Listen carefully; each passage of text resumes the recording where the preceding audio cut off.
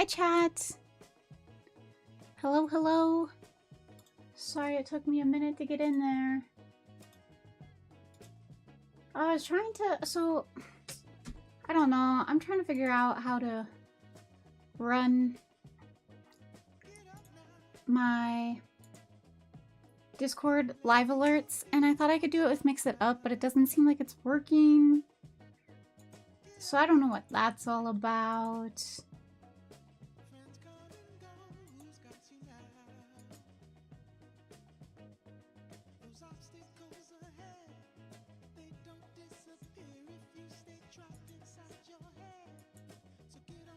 Maybe I did see that like sometimes it's delayed, so maybe it'll run a little delayed. But anyways, hi Sacrifice, hi Man Upstairs. I got your PC torn apart, putting in a new PSU. Oh, dealing with that kind of tech stuff drives me up a wall. It drives me freaking crazy. Ooh. Drives me kooky beans. I hate doing that kind of thing. Even like updating my drivers, sometimes I crash out. I just don't, I don't know. I'd rather be playing a game than making my PC work. But it's all part of the ecosystem, I guess. Okay. I'm gonna go back to this original song that I was playing. Okay. Here is where we are with the Lego build so far. I also have the frame done. So according to the pieces and the pages of the instructions, we're pretty much perfectly halfway. But today we'll be adding a lot of the details, it seems like. Oh, I was about to say, I hope I saved what page I was on. Okay, I'm on bag 22.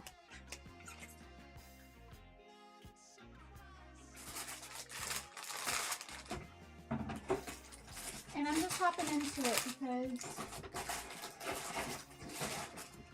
it's gonna take a while.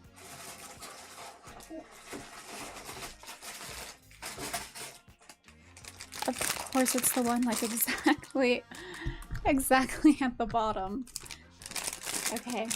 I believe you and you sacrifice and we can work together at least through this.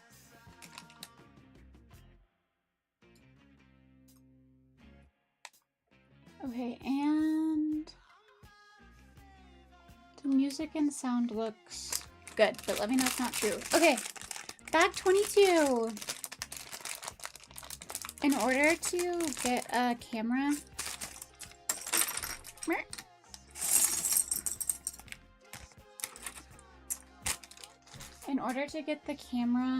like set up in a way where you can see everything, I have to pull my desk out, lean my monitor against the back wall. It's a little crazy. Okay.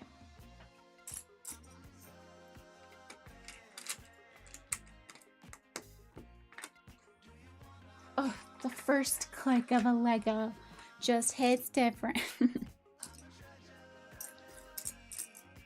For real though, sometimes I forget like how peaceful and fun this is.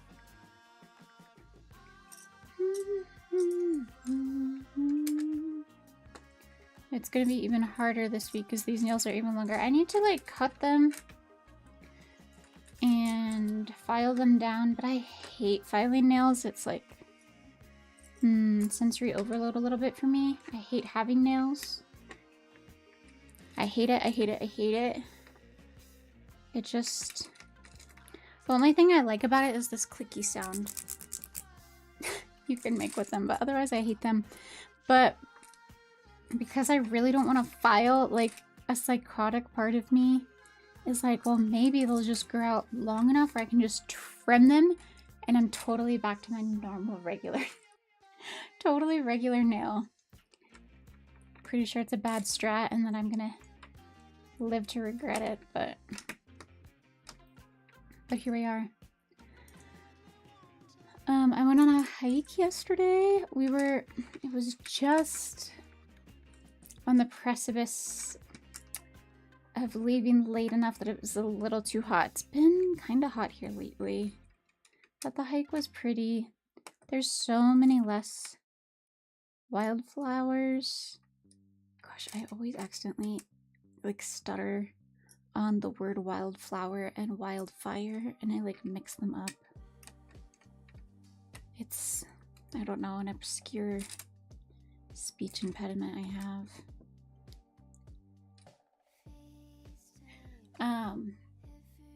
But there were so many less wildflowers this year compared to, I did it around the same time last year. And then afterwards, there was a little art fair. And I got such a pretty print of a canvas, and I love it. Hi, BB. How are you? Do you like the daily redeem? I know nothing will compare to find a cat, but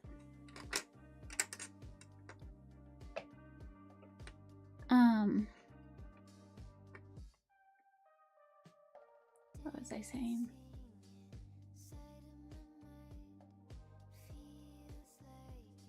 Art fair. It was hot. Oh, I got a really cool painting. I actually saw this artist on TikTok, and then they were randomly at this art fair. And so I got a print of one of their paintings. They paint in like really pretty, vibrant colors, and they had a painting of a hike that I really love. It's like, if you go on TikTok and look up painting Ross, Colorado, you'll probably find her. You finished the flower Lego set? I'm working on it right now. I just started part 2 of it. I think I'll be able to finish it today. The Van Gogh sunflower set. Yes, it's all part of the same one. It's in their Lego art series where they do Lego sets of like famous paintings. And so this one is Van Gogh's sunflowers.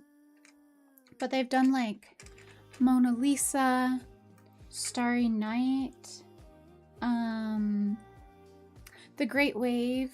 I have that one. I've done that one. They just released The Kiss as a set. And then they also, since they released this one, they released Monet's Water Lilies. I really, really want to do that one. That is for sure on my list. I love water lilies in general. I would love to see it in person.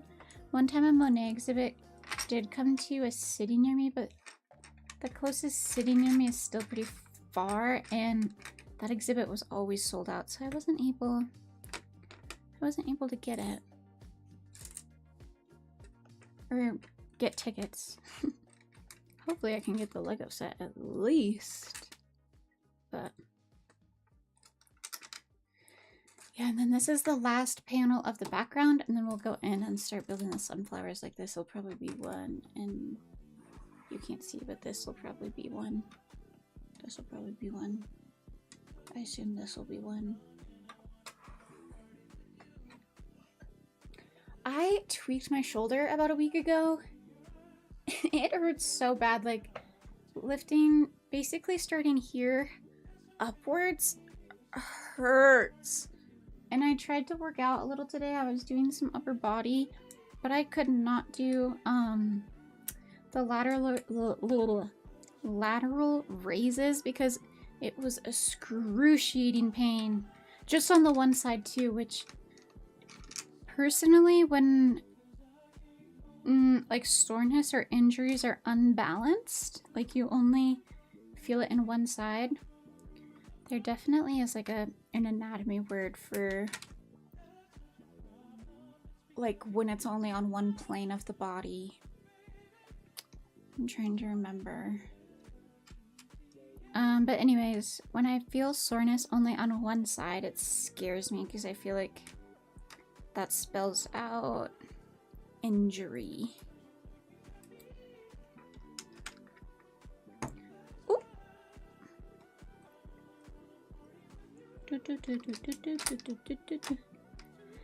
Have any more people seen the new Spider-Man? I really want to see it, but it is hard to dodge spoilers.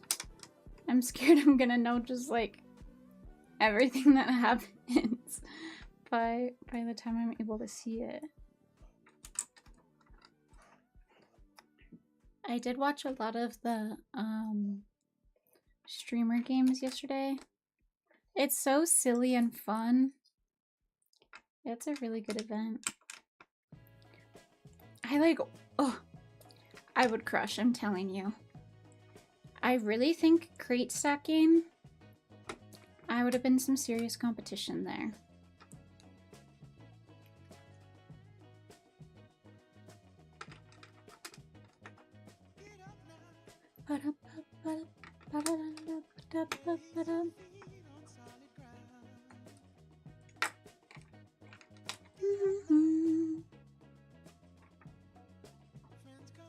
What am I missing? One right here.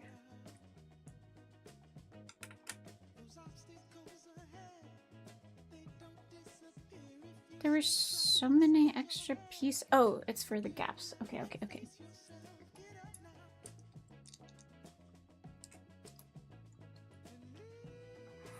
This one goes on the back.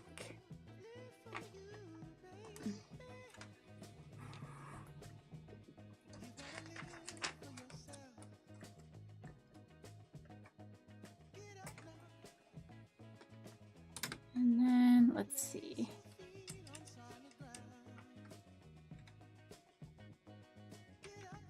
I'm curious what these little hook pieces are gonna hold.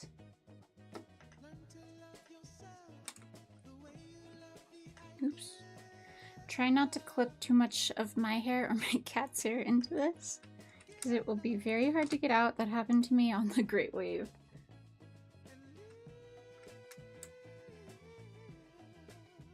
Oh, hi, kitten.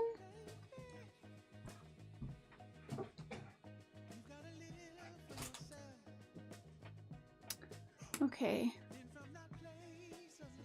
There should be one more of these little hooks, but I don't see it. I have a little bag of extra parts left over from last time.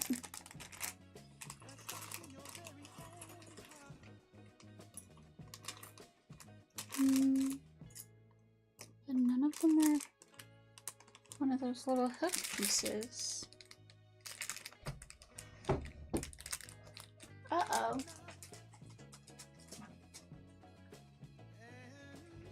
Usually I leave when I'm missing a piece. Kitty!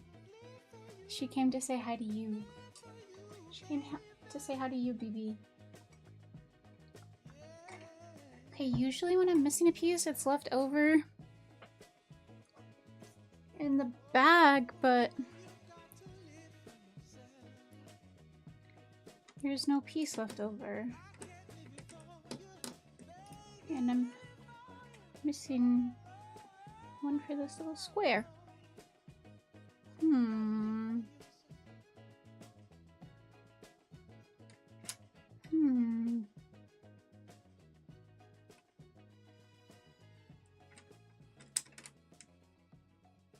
Put these other ones in the meantime. But gee dang. I don't have one in my extra pieces. How did I already miss a piece? First bag. Oh wait, I found it. It's under my stream deck. Yay! Yay. Okay, cool. We have all of the background freaking done. All of the background done. Here we go. So this is all the paneling. And now we'll go in with some more details, I think. I don't think I'll need this for a little bit. Let me just look ahead. I think the next couple backs might be out. Oh, we add a piece to the top of this, but okay. Let me just set this to the side for a little bit. We're adding, the next bag adds a piece to the top up here, so you can kind of see there's like missing chunks. I think we learned from the podcast that's because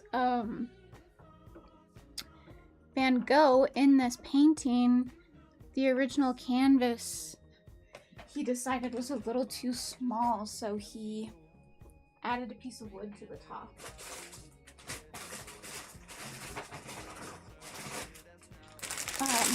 Yeah, he added a piece of wood to the top to make it a little more balanced and to have a little more room on the canvas, which is so cool. So that's what we're making with bag 23.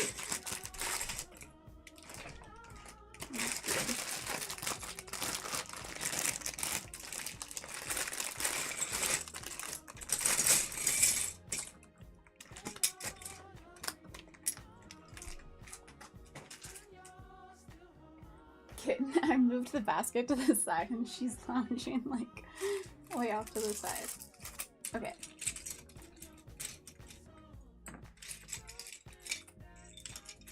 Ah, thank you for the redeem, Casper.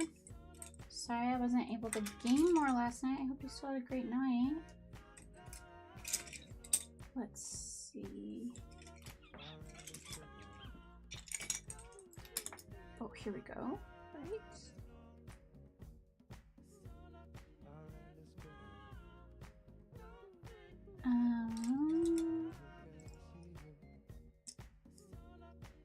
Yeah, okay.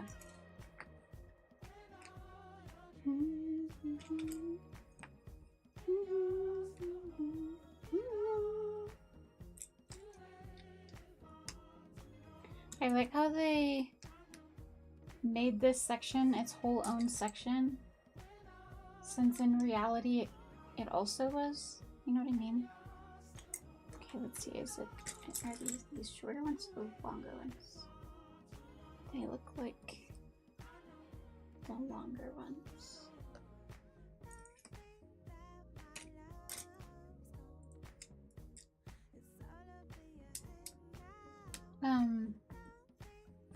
Art imitates life, I guess.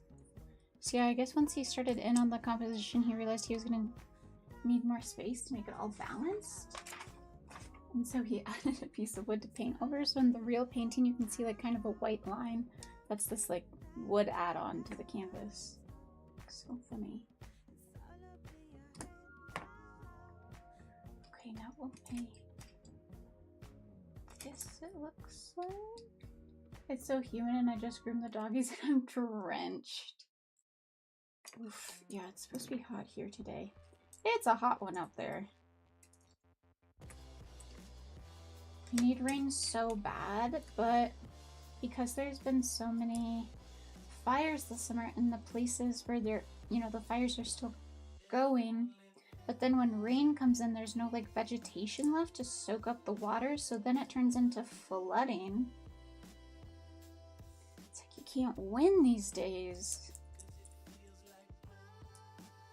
The dogs are probably so thankful for a little relief, though. I groomed, didn't groom, but like brushed out all the cats yesterday because I was just like, oh, ladies must be hot.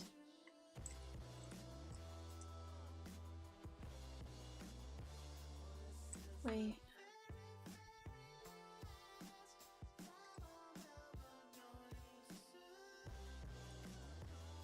This, oh, this goes on here, okay.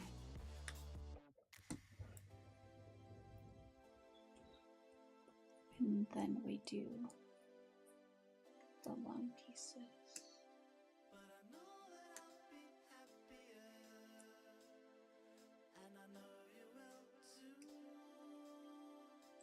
And then these squares go on the end.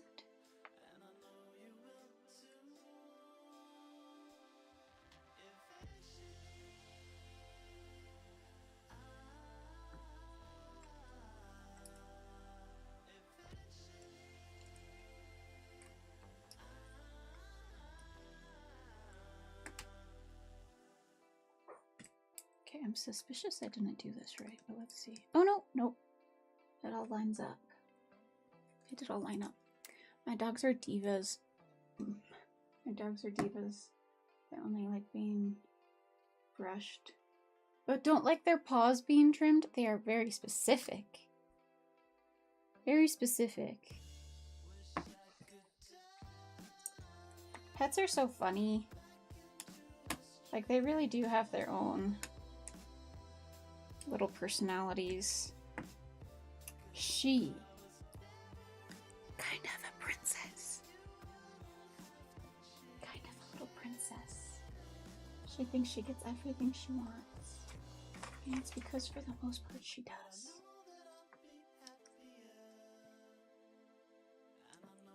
One of my cats got out the other night because we opened the window too wide on a window where we don't have a screen, because once the sun sets and it starts to cool down a little bit, like, we just desperately need the cool air. And she snuck out, and I swore in the middle of the night I thought I heard her. And so I did hear her outside. It feels so bad that I didn't put it together.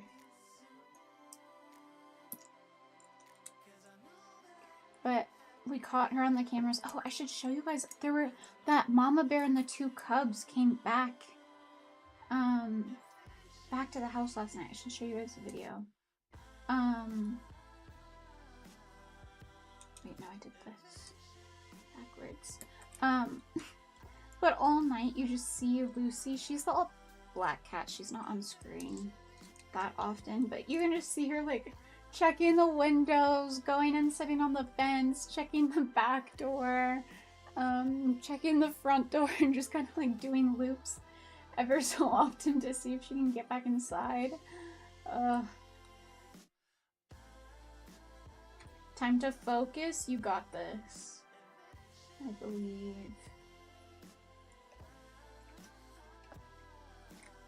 But it was, I just was like, oh, poor thing. At least she knows like how to get back inside. But poor baby. Okay, now we do another round of the panels here. Scissors, hi! How are you? I feel like I haven't caught you in forever. How have you been? What's up? I'm doing so well, yay! I'm so happy to hear that summer's been treating you good. You deserve it. Okay.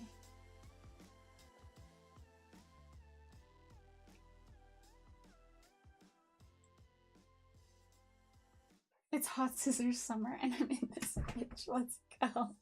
I'm doing good. Oh wait, I forgot to tell you guys about, hold on. Oh, I need to readjust my crisscross applesauce. I need to switch legs or else my hips will be messed up. I'm having a good, I'm having a good summer. I'm recovering energy-wise from the wedding. I'm happy to be back streaming again.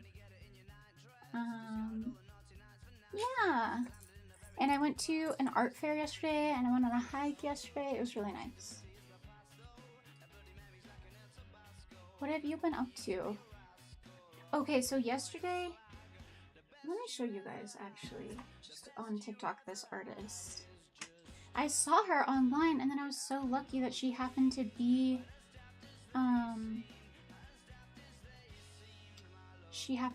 at this fair, and then I was like, oh, goodness. And then I had to get something. Okay, it's like Ross, Colorado. Hunter.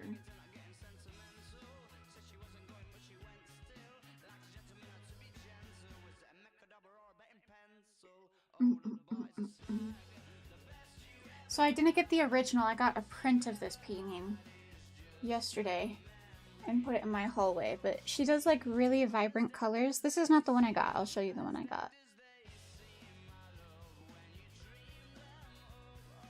I've been working and vacationing And I'm seeing someone, so it's so good. I'm so happy for you, Scissors. Where's your favorite trip been? Or what are you most excited for? Okay, and then here, this is the one I got.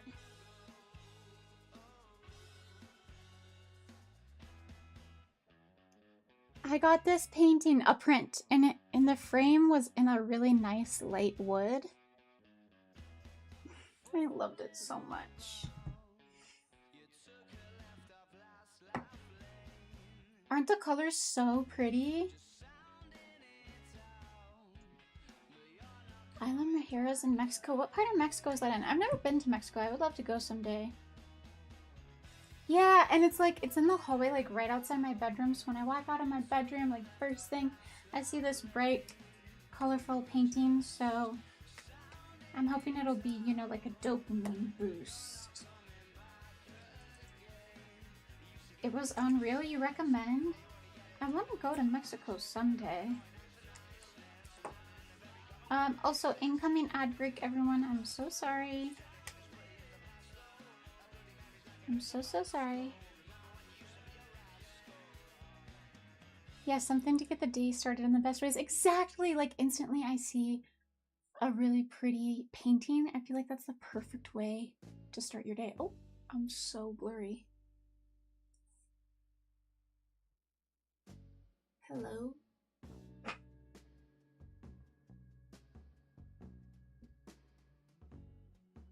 Wait, I actually know a really fast way to fix this. Boom. I learned that I can do it really fast from the camera hub. Group trip to Mexico? I'm so down. I'm so down. Let me get a sip of water.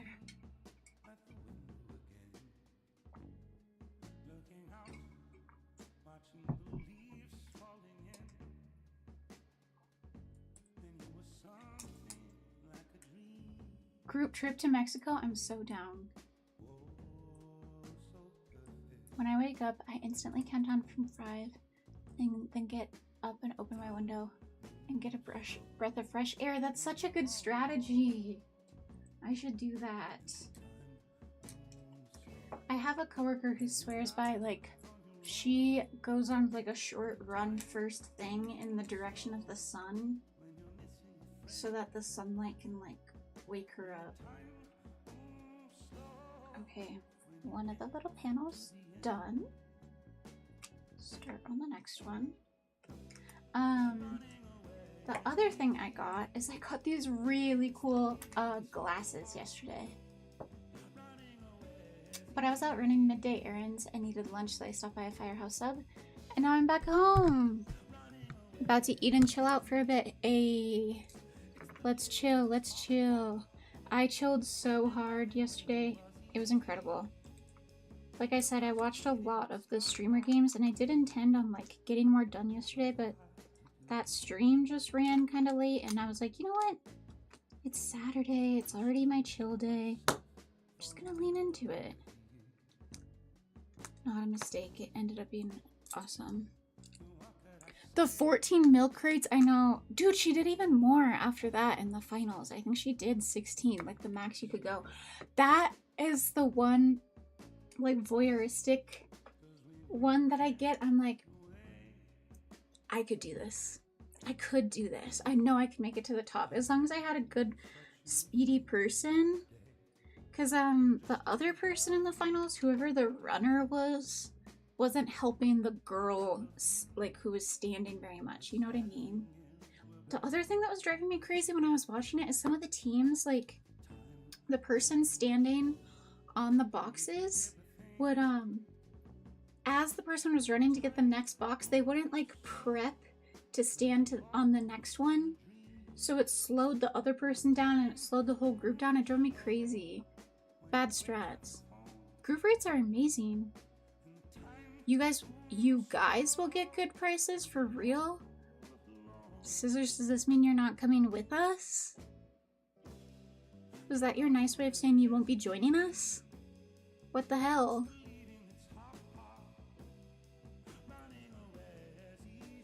Love the running into the sun strat. I see, I used to be that type of person, but waking up and running first thing, not so sure. Walking in the direction of the sun first thing, I can get down with that, but I unfortunately am not motivated to get out of a bed unless I have a coffee. So I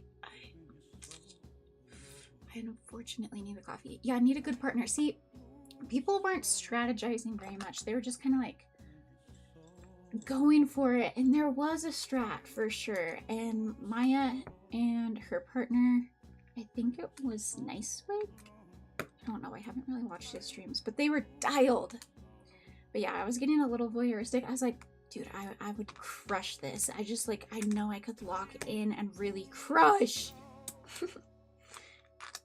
It would be so, that's like a dream streamer event to go to, but obviously, you know, you gotta be kind of a superstar to get invited to that kind of thing.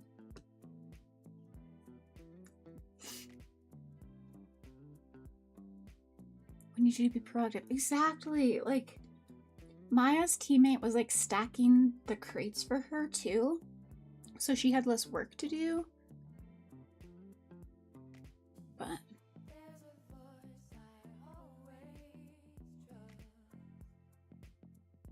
it is my red flag. But I could do it. Like, I know I could do it. And if we maxed out too, and it was like tied, I straight up like, I get crazy with it. I'd grab a cart and literally try to like jump and like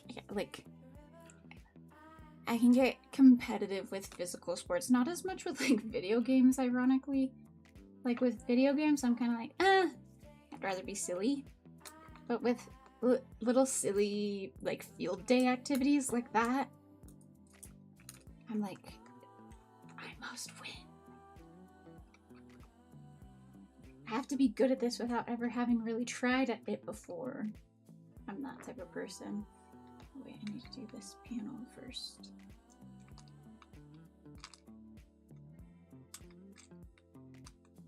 Oh my gosh, Twitch Women's Guild games would be sick.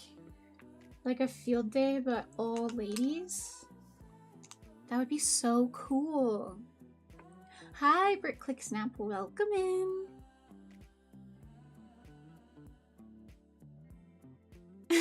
Of course. I'm gonna play my own games at the... I'm gonna play, for my own prizes. I'm not gonna sit there and watch someone do it for me. There's no fun in that. But yeah, anyways, had a lazy day just watching that. Chilling on my phone. I was kind of like, oh, I wish... Because I don't have a TV, obviously, in here, and I was chilling with Chachi, and I was like, oh, if I could like, if I had like an iPad so I could sit and edit clips while I watch this, then I wouldn't have that like, you need to be productive guilt, you know, hanging over me. But she loves Jujutsu Kaisen. It's so good. You're bringing another one into the fold. I actually haven't watched the new season at all, but hopefully soon. Hi, Narky! Oh, stunning. Yeah. Thank you for the sub, Narky. Oh, You're a stunning, sweetie. yeah. Thank you, thank you.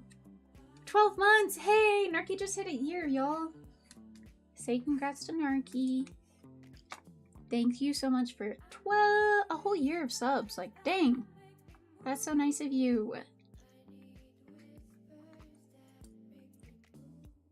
You gotta, I know, I just haven't watched the new season yet, but I will. I was like I couldn't consume anything that actually required attention there a little bit when I was in the throes of wedding stuff. Did I tell you, Scissors, after a week after the wedding, my Apple Watch told me that I had a new resting heart rate trend, and that my resting heart rate had fallen 11 beats per minute. Isn't that crazy? Oh yeah, also, do you guys want to see the video of the mama bear and her cubs last night? It's so cute. One of them, like, comes, like, running after her. It's so funny. I placed that one a little crooked. I needed to... Oh, now it's stuck on the tool. That is crazy. They've been popping in every now and then, but well, and I say last night, but they were in my yard at like 5:50 or something. I'll check the video when I show you guys it. Let me finish this panel and then I'll show y'all.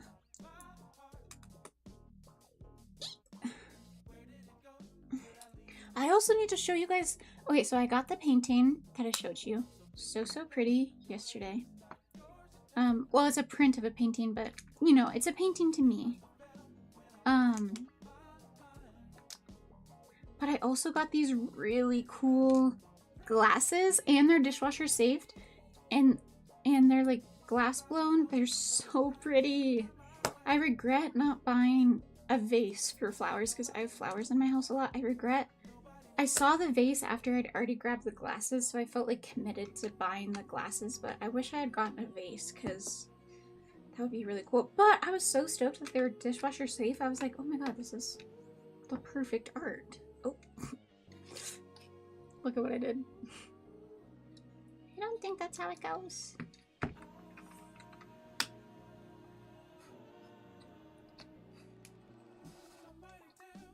How I'm supposed to feel. I asked earlier, but has anyone seen the new Spider-Man? Okay, now we just need to add these little black things. I love that they incorporated that, like the history of the painting into the Lego build. The little wood edition.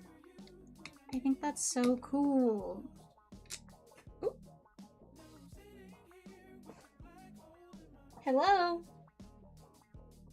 Dropped a piece in my crotch, oopsie.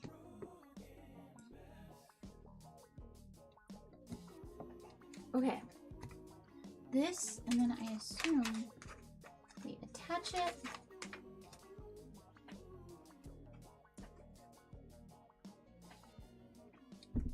Oh, you guys won't see this. Okay.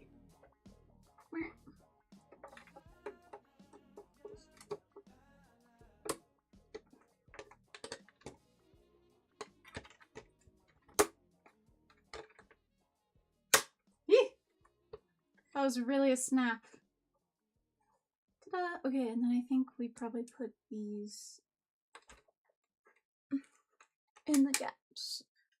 I feel like I'm reading a storybook. You know when you read storybooks and you like have them open to the kids while you look at them? Getting a flashback to my substitute teacher days. Thank you for the lurk. Thank you for the lurk, Nerky, and for the sub. Happy 1 year. I hope you enjoy your new badge. All right? Yeah, I think you get a new badge. So I hope you like it. Now the cactus is turning into a cat in the badges. Yay! Okay, I think we're on.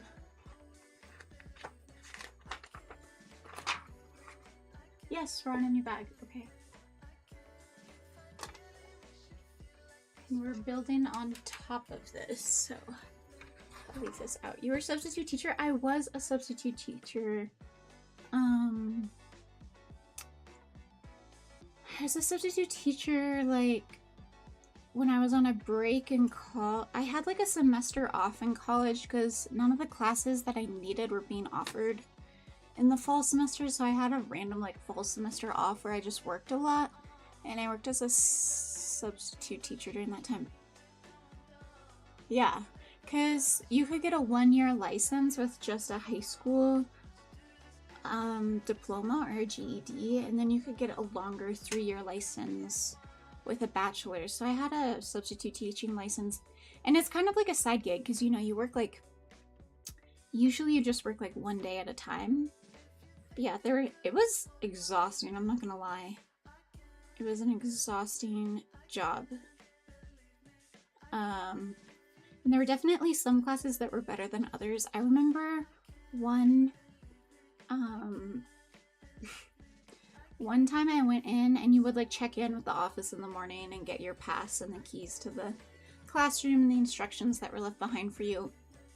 And I remember I went in for one teacher and someone was like, the lady I was like checking in with at the office goes, "Good luck. You can do this." And I was like, "Ooh." I'm gonna be in for it that day. It wasn't that bad, but it was probably one of the like less behaved classes that I went to. And I don't know if it's because it was a less well-behaved class. A lot of other teachers like came in to randomly teach like portions of the lesson throughout the day. It was crazy. Okay, do you guys want to see this freaking bear? Okay. Sorry, hold on. The clip starts like right away.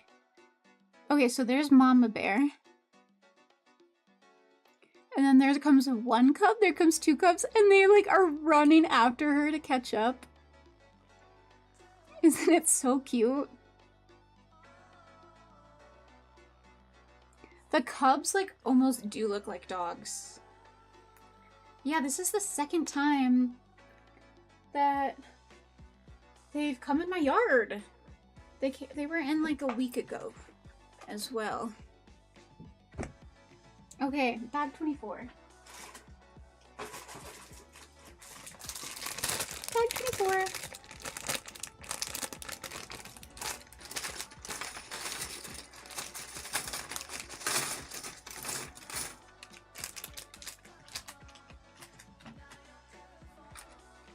Okay, we put these all the way around. And there's some corner pieces. So we'll start with those.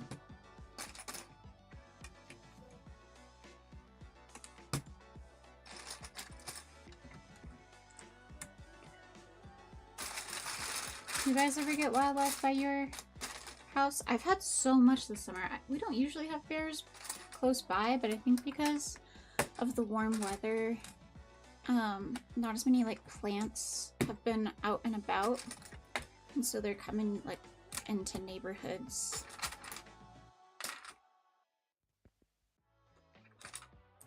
I'm just noticing that there's like some long pieces.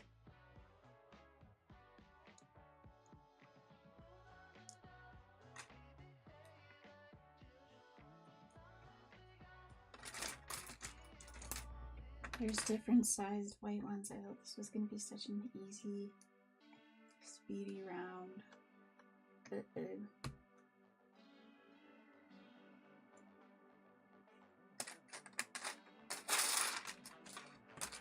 think they just go on these sides. When I was in Pennsylvania, we had a bear knock over our trash can and drag our garbage to the backyard. Dude, they make such a mess. They knocked over my trash can once. And I have a shared trash can with other people.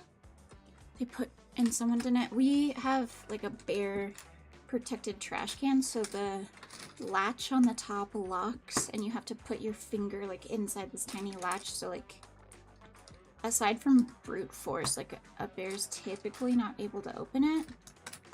But for some reason, like the lid or something must not have been closed all the way. And they make such a mess when they scatter trash. Then we had a mountain lion being loud. Oh my gosh, mountain lion cries are so spooky. They sound like squealing. It sounds like someone being murdered. Okay, I must have done something right, because the timing of the spacing of these are working out. Yeah, mountain lions are scary sounding. They are very spooky.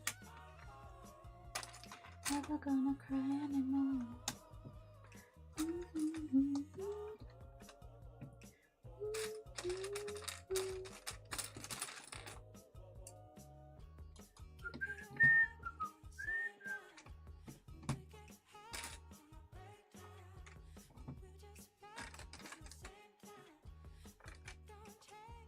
I don't think I've ever seen a bear IRL except pandas.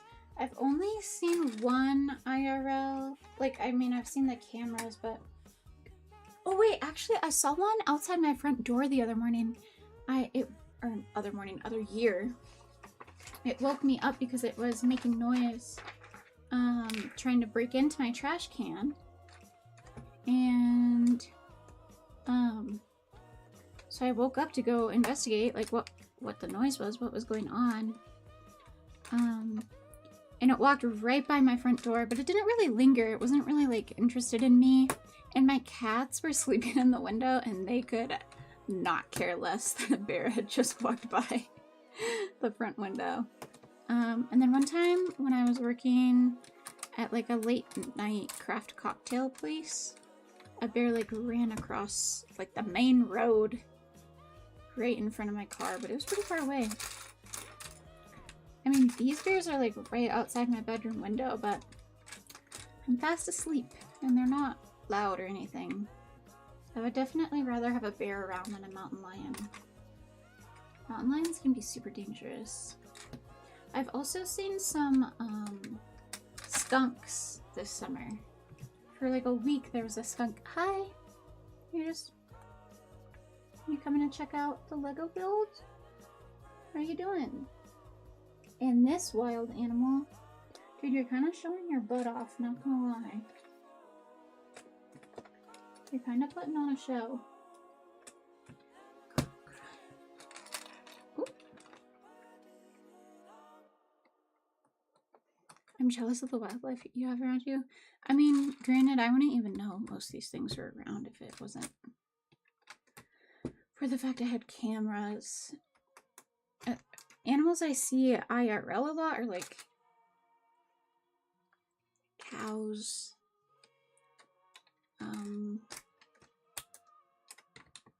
deer. There's this one pass I drive. Wait. Oh, I messed up.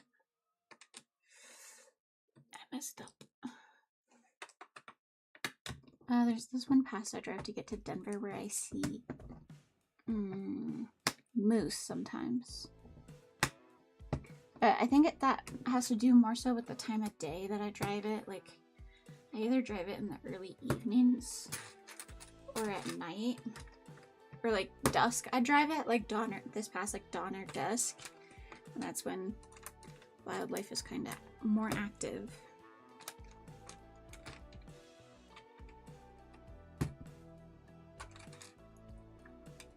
I saw a snake on a walk the other day, and it kind of spooked me.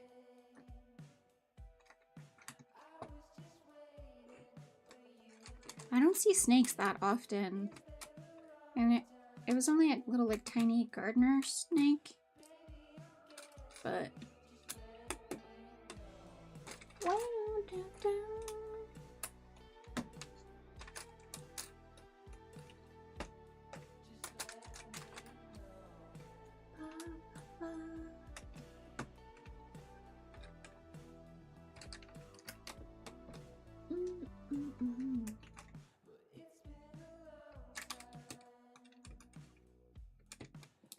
do you guys have, what kind of wildlife do you guys have around you?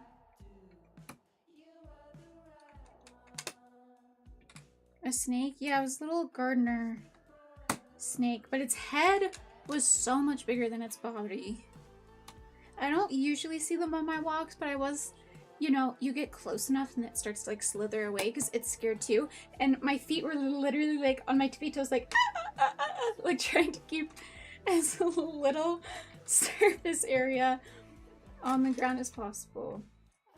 So we both scared each other a wee little bit.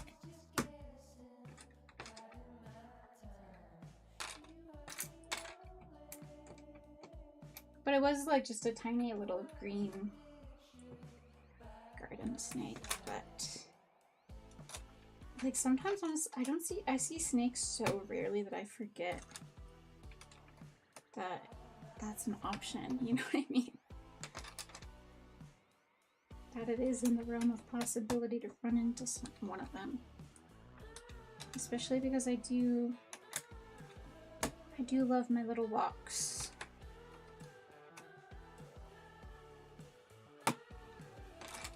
Okay. Ow. Kind of pinched myself there. Done. Done with that bag. Oh, bag 25. Plus we're gonna use these bendy things that came in. Do the worm. Do the worm. Okay.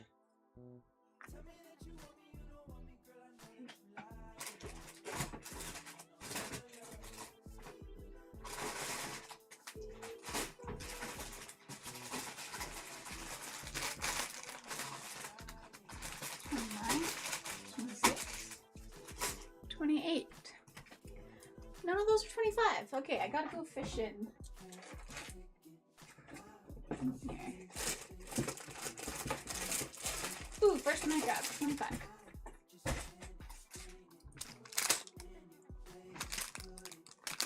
First one I got. I'm trying to be good about remembering to drink water today.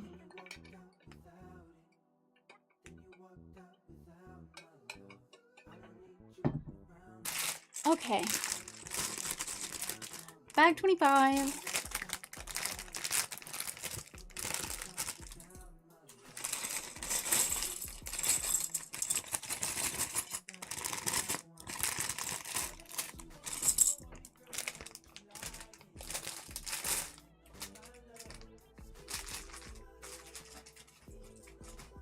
Ooh, this bag has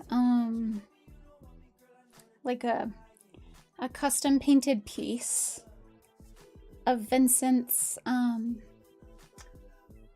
Vincent van Gogh's signature.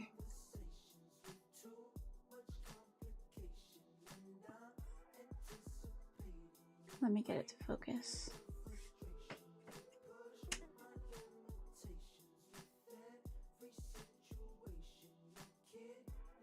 Hello? Come on now. Camera. I can see it like almost getting there, but not quite.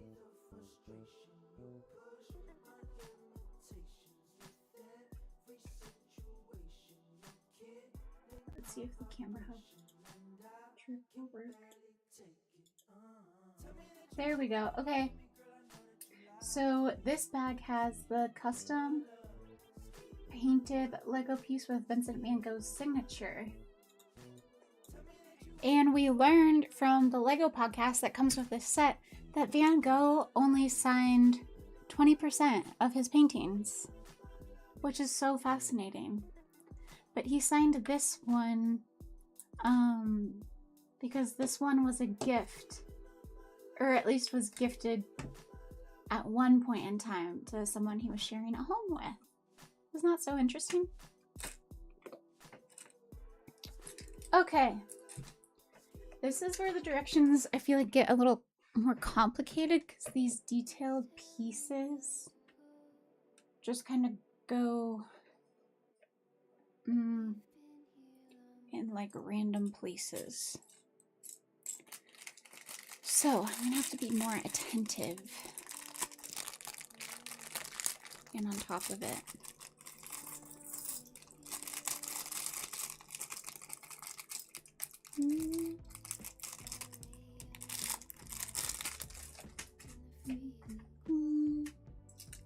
Okay, first up is a little two-piece green.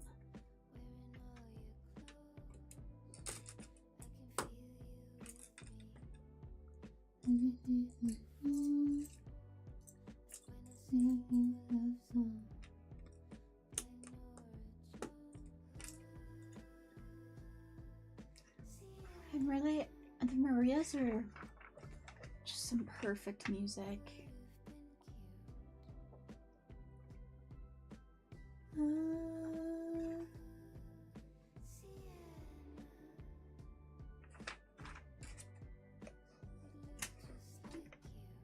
Let me make sure that was, yes, just 2 of those pieces. You boiled 10 eggs earlier? Are you just like batching them or? Or what is it? Are you meal prepping them? That's the word I was looking for.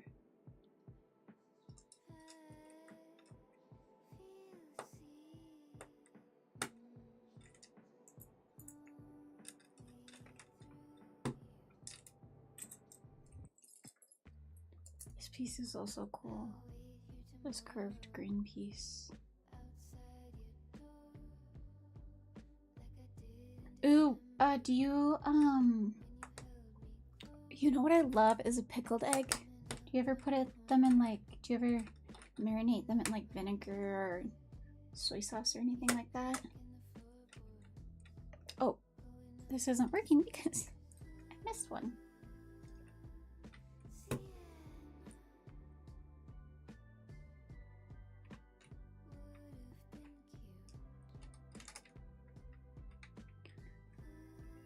Ooh, yummy. You gotta drop me the recipe because I love pickled eggs, but I've never made any myself.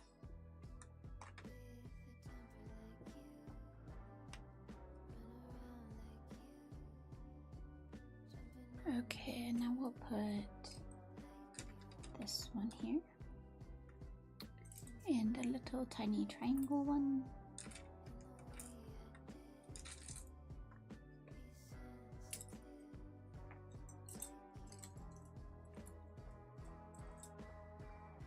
Hi, Alfie. Welcome in, welcome in. I am working on Van Gogh's Sunflower Lego build from the art series that Lego does. I've done the Great Wave before. Thank you! Yes, I like my room too. It's my happy place. I got lots of monsteras. And you can't really see, but kitten's taking a nap. I call this Labubu Tower because I keep a couple of boo-boos in there. And she cuddles them. It's so cute. Okay, here's what I'm looking for.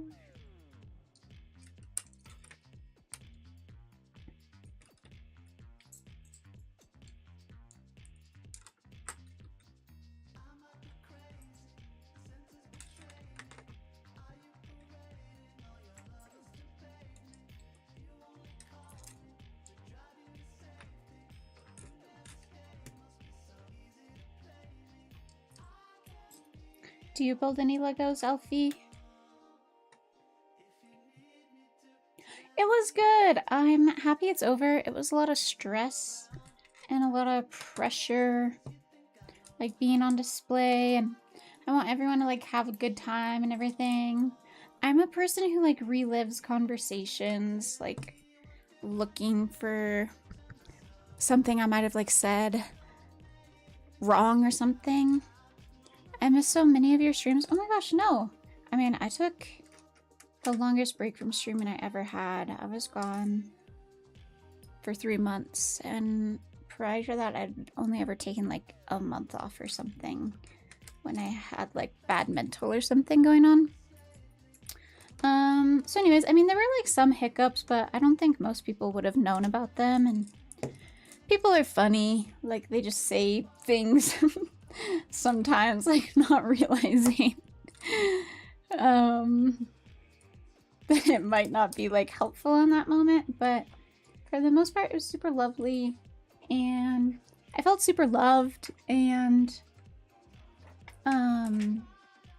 like I had a handful of close friends that weren't able to make it for various reasons, but I feel so grateful that I had so many people who did take the time to make it there, and that's just like a massive blessing, especially because I didn't have any like immediate blood related family there, but I had a lot of chosen family there, so that was really cool and special, and I'm grateful that people would like take the time and the money. Like those couple of friends who weren't able to make it, I don't like blame them at all, but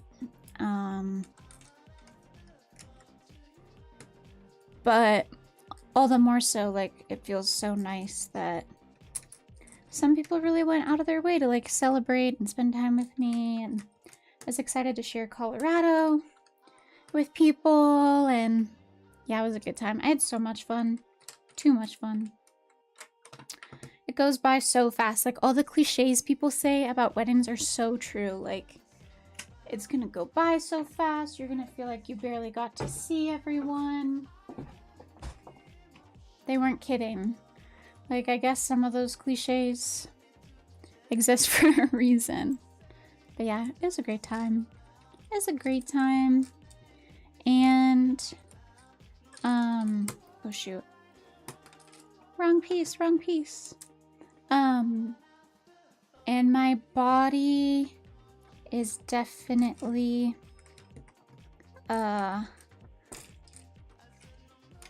grateful to be relieved of the stress. I really wanted to elope, and I think that would have been nice too. And part of me, like, it was just I put a lot of stress on myself. I'm just that type of person. In general, I don't like, when I commit to something, I don't shy away from giving it my best, but sometimes, I end up pushing myself a little too hard because of that too.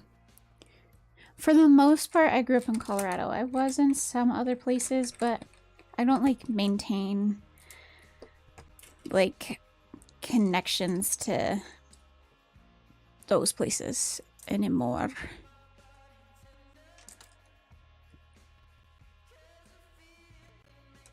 Having a wedding in Mexico? Ooh. Your pictures, Casper? I'm so obsessed with. They were so stunning. Back to being friends. Guys, also, it's freaking August already. Like, we are in the last month of summer. I feel like 2026, like, the years just go by faster and faster. It's wild.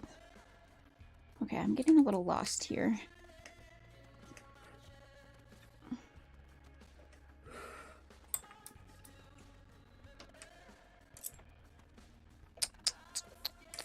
Do you guys have any like summer goals or summer things you have left where you're like, I'm still gonna get this done before summer? We just shared a bed.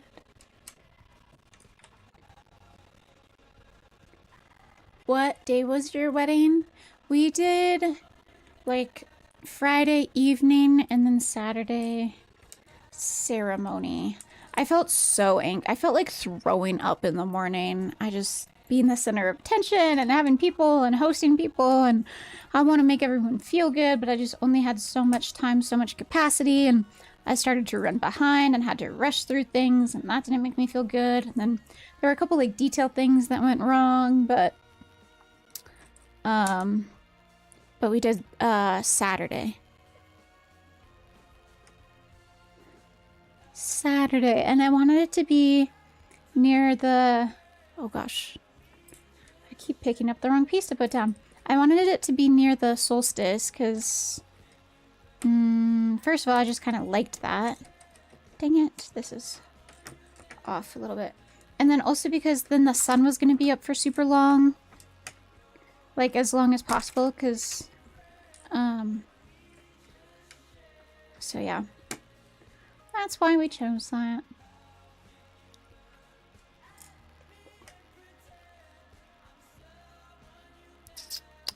Oh, here we go.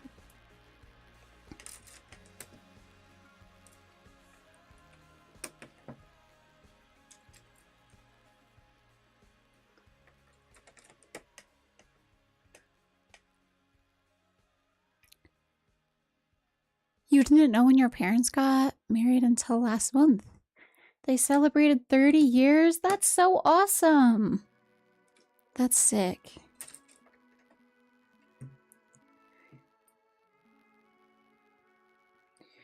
Yeah, I will say, marriage, like, I would never felt super drawn to, just because growing up, I knew so many people. Oh, we're doing the squiggly thing. I knew so many people with divorced parents. My parents were divorced. And there was a part of me that was like, okay, well, does this shit, like, ever go right? Like, what the hell? You know? This looks slightly not long enough. Are there shorter ones and longer ones? Oops. Oh, there are. Okay. So this longer one goes here. Oh my gosh, it's so cool!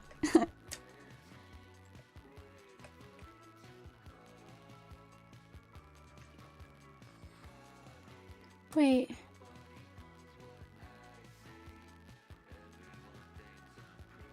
There's like...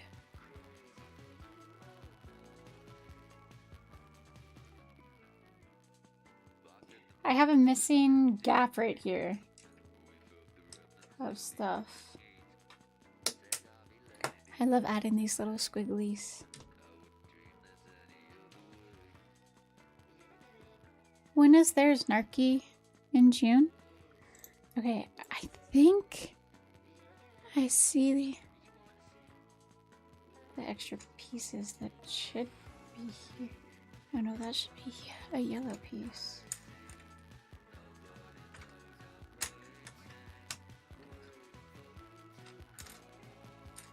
Huh, somehow these missed their home last time. But that looks right. Committing. 23rd or 24th. Oh, it's not the same day. But they are. That is the solstice, I'm pretty sure. That's cool. That's so cool. Okay. Now we're adding a little row. And we're gonna add the signature. Which is cool. Okay. The flat triangle.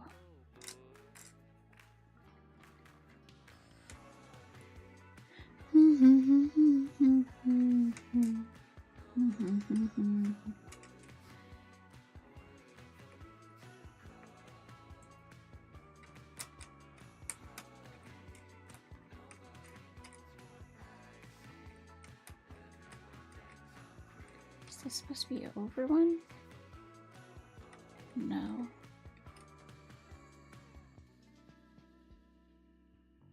But it's like...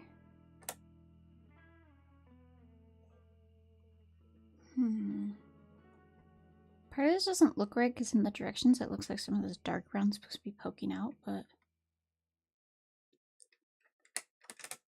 I'm gonna keep plugging along for now. Because that could be just to kind of help, like, delineate, you know?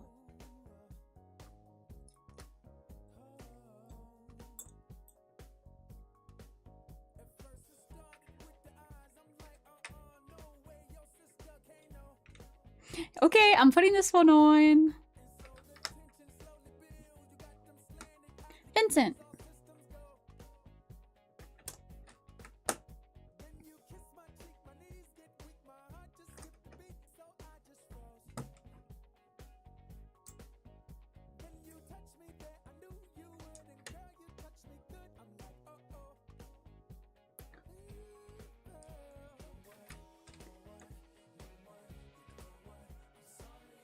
I'm sorry. I'm sorry.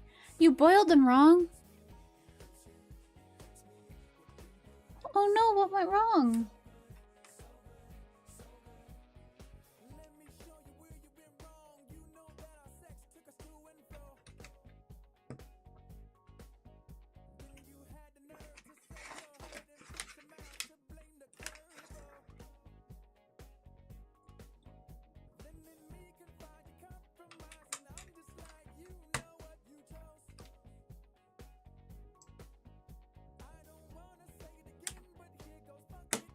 Oh, it makes the shell stick? I started them in cold water. Oh, so you I honestly don't make boiled eggs very much, but you're kind of inspiring me to, because I do love a pickled egg. Okay, so you should boil the water first, then put it in. That's what makes all the difference with the peeling. Because I do remember peeling eggs and it being hard as fuck.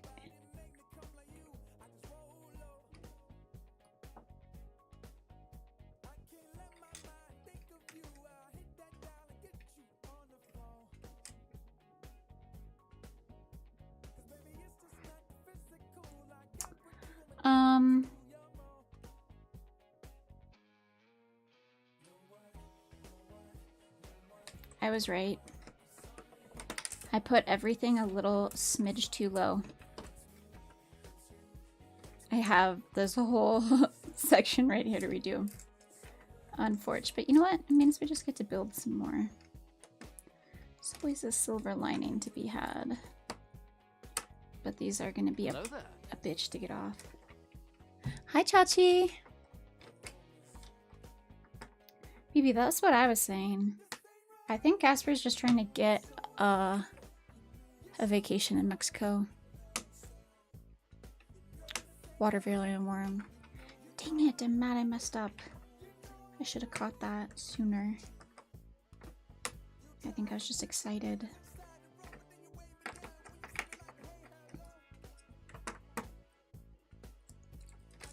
Ayos. I was trying to get a Mexico vacation.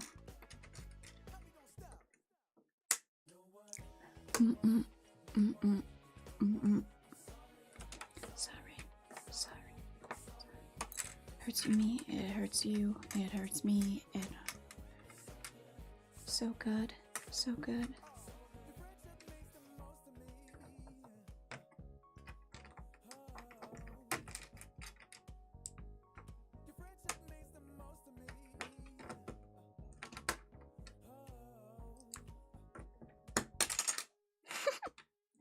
Went flying.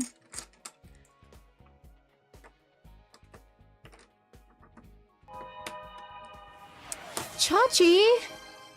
What are you doing? Press gifted 5 subscriptions to the community. You're punk. Hi.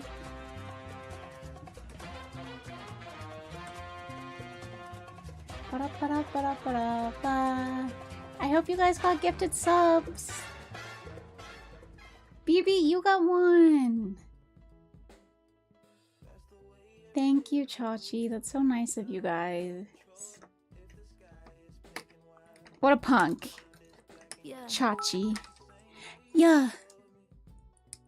Oh my gosh, these pieces are glued together.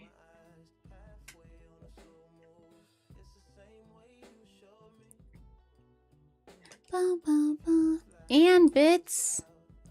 You're popping off. And you started a hype train. That's so funny. Thank you. I hope you guys enjoy your subs. I hope you love them. Ugh.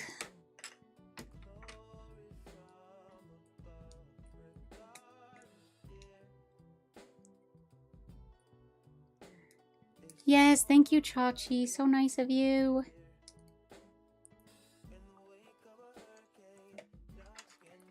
Thank you. And it's hoping to distract from the fact that I misplaced so many of these. I'm like halfway through fixing it though. I should have caught it sooner. Oopsie.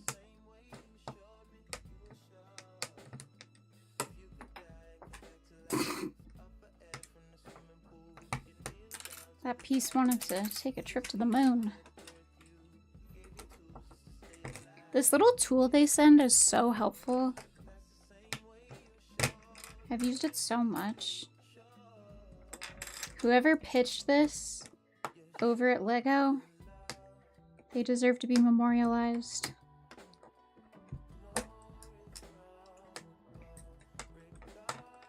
They massively They massively boosted the user experience.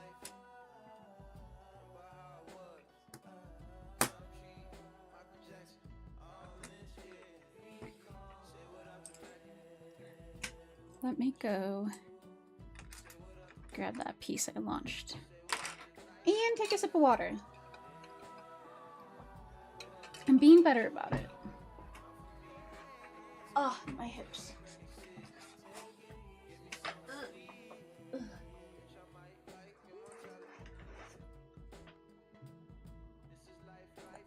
Stretch break. Okay. Kitty's like, what the hell are we doing? Okay. Back in here. Back in here.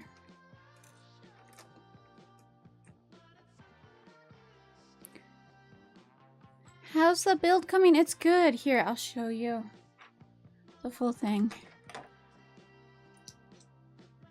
Did I see your backtracking? I did a little bit.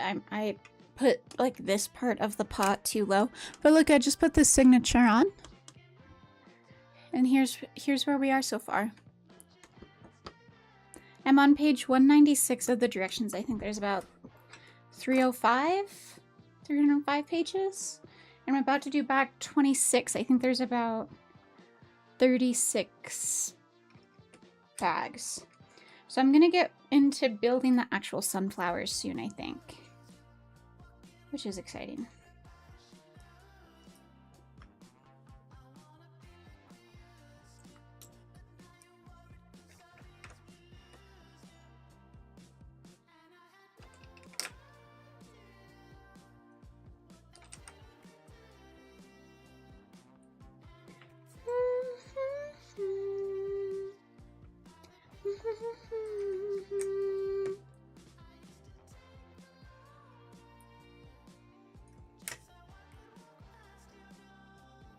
Looking good.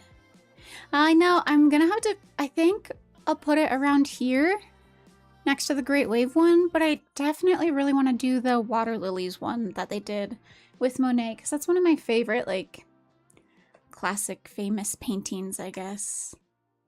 A hype chest. What do we get? Ooh, we got an emote because of the hype train. Thank you. Random fact, I never used the instructions when I did Legos. As a kid, you would have blown my mind if you told me they came with instructions. I would borderline even say, I mean, I really liked Lego as a kid. I got a lot of like hand-me-down Legos too. But I think I enjoy them like just as much as an adult.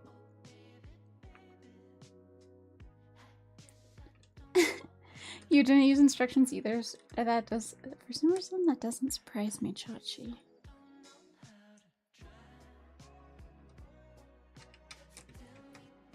Now I'm too much of a legal eagle.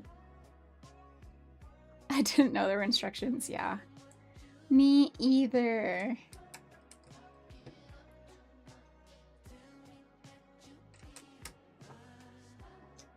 I think it's cool that Lego has started to cater to like more adult like users too, you know? They know their like some of their audience has grown up and would still play with it. You're never too old to play. I think play is like healthy and good for people. Okay, back 26. 26.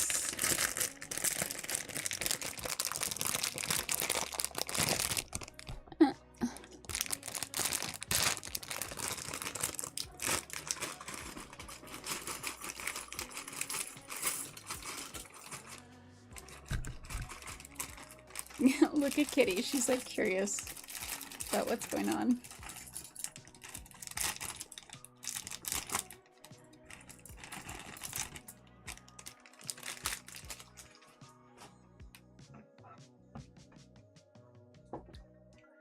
Okay. Plus some little green squigglies to add in here.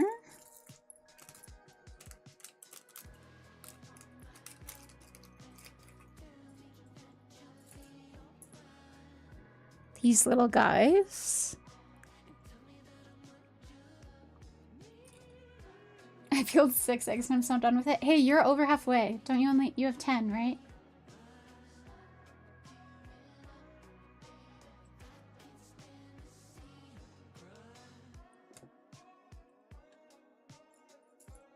Kitty heard the bag and popped her head up. Oh, it probably does sound like food. I didn't even think about that. She's so food motivated these days. Whoa, there are so many pieces in this bag. And they're all tiny. I give up. I'll peel the rest tomorrow. Does like, are there any little tricks for it? Like putting it in cold water or something? She's awake now. So funny. These pieces are gonna be like hard to find.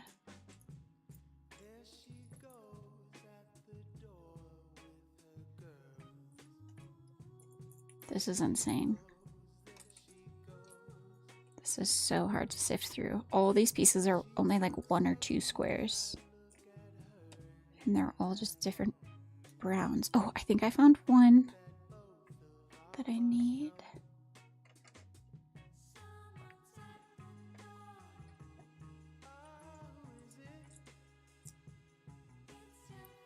Okay. Oh, so I realized you guys can't really see. Okay. Yeah. You can come back to it later.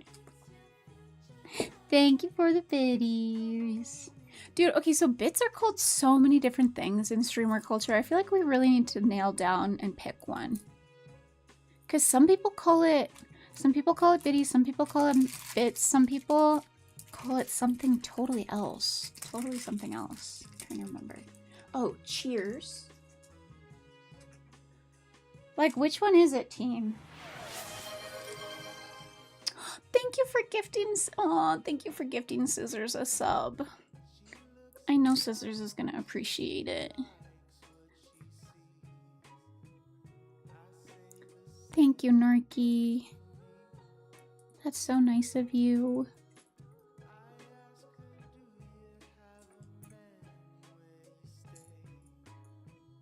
Whew, found it.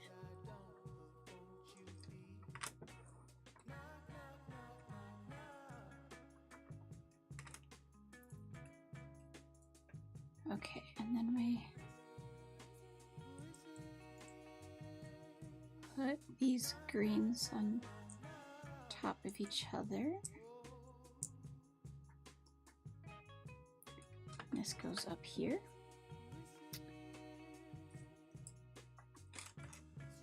I gotta run to the hardware store before it closes. I can feel myself slipping into a nap. Okay, drive safe.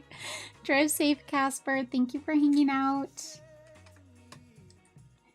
Thank you for hanging out. I hope you have a great rest of your day.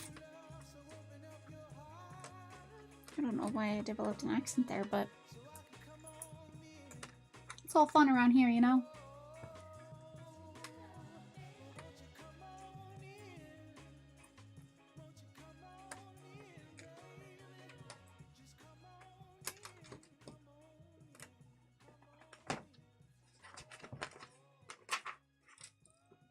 Oh, I think we work on a sunflower now. Okay, I'm gonna set this down to make a little room. And now we get into sunflower territory. I really like your desk mat. Thank you. It's from a company called Elise Brienne Designs or something like that. And she has a bunch of really cute, I like flowers if you guys can't tell. But she has a lot of really cute floral desk mats. I think I might have even seen that she's a sale right now. So if you're in the market, I'd recommend checking it out. I have something to say that I think you guys won't like. But I have a feeling that desk mats, not a lot of people actually use them. I think it's like a gamer. I think gamers definitely do, but I think there is a massive part of the population out there that is unaware of the desk mat, the value of a desk mat. That's my hot take. Okay, this is a little complicated here. Okay, boom, boom, and then we put one of these on there and then one of these ladders. I should have realized that this was a sunflower. One of the sunflowers, because there's so many pieces. Okay, and then we put this on there. And it seems like we just keep doing that.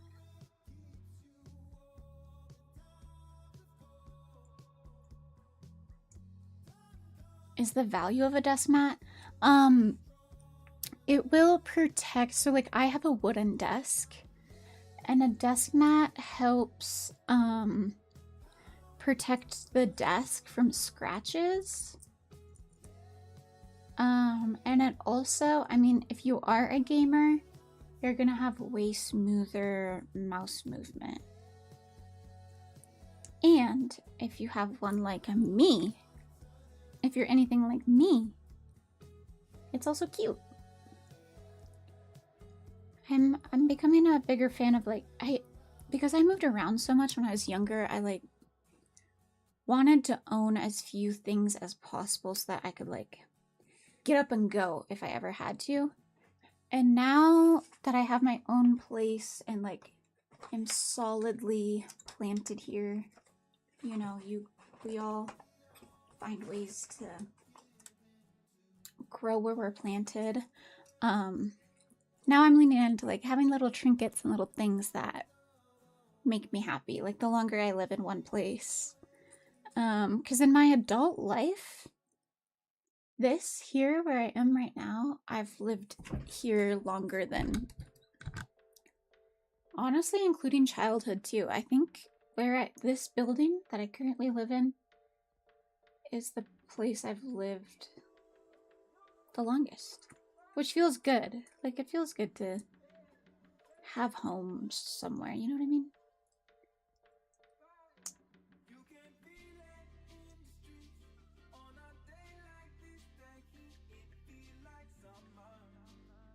And then...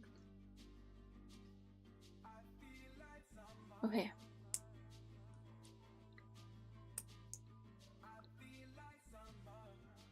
Okay, now I make 8 of these little guys. Oh, yay! Thank you for saying thank you. BB, I hope you enjoy your freaking sub.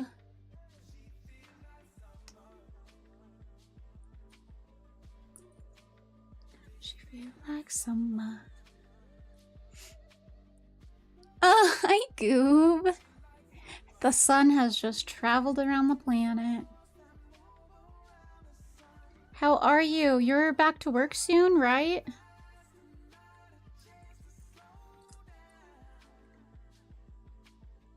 I'm still in my move a lot phase.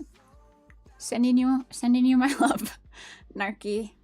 It is, I mean, I think it's good, especially when you're younger, to like bebop around. And if anything, I didn't have like the fiscal resources to move too far away, and I wish I had.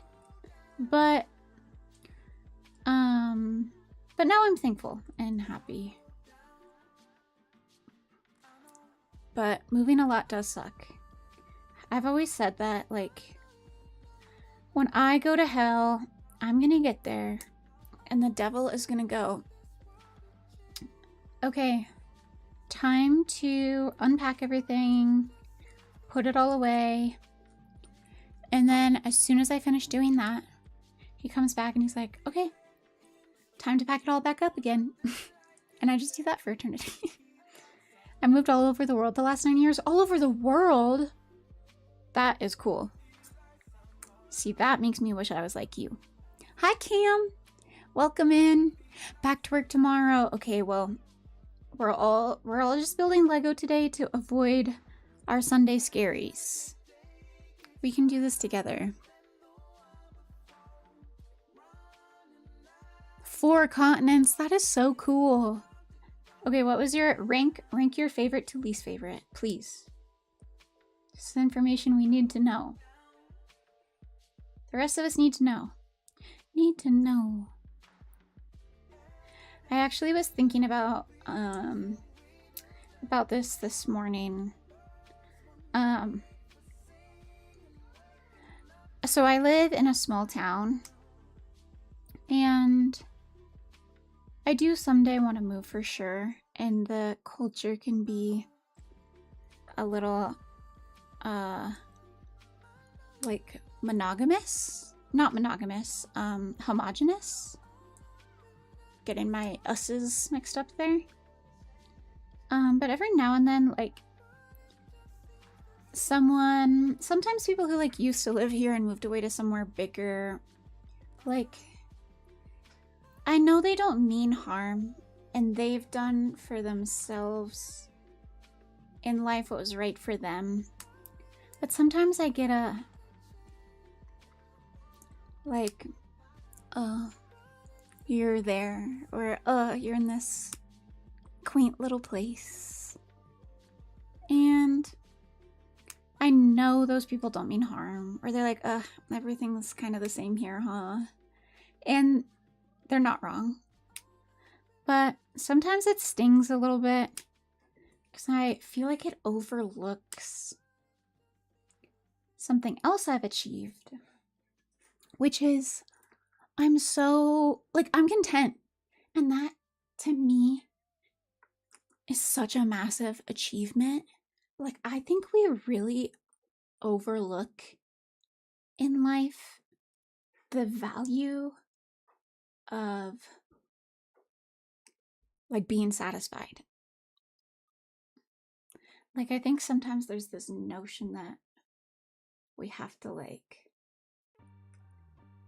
I don't know, like, do so much, you know what I mean? And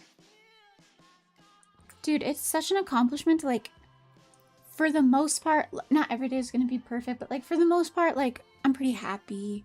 Like, I think where I live is beautiful. I have so much more access to the outdoors. I have so many friends online and in person. Like, I feel like sometimes I can't even give them all the time I wish I could. Is it the most thrilling, exciting, diverse place in the world? No. And I wish it could be everything all at once, but it's not.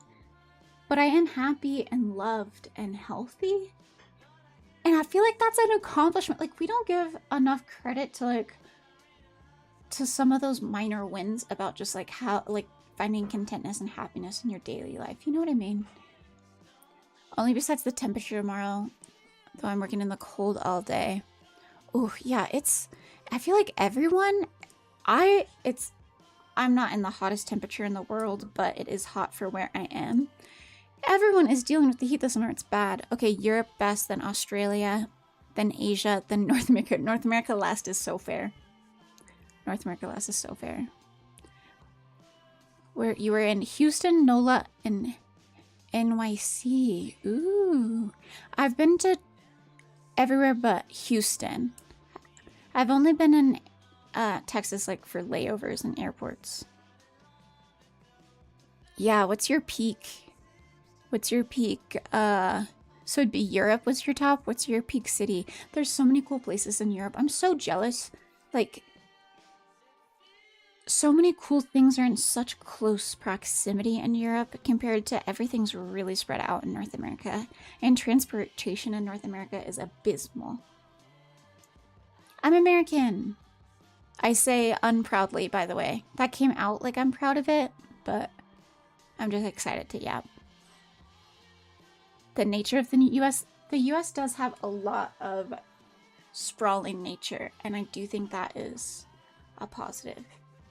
Even though people are trying to do away with it, but I do think it's a positive. Okay, hold on. I need to focus because we're doing something different now.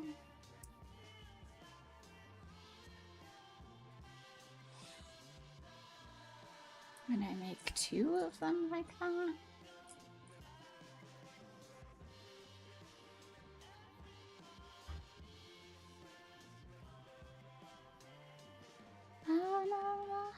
so beautiful.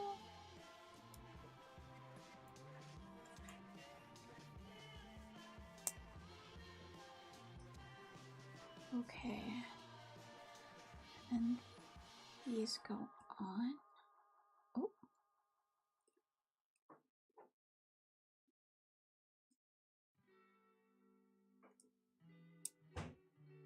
Oh shoot, these won't stay together when I snap them onto the sunflower.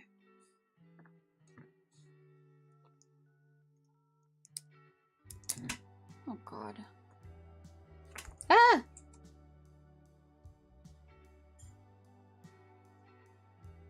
What am I not doing right here?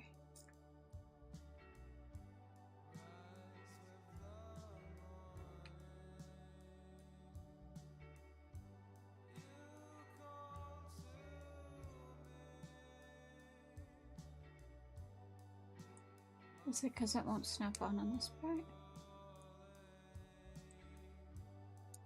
Oh god. Ah!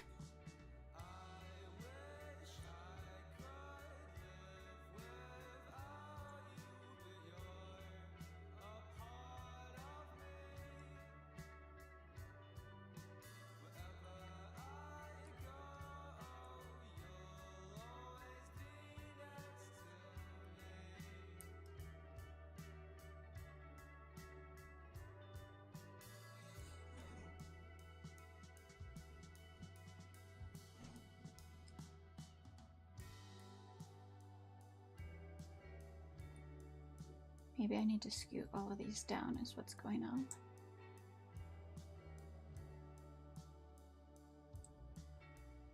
As being too willy-nilly.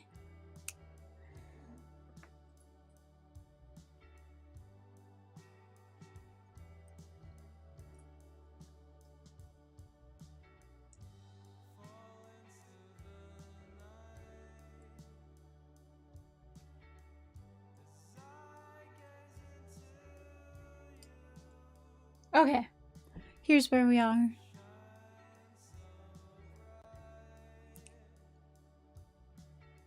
Fahrenheit is used in UK or Canada. I think it's Celsius.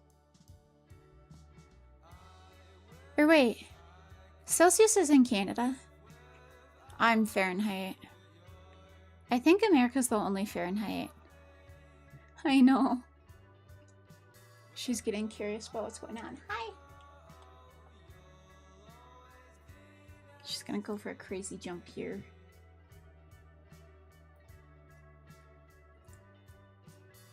Whew, my pace is slowing down with this bag. For sure.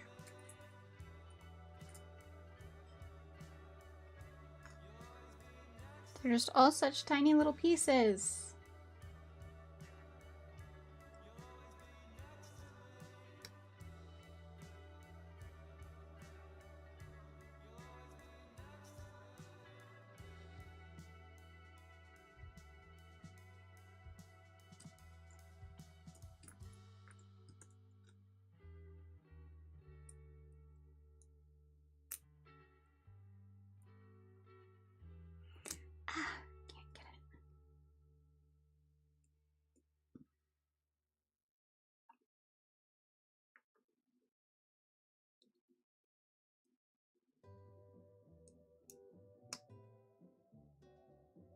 Okay, I only do 2 of these kinds.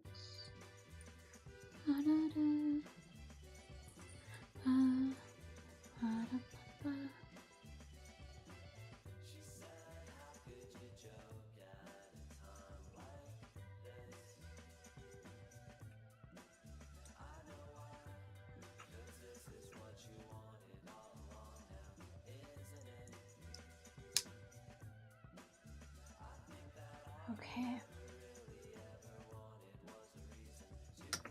Oh shoot.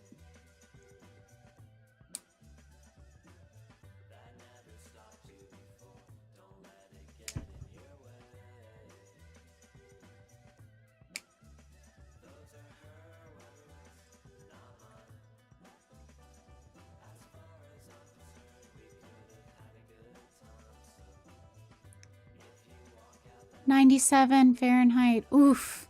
That is so hot, Goob. Make sure you drink lots of water. Lots and lots of water.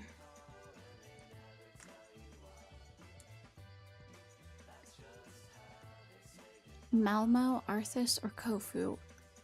Okay, I really am an uncultured American. I don't know what country any of those cities are in. And I wish I did. Oh look, Simone's coming in too. Did you guys see Simone walk in? Okay, and I only do one of these.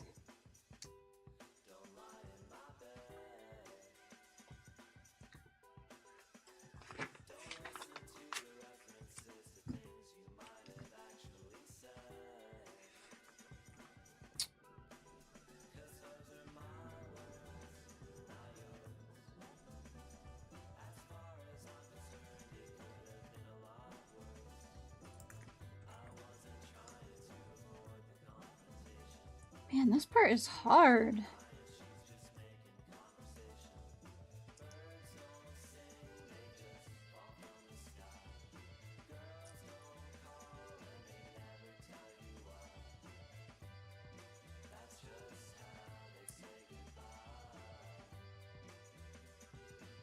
Oops. This little green vine thing is supposed to go in here. South of Sweden, middle of Denmark, and Corfu is in Greece. Dang, another group of countries I've never been to.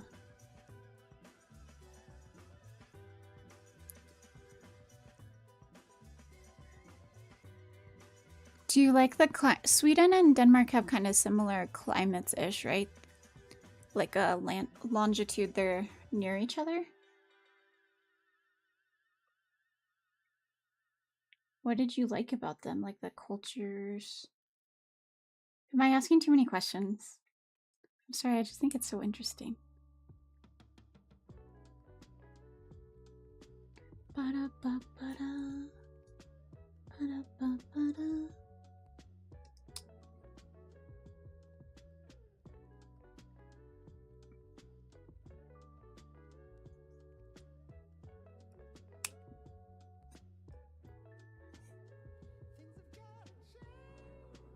Okay, now I'm making another one with the little vine thing.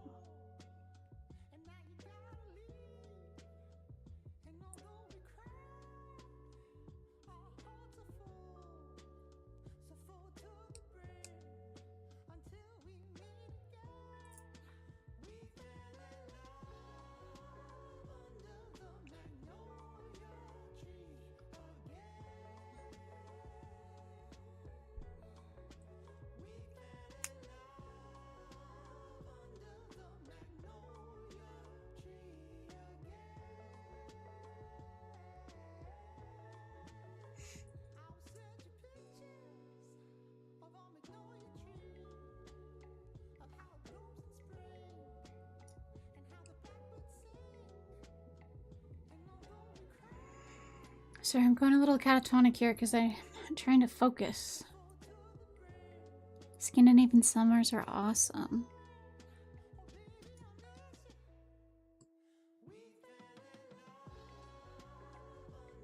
Oh, I just meant, like, what puts them in the top for you?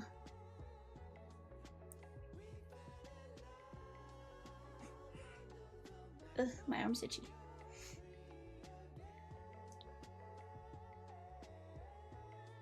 Man, these sunflowers are not easy.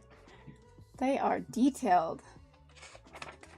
It's pretty impressive design-wise. Okay, now I make 5 of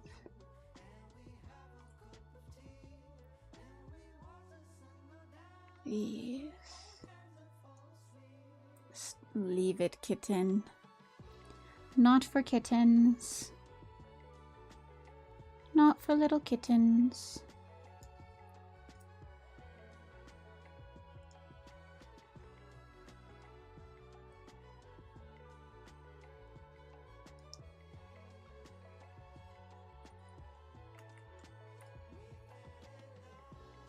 Yeah, she wants to play too.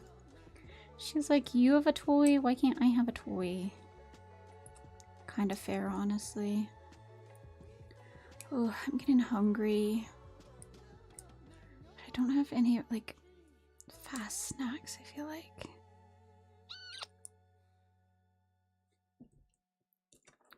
Ba-da-ba-ba-da.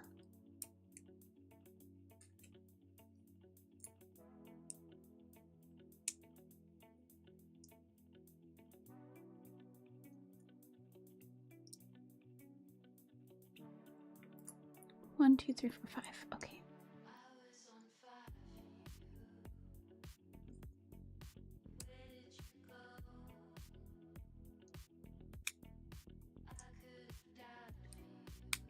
Two, three, four. Oh.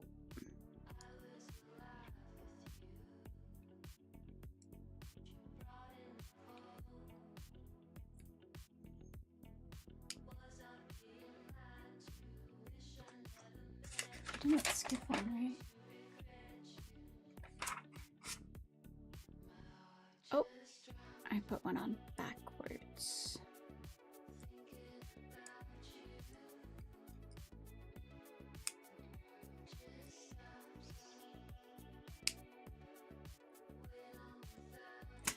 Oh, bud. I need to balance these out a little.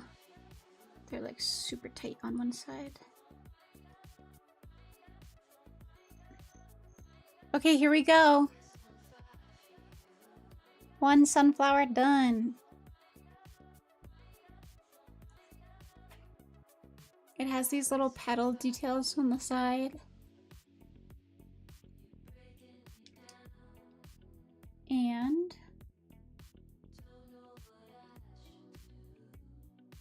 wait, let me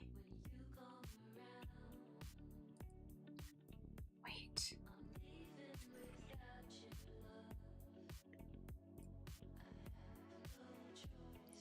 These are backwards.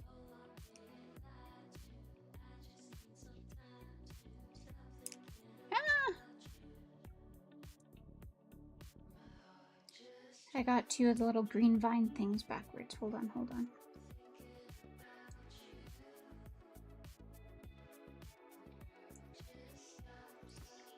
Shoot. Hold on, I can speedrun this. I got this.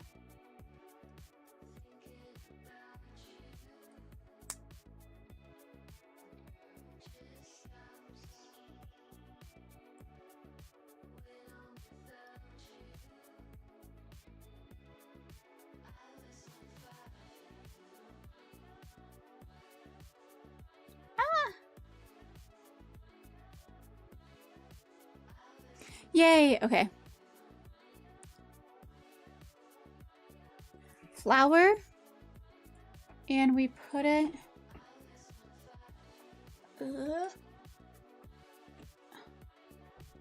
let's see, we put it right here.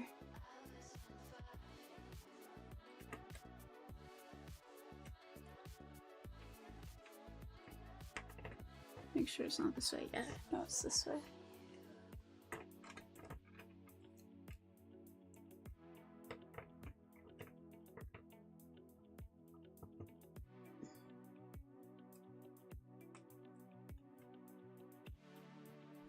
Ta-da! First sunflower down.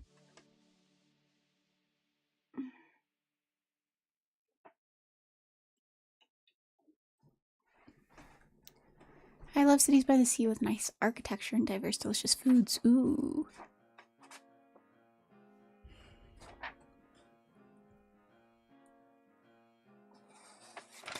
I'm cruising. These sunflower parts are tough. Okay, wait. I'm supposed to add...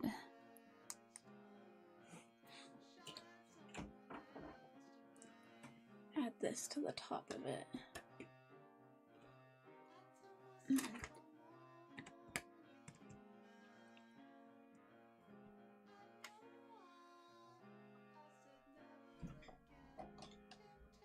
Okay. And now we will build another flower. I've only been to Paris. I've only been to Paris and France as well. I would love to explore Chamonix sometime though. Oh, what did I just get an alert about up here? I am going to go to the bathroom and maybe catch a quick snack. I am a little hungry and I really have to go to the bathroom. So let me do that. Let me take a quick break. Hopefully my cat doesn't play with any of these pieces while I'm gone. I could see her doing that though. And I'll be right back. If you guys need a quick break, you should take one too. Burb.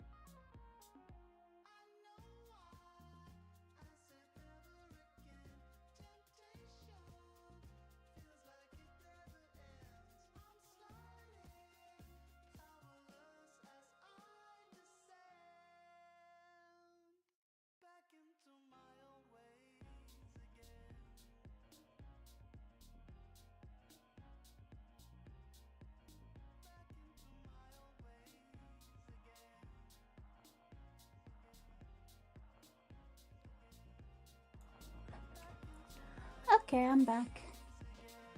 I'm back. Let me scoot in here. Alright. Time to get rolling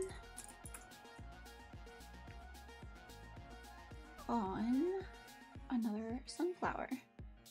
Thanks, Goop. Except I'm supposed to stack 2 green pieces. 2 green square pieces like this. I only have 1.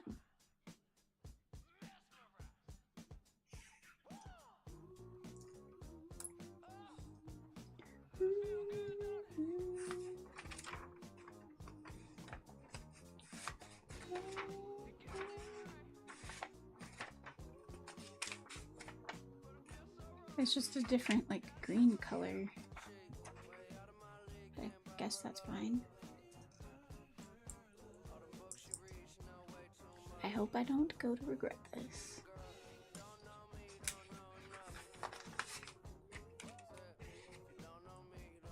Okay.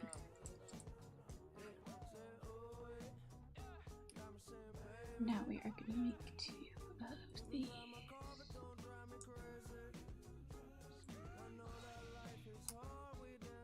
Oh, I forgot to get the glass that I got from the art fair yesterday to show you guys. I'll show you next time I take a break.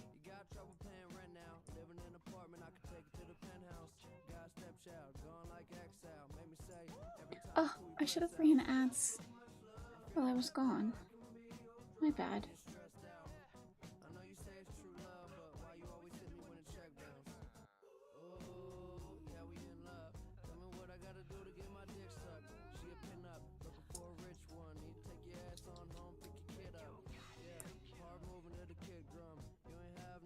Okay, I need 2 of these.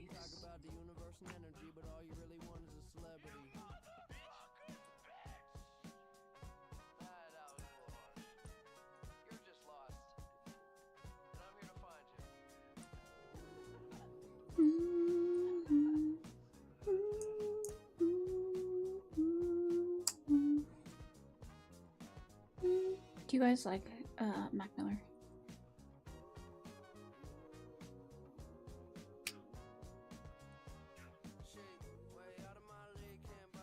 Okay, now I make 7 of these.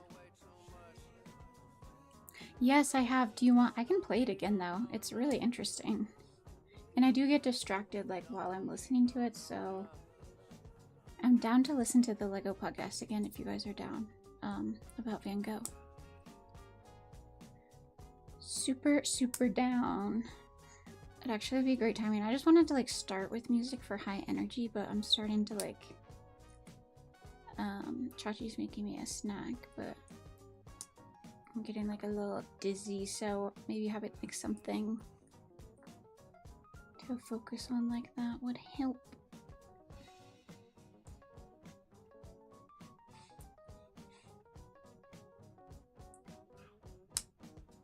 Okay, I have 3. Making 7 of these. 1, 2, 3. So just make a bottle of more. Yeah, man, this bag is probably taking me the longest of the day. But the painting's not called Sunflower for nothing.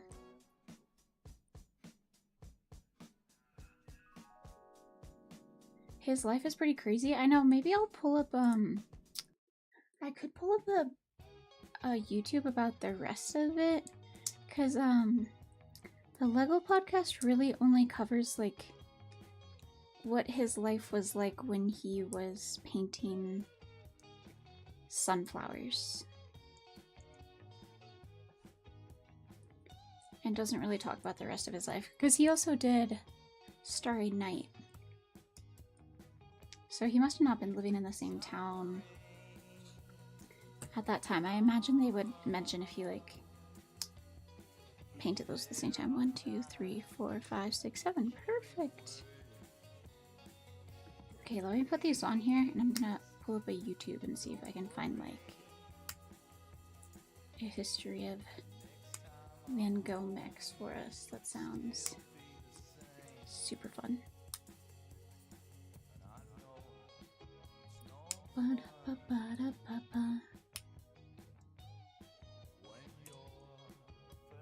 It looks like a little crown right now. Alright.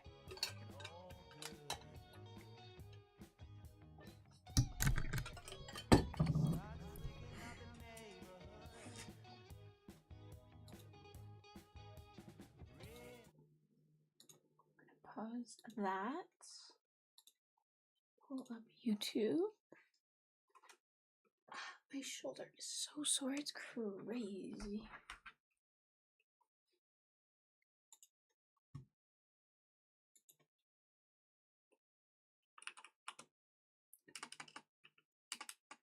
What should I do? Like the life of Van Gogh, probably. Van Gogh. Van Gogh. Van Gogh.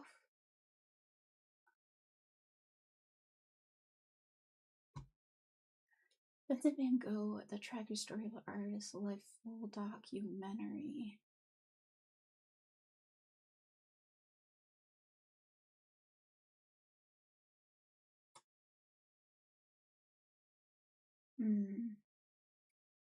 I'll do this tormented genius one.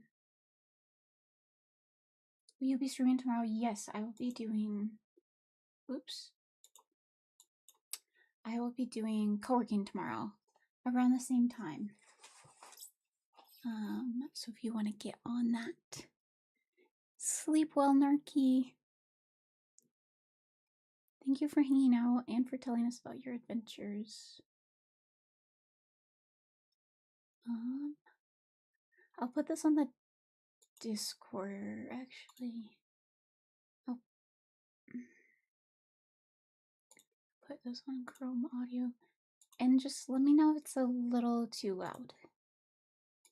I'm a little worried it might be. Okay, here we go.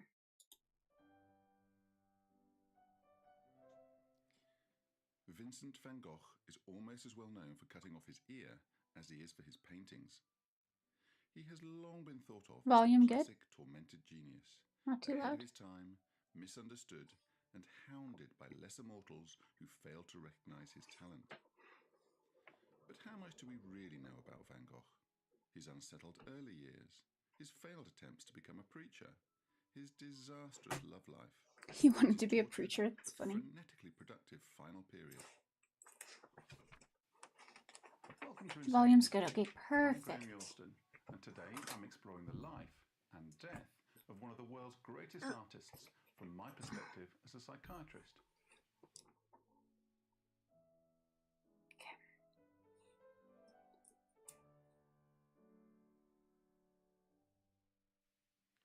So much has been written about Van Gogh, it is hard to separate the facts from the myths.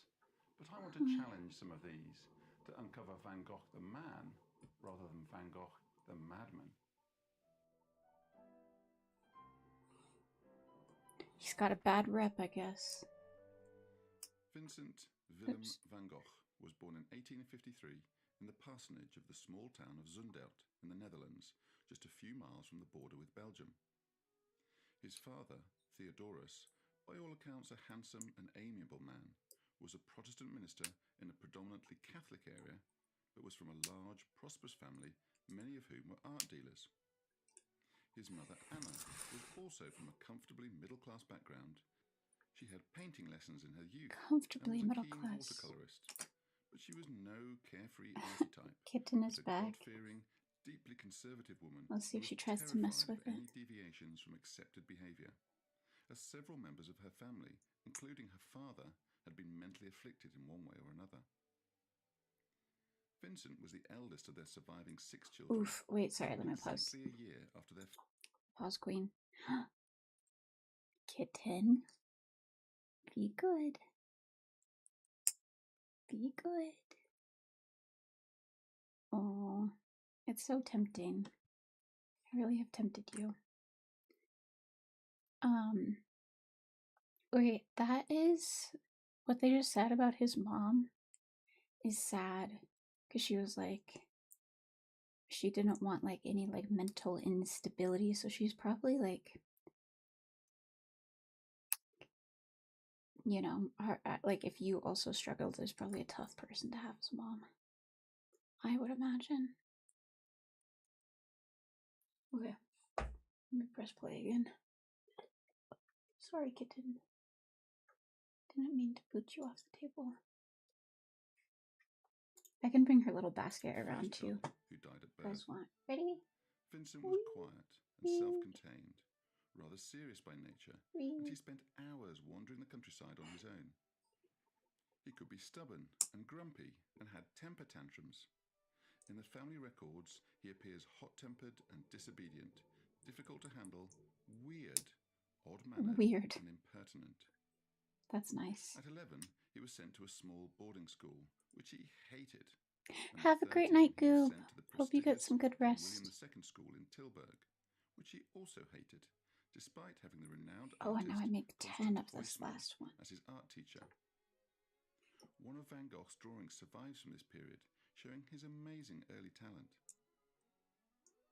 For reasons we don't fully understand, possibly a family financial crisis, he had to leave abruptly and returned home after less than 2 years. In a letter to his brother, many years later, He said that his youth was austere and cold and sterile. That's Everything sad. he did was criticised, and he felt estranged and rejected.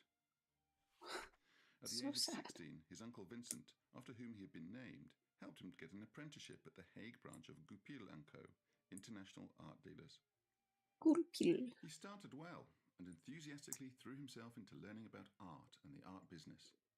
He studied books, visited galleries, and read the latest magazines. This was the first time he had really shown any interest in the subject. At 19, he fell in love with his second cousin, the pretty and animated Caroline Harnabeek. His cousin. But she wasn't interested, and when she announced her 1, engagement 2, to another man, 3, Vincent wrote to Theo 4, 5. that if he couldn't have a good woman, he would find a bad one. And he began frequenting the Hague's houses of ill repute. This got him into trouble with his employer, and with the involvement of his father, he was moved to the London branch of the company to keep him out of trouble. His sister-in-law later I don't know said if that this London was one of the helps happiest people periods of his stay out of life, trouble. but she didn't know him at this time, and nothing could have been further from the truth. He found his job dull and unstimulating. The London branch of the company dealt in wholesale prints to other dealers, so there was no gallery, no meetings with artists, no talking to customers. And although his understanding of English was good, he was 2, less fluent at 4, speaking, 6, and 8. joked that his landlady's parrot spoke better English than he. He was desperately homesick and visited all the London galleries to seek out Dutch art, commenting that contemporary English art was very bad and uninteresting. He was completely miserable and so poor he walked for 2 hours to get to and from work every morning and evening to save a few pennies on the river steamer. He also began writing to the now happily married Caroline Harnabeek, flirty and suggestive letters encouraging her to read erotic poetry, all very bizarre and inappropriate.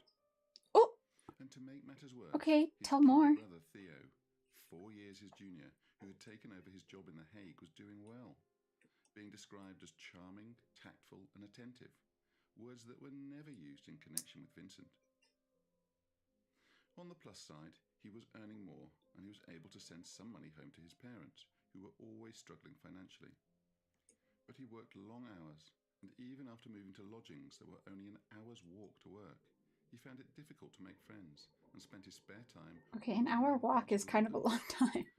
As well as going back to his old habit of enjoying the nightlife. At The time, nightlife. London was the largest city Like in the world, girls. and there was no shortage of entertainment options for lonely young men. Sometimes he would go into brothels just to have a drink and engage in a bit of naughty banter. Sometimes he would just stand outside and watch the comings and goings. But at other times he would participate more actively, writing to Theo, still only 17, in enthusiastic terms about what the city had to offer, hoping to persuade him to join him in London.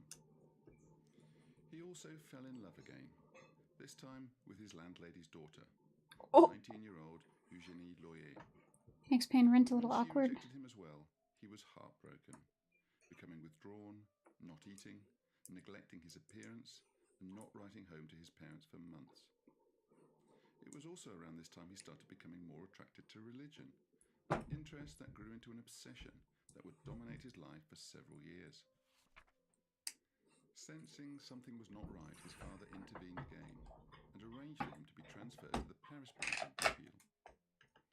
This didn't go very His well, dad just as he keeps fell moving him into disease, around. and he finally parted company with Goupil & Co. and left after less than a year in France. Hello there. Hi, Ryan. How are you? What next Happy for the Sunday. 23-year-old Dutchman? Or time Perhaps zone. surprisingly, Or whatever. He returned to England to work as a teacher, firstly in the Well, seaside I need to town of scoot these Ramsgate, closer and together. then in Isleworth, now a suburb of London, but then a small town opposite Kew Gardens. He met a Methodist minister who invited him to teach at his Sunday school, and we know that he gave at least one sermon at the chapel. Amazingly, the text has survived. Okay, ready, guys? It is based on Psalm 119, Blessed Next are one. the undefiled.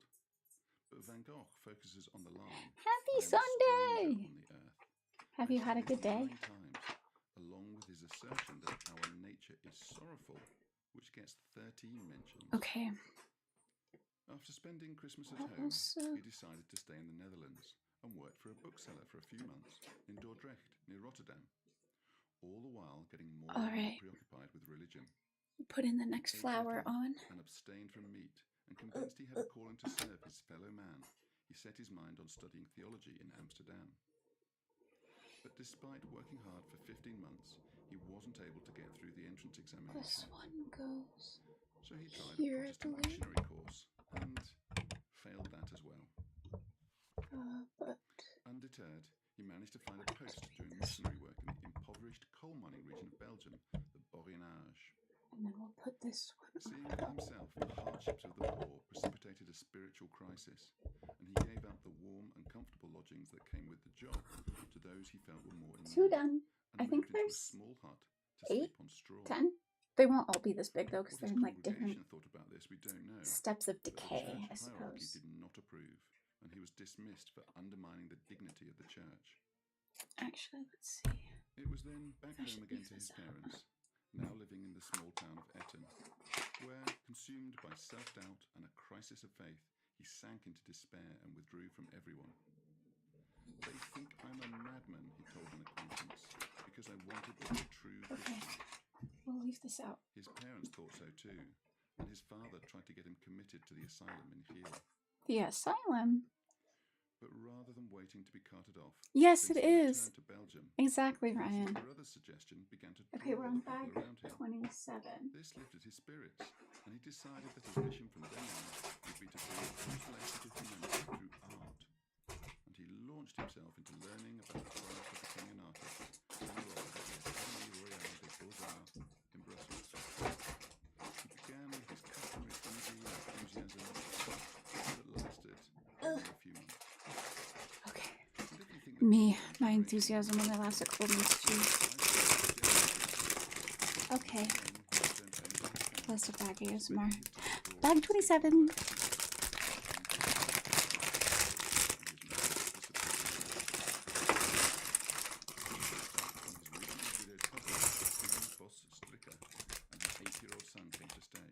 He found himself going on long walks with her, and with his characteristic impetuosity, he fell in love and proposed marriage. Oh my gosh, he's always They falling in eventually love. replied unequivocally, no, never, and returned to Amsterdam. He pursued her to try to change her mind, but he was not allowed to see her. It was all rather undignified and embarrassing. What were his parents going to do with him? Fortunately, another cousin came to the rescue, Anton Mauve, an established landscape painter who took him on as a student in The Hague. And in January 1882, at the age of 28, after several months of working exclusively with charcoal, pastels and watercolours, visiting museums and talking to other painters, he took his first tentative steps in painting with oils. And life Money to begins. set up a studio on his own, but they soon fell out, possibly over his decision to invite a woman and her 5-year-old daughter to come and live with him. Oh no. Theme was a prostitute with alcohol problems who was pregnant with another man's child. And, coincidentally or not, it was around this time that Van Gogh had to spend 3 weeks in hospital getting treatment for a sexually transmitted disease. He wrote to Theo that he had the clap, or gonorrhea. Oh shit. But differentiating this from syphilis was uncertain. Did antibiotics as the exist at the causative time? bacteria had not been identified, and it is quite possible he could have had both. Oh my god. When his father heard what was happening, He's going he through was it. disappointed. The scandal of having his eldest son living in such circumstances was just too much. But Vincent was defiant and stuck with Sean and her now 2 children for over a year, before finally bowing to the pressure and leaving. This was the Okay, only this time Van goes Gogh lived here. with a woman. All of his other encounters were brief, furtive, or transactional. That was the only time he lived with a woman, dang. And sadly, Oh, he just it wanted to didn't be end well for loved so Sean. bad. She moved back into the red light district and eventually threw herself into the waters of Rotterdam. To get away, Van Gogh headed to Drenthe, an isolated part of the northern Netherlands, favoured by Mauve and other Dutch artists as a place to be alone with nature and See, to I commune think these with the peasants actually... working the land. But he was deeply depressed and saw only death and decay, which is reflected in his bleak paintings at this time. His self-imposed exile lasted 3 months before he was back with his parents And then we again, put this little now living stuff in Noonan, a small town close to here. Eindhoven. This time he stayed for almost 2 years, focusing on his art when he wasn't arguing with his father. He painted over 200 pictures in this period, still lifes, landscapes, and the local farm workers.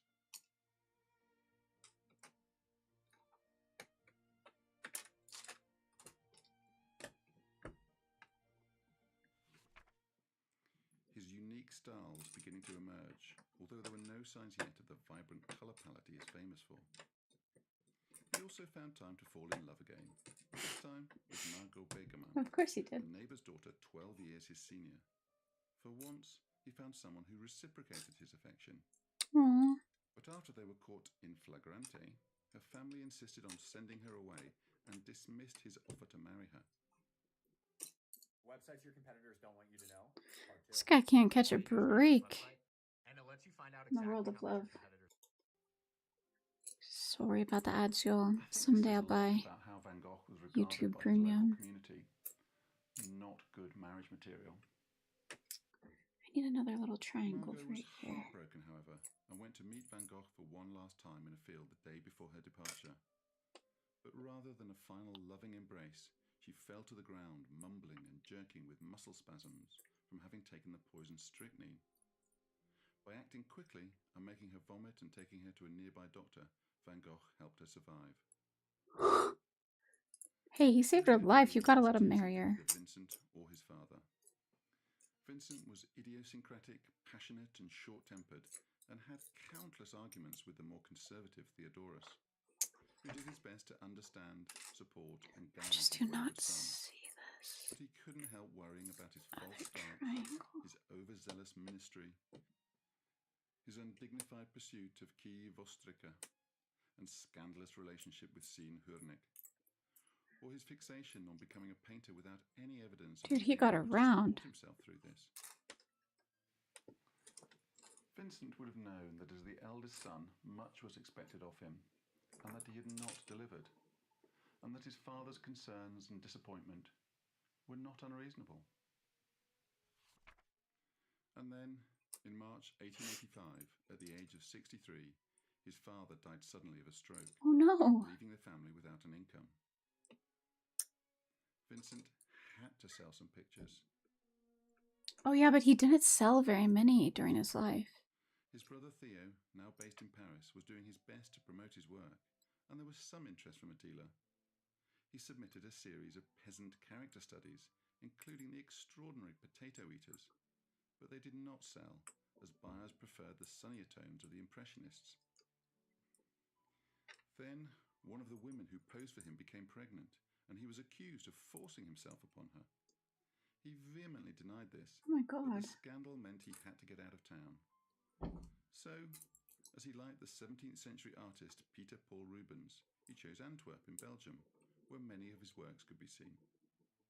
He rented a room above a paint dealer's shop, and surviving on money Theo was sending from Paris, he devoted every waking hour to working at his easel. He spent almost all his money on painting materials and models, and lived on bread, coffee and tobacco, writing to his brother that he could only remember eating 6 hot meals in 9 months. He lost weight, he felt faint, and his teeth became loose. Loose teeth. My initial thoughts were that his poor diet might have led to a lack of vitamin C or scurvy, and that this could have caused his tooth loss. We know he was having regular visits to a doctor and a hospital at this time, and the fact that he never told anyone about this, not even in his letters to Theo, suggests it may have been something to be ashamed of. Could it have been syphilis, as the only treatment available at this time, mercury, often led to gum disease and teeth falling out? Chat, be While in happy you're not Antwerp, watching the he video. enrolled at the Academy of Fine Arts. I But yet hate again, he teeth started clashing stuff. with his teachers, disagreeing with their insistence on using antique plaster models rather than live models. And he had the gall to tell one of them, "You clearly do not know what a young woman is like." Unlike Vincent himself, judging by his medical history. Oh my gosh, burn! This historian just burned him. So, after after less than 3 months, he left to join Theo in Paris, where, amongst the other pleasures of the Belle Epoque city, he discovered Japanese prints and the Impressionists. He met with many of the artists who were pushing the boundaries of what could be done with paint and canvas. Henri de Toulouse-Lautrec, Camille Pissarro, Georges Seurat, and others. Van Gogh absorbed it all, and over the 2 years he was in Paris, his own style developed. His brushwork became bolder, and he started using colours, other than brown. Gone were the dark Dutch peasants. My bracelet just got containing the stuck in bright this for a lights second. And the charming personalities of Montmartre. This historian is burning him He for was being living with such his a brother, rake. And despite their lifelong closeness, tensions arose as Vincent was drinking heavily. Theo wrote to their mother, "It's as though there were two beings in him, one wonderfully gifted, delicate and gentle, the other proud, selfish and hard." After a year they had to part, and Vincent moved to the suburb of Asnières, far enough away but still within walking distance of where the action was. Later, in 1887, Theo and Vincent met Paul Gauguin, who had just Oh, this arrived is the in guy Paris, he lived with. penniless from his travels in Panama and Martinique. Theo bought some of his pictures for Goupil and Company, and this one for himself. Vincent was in awe of the handsome and charming, if rather narcissistic Gauguin. By February 1888, Van Gogh was tired of city life. He was ill from drinking too much and not eating properly, and he yearned to look at nature under a brighter sky. So he left Paris for Arles, then a small town in the south of France. In Arles, Van Gogh's artistic creativity exploded. He painted everything: people, places, landscapes, townscapes, flowers, fruit, everything. But Arles is where his mind started to unravel, where he cut off his ear, and where he was first hospitalized for mental illness. Oh yeah, this is what the other one Arles is where covered. the more familiar Van Gogh begins. It is where he painted some of his most familiar canvases and where he suffered his greatest despair.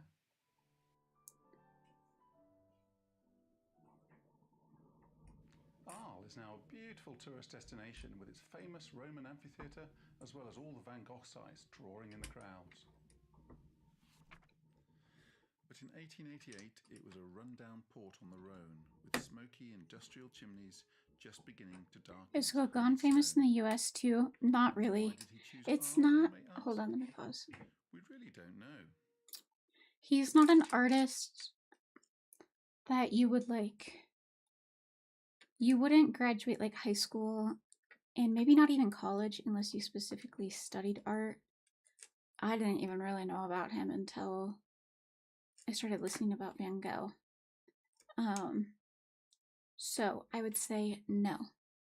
Is it an artist that you guys learn about overseas? Like, would the average like student, like high school or college student, be familiar with Gauguin? Although it's probably not much of a secret that education in the US is lacking sometimes. Ooh, surprise. I need a little square piece for right here.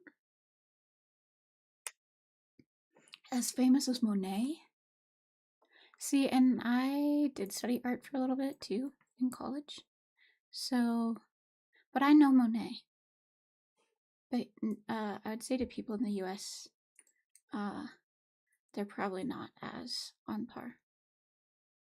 Or as famous. Not saying that their skill sets aren't.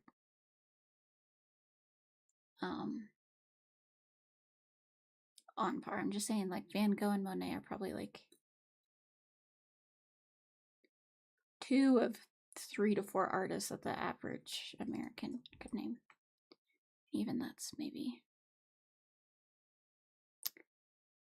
a smidge generous, perhaps. Okay, maybe I'm looking at, I think I'm looking at the wrong piece. Thank you for the follow. Raccooding? Is it raccooding or raccoding? Thank you so much.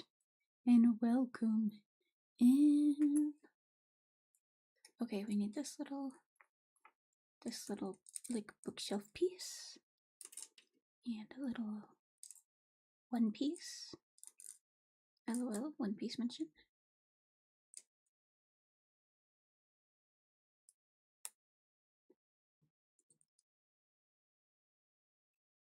It's a little crooked. Okay, there we go.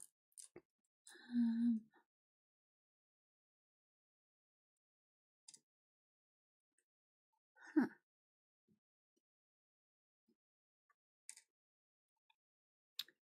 And there's a little triangle piece.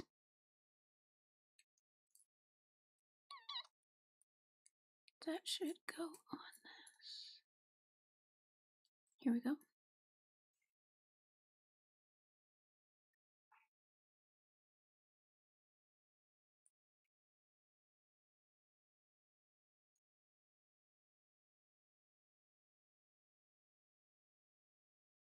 And then one of these. Oop. Oop.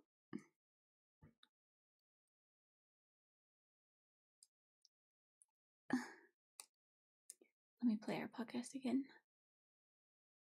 But Arles was famous for having the most beautiful women in France, les Arlésiennes.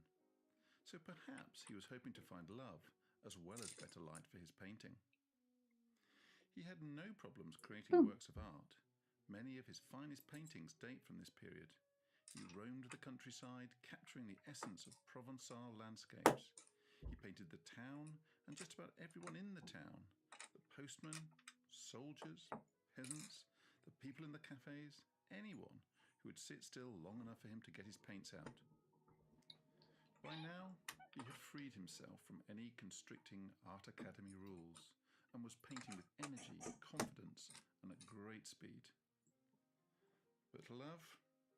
That was a little harder to find, at least the kind you didn't have to pay for.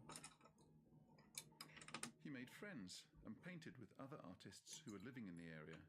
Christian Morier Peterson, a Danish painter a few years his junior, and the American Dodge McKnight.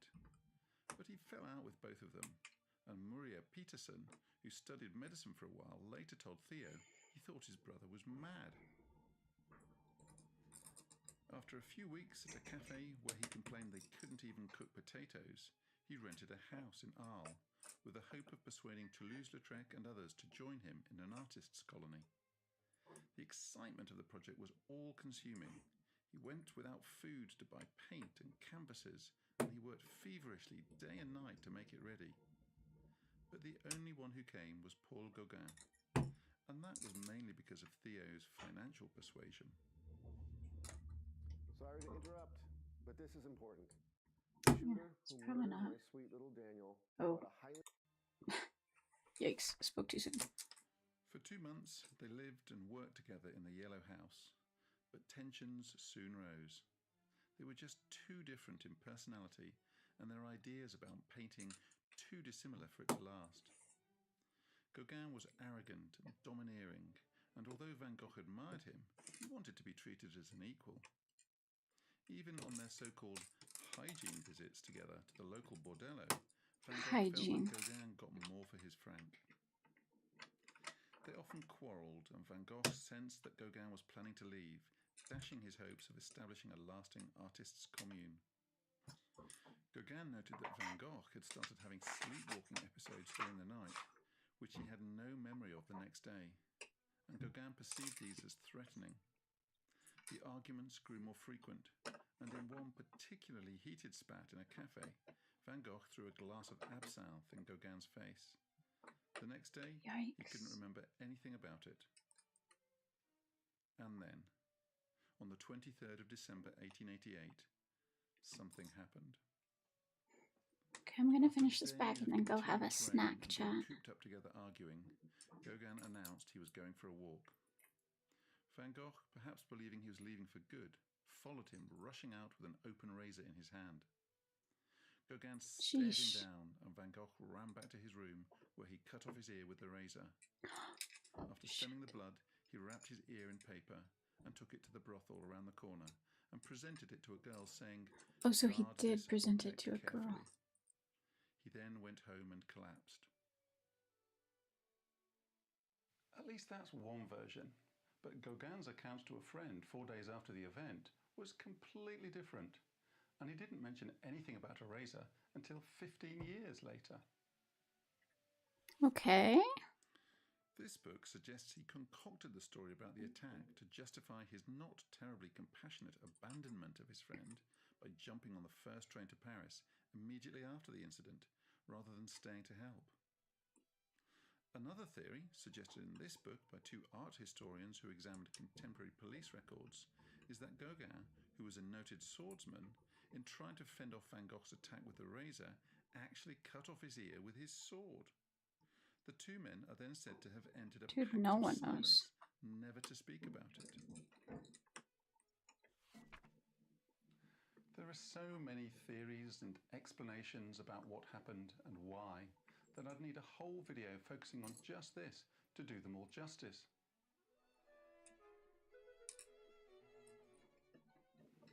My own thoughts are that it had nothing to do with Gauguin, but rather the letter he received from Theo that very day announcing he was getting married. Oh, I suspect that might do Theo it. wanted to be a burden on his brother, so stood poised with the open razor for a final solution. That might do it. Hi, But Jimbo. lost his nerve and took How it out are of you? his ear instead. Whatever occurred that night, Van Gogh was found unconscious the next day by a policeman and taken to the local hospital, the Hôtel de Dieu. He was so confused he could not remember what had happened.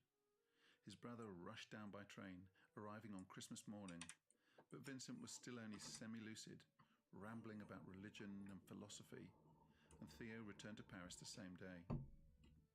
Van Gogh kept calling out Gauguin's name, but he was long gone, and they were never to meet again. Long gone. Van Gogh remained confused, Hello there. and his Romance level of consciousness over. fluctuated.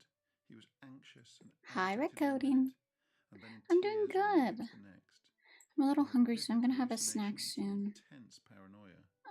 He shouted out But at imaginary voices accusing him really, of terrible crimes. this is making me like Being a really miserable, enjoy building Lego. deplorable wretch, lashing out at his persecutors, and he had to be put into a padded cell and shackled to the bed for his own safety. Also, this is a podcast I'm listening to His about Van doctors Gogh. diagnosed him with acute mania, manie aiguë, with generalized delirium, délire généralisé.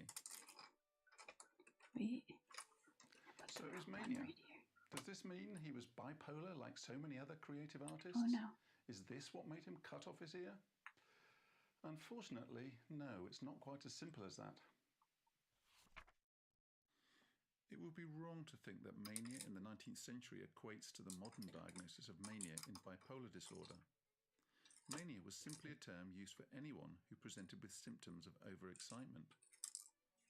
The leading French textbook of psychiatry at this time, written by Jean-Étienne Esquirol, lists the common causes of mania in this translation of his treatise on insanity. Oh, I can't wait to hear this. Some of these we might recognize today, such as abuse of wine, but others Abuse are of more obscure, such as a suppressed ulcer. Perhaps even more interesting are the moral causes of mania Esquirol lists. As you can see, it is a heavily gendered list, with only men being triggered by anger and excessive study, whereas fright and disappointment in love were mainly women's issues. So mania is more a symptom than a diagnosis. And if Van Gogh presented at an emergency department today in the same way, I don't think he would be diagnosed with mania at all.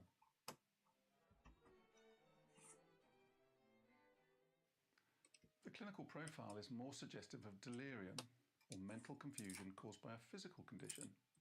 And nowadays you would have a full diagnostic workup to identify the cause in order to treat it. I think I was But in supposed to. 1888, there were no blood tests or brain imaging techniques.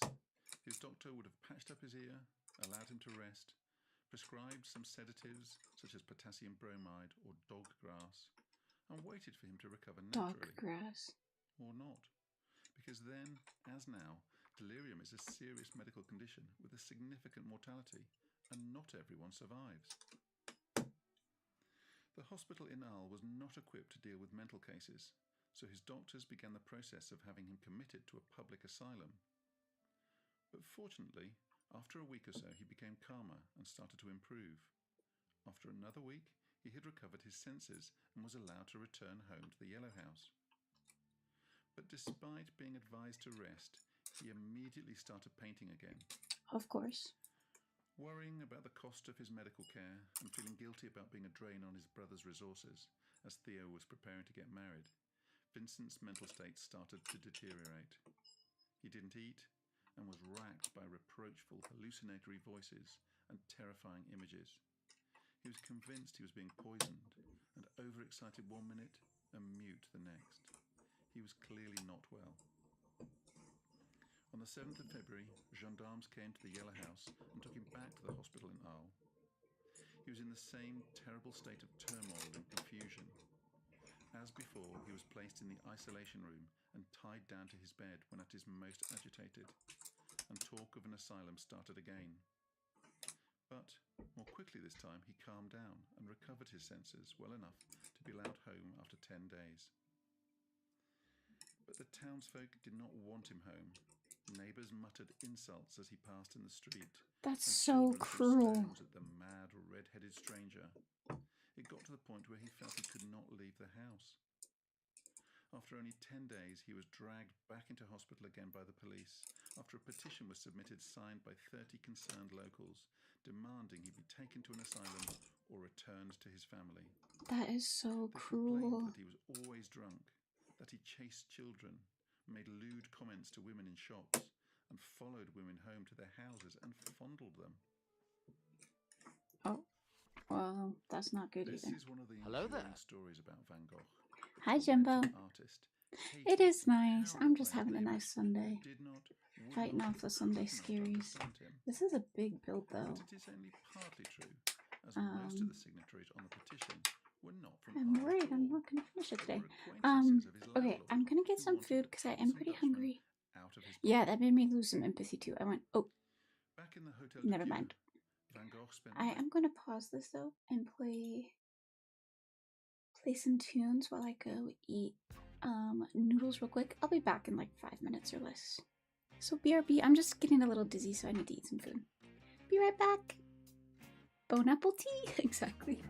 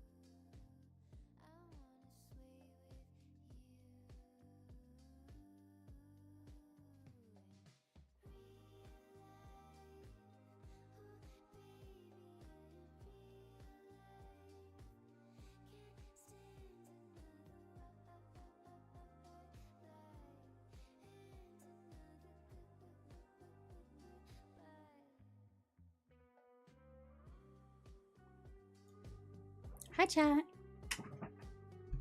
Oh, welcome in, Iron. Hello, hello. Yes, vertical stream. I guess Twitch has like a vertical stream option now. I don't know. Hi, Adam. Yes, here, I'll show you guys the progress so far. Oh.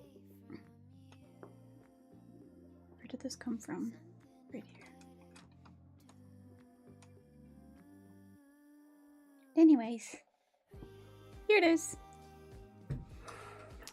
Here it is so far. I'm down to like the more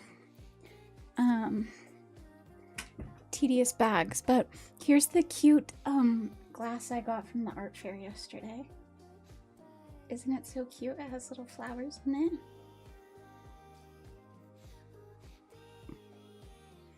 I love it.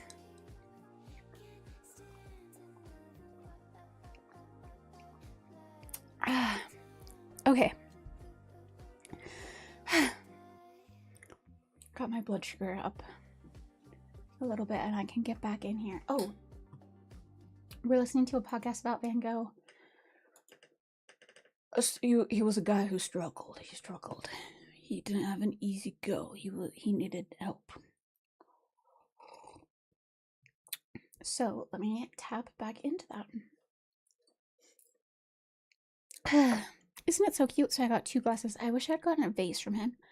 But then I also got a painting. Let me show you the painting I showed stream earlier. Oops. I got a painting that we put up in the hallway, and it's like the first thing you can see when you leave the bedroom. So I'm like, I'm gonna wake up and beautiful paintings. That's the painting I got. It's not super focused, but she paints in really colorful colors.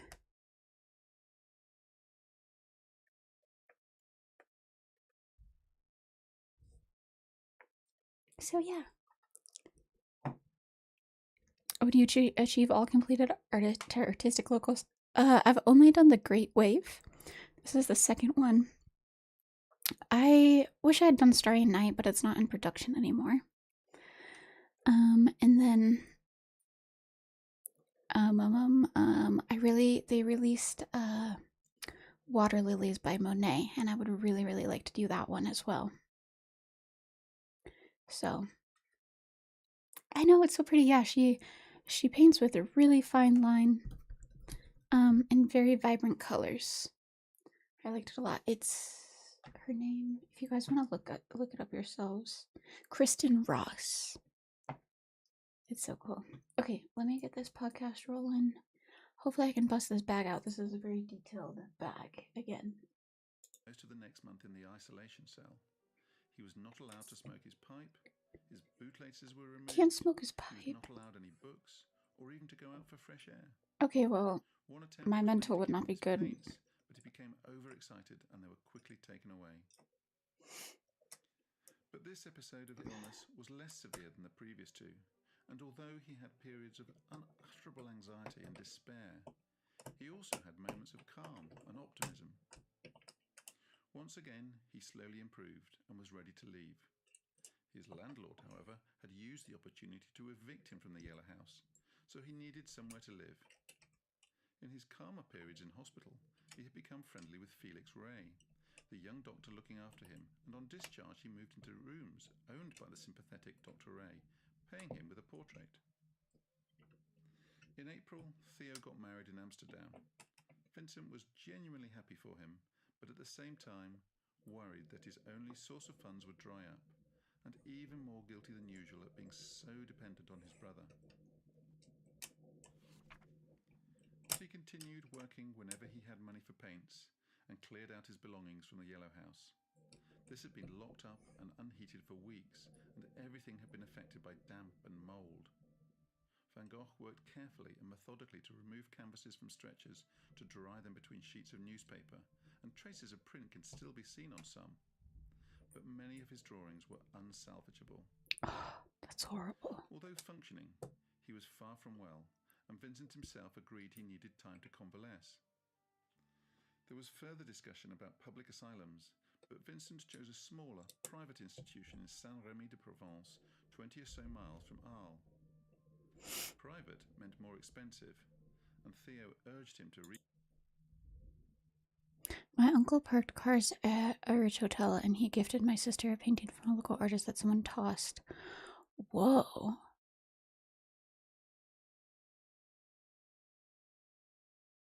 That's so cool. Oh, that's so cool.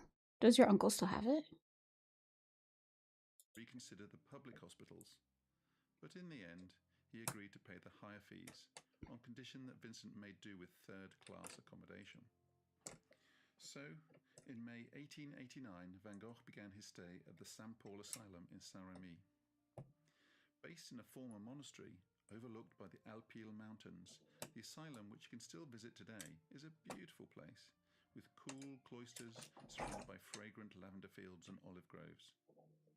Van Gogh painted so many of his iconic pictures here that a visit is like diving into one of his canvases. He was provided with 2 rooms, one of which he was allowed to use as a studio.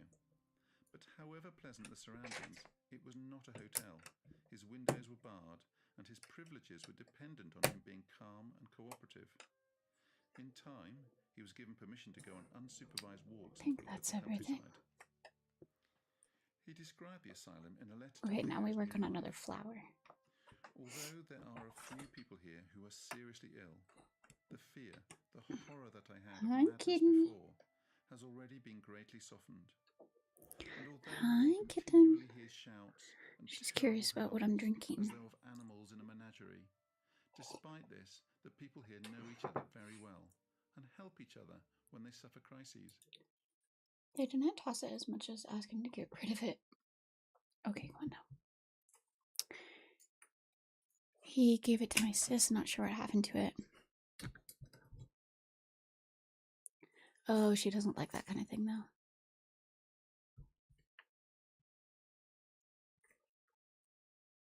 I had a super good color palette. Uh-oh, kitten's trying to play.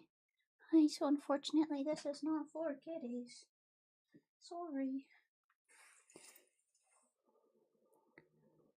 Ooh, yeah, I love like a blue, purple, green color palette. That's always my favorite. Those analogous colors. Oh. Toad cookie. Okay. He also described his mental turmoil, sometimes moods of indescribable anguish, sometimes moments when the veil of time and fatality of circumstances seems to be torn apart for an instant. Stop. After I'm 2 sorry. months of being relatively calm, he suffered another month-long crisis. It began with a contraction in one hand and a blank stare, and then he fell to the ground, and for several days his mind was disturbed. He was absolutely Dude, he can't distraught, catch a break. unable to eat due to a swollen throat. He picked up filth from the floor and was confused. At one point, he was found unconscious and foaming at the mouth after trying to eat paint.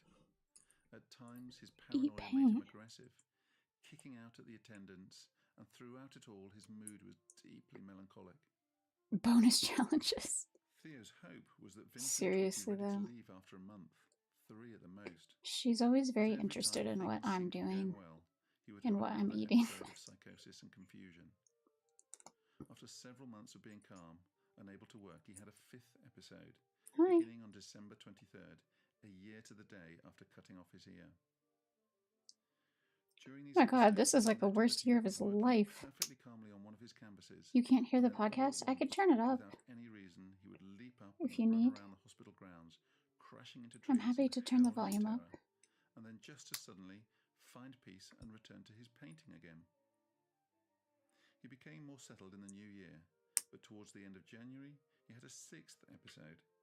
He was unable to do any work and replied incoherently Little to lady. any questions put to him. He did not Okay, I know need where 9 he of was, these. and his mind wandered. 1, 2, 3, 4, 5, 6, Fortunately, 7. This one was relatively brief and settled after a week. In February, he was doing so well that he was allowed to spend a day in Arles by himself. But he got drunk and was found in a ditch. This triggered another episode that went on for 2 months. Complete prostration alternated with extreme agitation. He couldn't bring himself Here, to I'll write to his turn- family, but was I'll still turn it up able a to little. paint and draw a little, consoling himself, or perhaps torturing himself. Oh, with actually, I might have scenes of gotten his northern disconnected. childhood. Because I don't see it at all. He tried to work out what caused his crises, but found no answers. Instead, he threw himself into his work in good spells, writing, "I work like a man possessed. Okay, I there we have go. a dull fury of If work it's too more loud, than let me ever." know. He was Can you guys hear it? determined to produce as much as he could while there was It still looks like you time, can on my end as he now, but believed that I just want to make permanent sure. madness was closing in, and that he would be reduced to the state of the worst cases in the asylum and unable to. He picked I'll back up a filth little. from the floor and was confused. At one point, he was found unconscious and Yeah, foaming dude, at the he had a mouth rough after trying to go. eat paint. He couldn't. At He was. times, his paranoia made him aggressive. Early in the podcast, it sounded like he would kind of like fall in love all the time, but it was usually always unrequited. And if it wasn't, the parents would like turn down the like marriage proposal. So wasn't working out for him. Was not working out for him. So then he like hung out with prostitutes a lot, basically. I know, wild, right? He was from he was born in Netherlands, I think. But he spent a good chunk of time in France and a little while working in London too.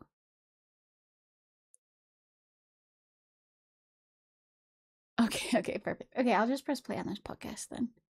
We'll just Kicking listen out to at it the a little. agendas, and throughout it all, his mood was deeply melancholic. Theo's hope was that Vincent would be ready to leave after a month, 3 at the most. But every time things seemed to be going well, he would have another episode of psychosis and confusion.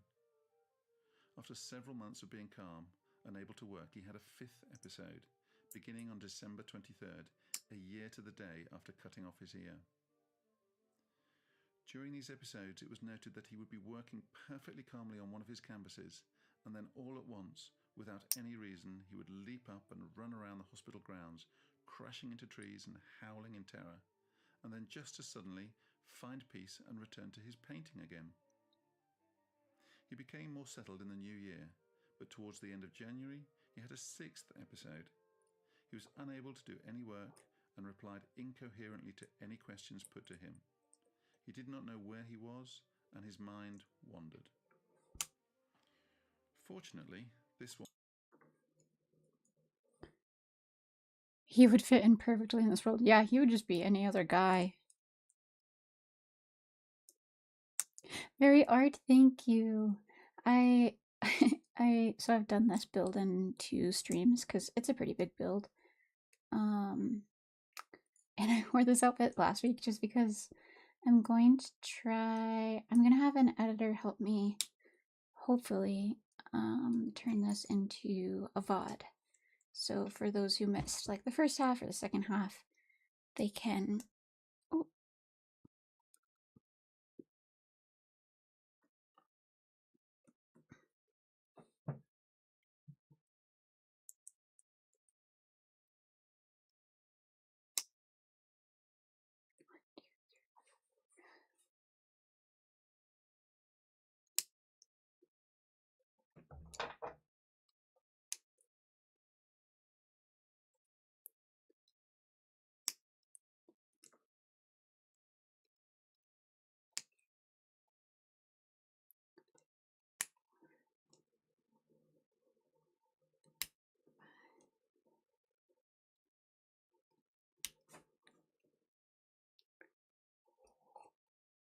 I'm just waiting for friends to return from the ad break.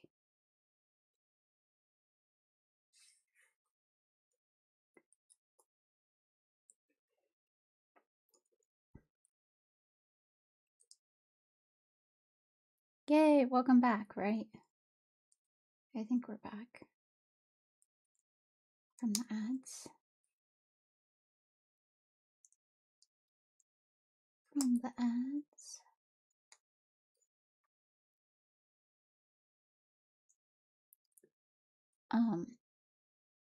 Oh, I'm wearing the same thing I wore last week when I was working on this Lego build because I wanted it to look like a little congruent on the VOD that I'll make, so that if people missed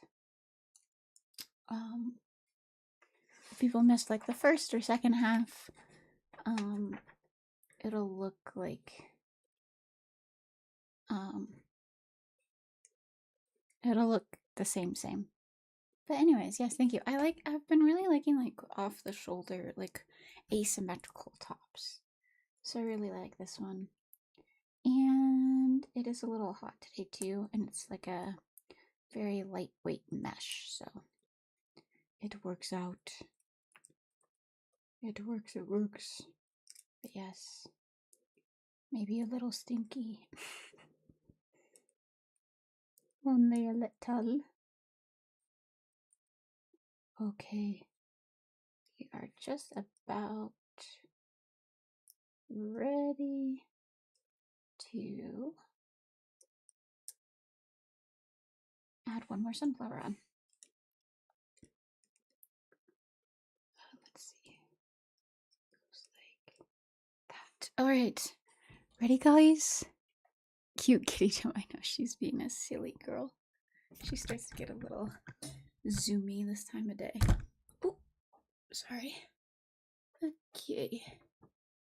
Now this one, I believe, goes right on here. Hey, so kitten, you're kind of like perfectly in the way, actually. So if you don't mind, maybe you could like, yeah, perfect. Okay, thanks. Yeah, thanks so much. Thanks so much, little girl. Okay. Let me make sure I'm right here. Okay, this one goes here.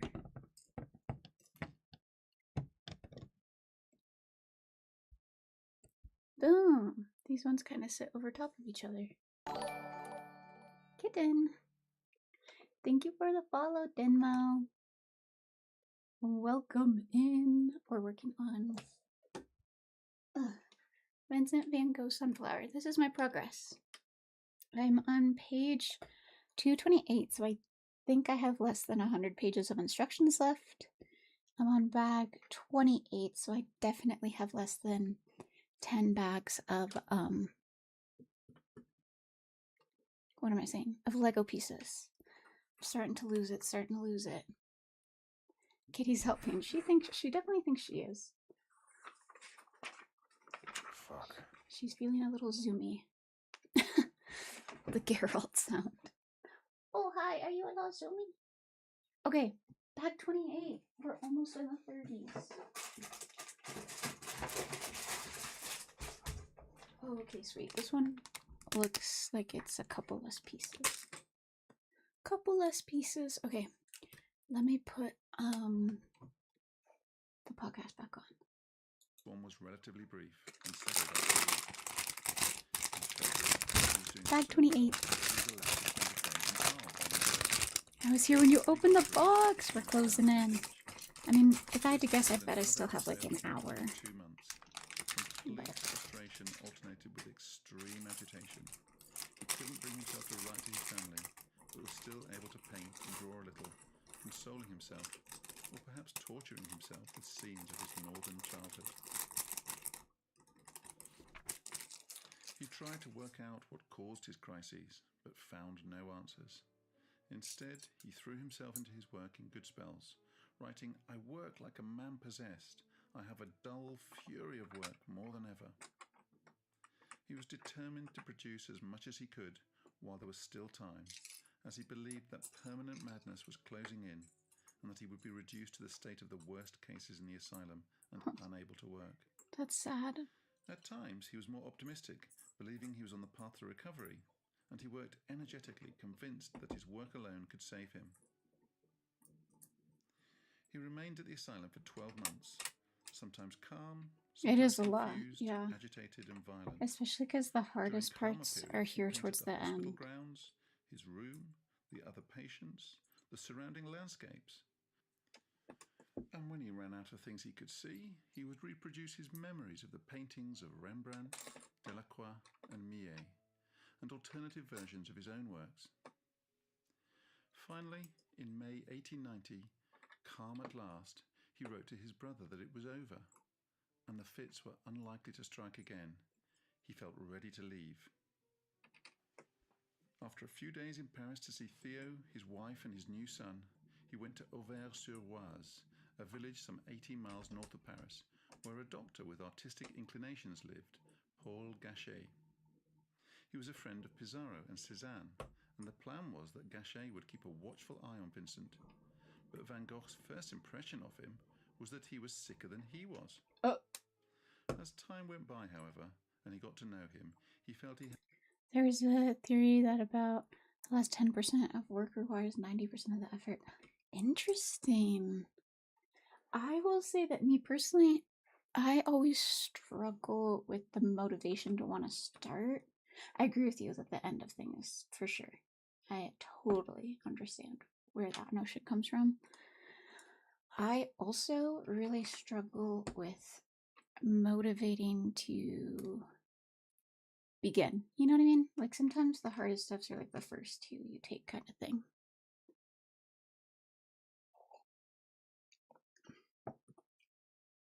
Look at this sleepy girl now. Did your Zoomy sucker you out? She's so cute. I love her. I love her. I love her. Inertia. Yeah, there you go. Inertia. I struggle with inertia. But usually once I get rolling or even after, like sometimes it's the case with streaming. And then I do it and then I'm like, that was great. You know? So I try to just reason with myself and be like, you're just feeling anxious. You need to just send it. So we all negotiate with ourselves sometimes, I think.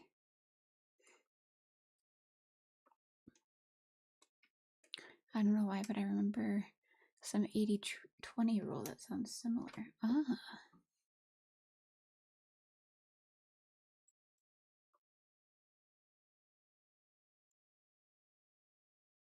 Especially when you do finish the work at the end of the deadline. Oh, yeah. I try not to procrastinate just because procrastination stresses me out, but sometimes I really fall into like a couple of weeks of being more of a procrastinator, like with work. But I have a hard time enjoying my rest if I feel like I have tasks like lingering over me. It hasn't always been that way, but more so now as an adult. I try to be more proactive with things just so I can like give myself the peace of enjoying my time off. You know what I mean?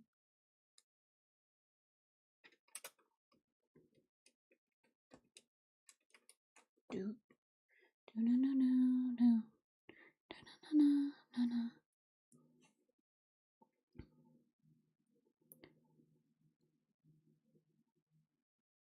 Because if I cool down, I stop. Oh yeah, like running, Adam. Oh, that's with outcomes and causes. 80% of outcomes are due to 20% of causes. Whoa. Realizes he's currently procrastinating. What are you procrastinating? I mean, some people, though, legit, like, they need the deadline to motivate them to do the work. I think it's all about figuring out the little, like,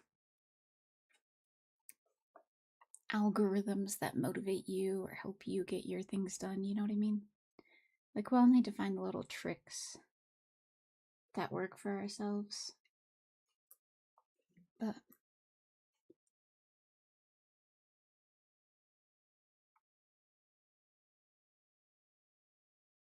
Pareto's chart. Oh, interesting.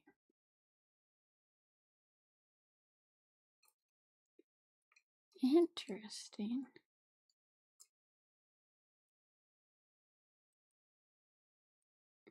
Visuals definitely help me.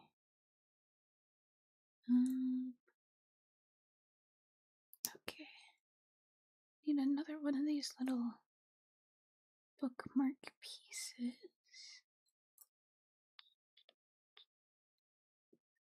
Everything's blurring together.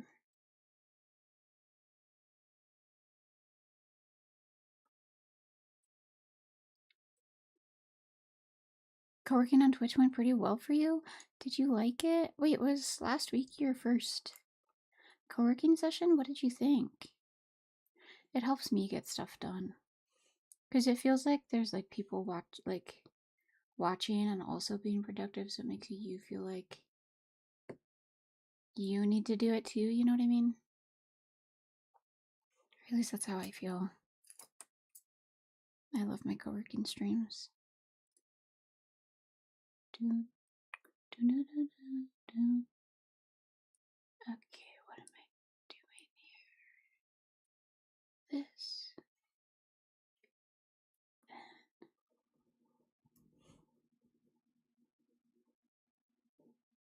This. Okay, let me get the podcast rolling again. He had a complete friend, even something like a new brother. In his final 2 months, Van Gogh seemed well. He was painting a picture a day and was more positive about the future after his first sale. He had been getting First some sale, interest from that art late on. critics, and his works started to be included in exhibitions. And Claude Monet praised his work as the best in the show. There is a theory that he fell in love with Dr. Gachet's daughter, Marguerite, and that this was somehow connected to his death. But although he painted her twice, there is nothing in his letters to suggest any kind of infatuation. And although there were some darker But if you pictures, have mostly he painted Kitty Boss bright, Life doesn't sunny allow for cornfields, precedent. peasants' True. cottages, the church, At least she will and never local let me be views. late feeding He her. wrote to Theo that the That's canvases for sure. will tell you what I cannot say in words. That is, how healthy and invigorating I find the countryside. But gradually, Okay, let's see. hints crept into his letters that he feared his illness might be returning. I feel like a failure, and the prospect grows darker. I see no happy future at all. Other letters after this were more positive, but it was the beginning of the end. On the 27th of July, 1890, I'm here he when you left his game inn co-working after hard, breakfast with his dude, easel and that's why paints. you're the Everything seemed goat. normal. It He is nice, returned like much later than usual, holding his stomach. it is nice that I do like I do like a whole mix of different like yeah, those 3 different categories of all different kinds of stuff. And I do feel like super honored that people are down to show up for any and all of it. Like that is so cool. Oh, music too, true. Maybe someday I'll incorporate some of those regularly. It might be a good like Saturday stream option. Because sometimes I'll be gaming on Saturday, but it just depends. Or, I mean, Sundays. I know what day of the week it is. Thank you for the bits, Jimbo. That's so nice. I said today's secret phrase? Wait, what? Do you always do that? What was the secret phrase? Honored?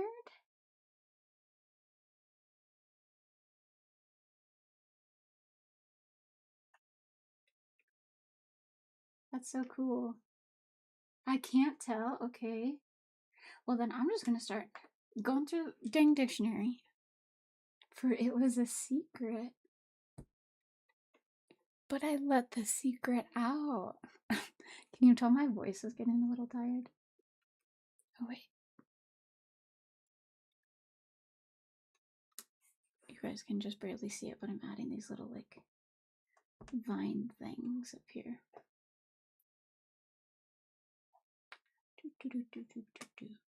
Okay, I think that's everything on that section.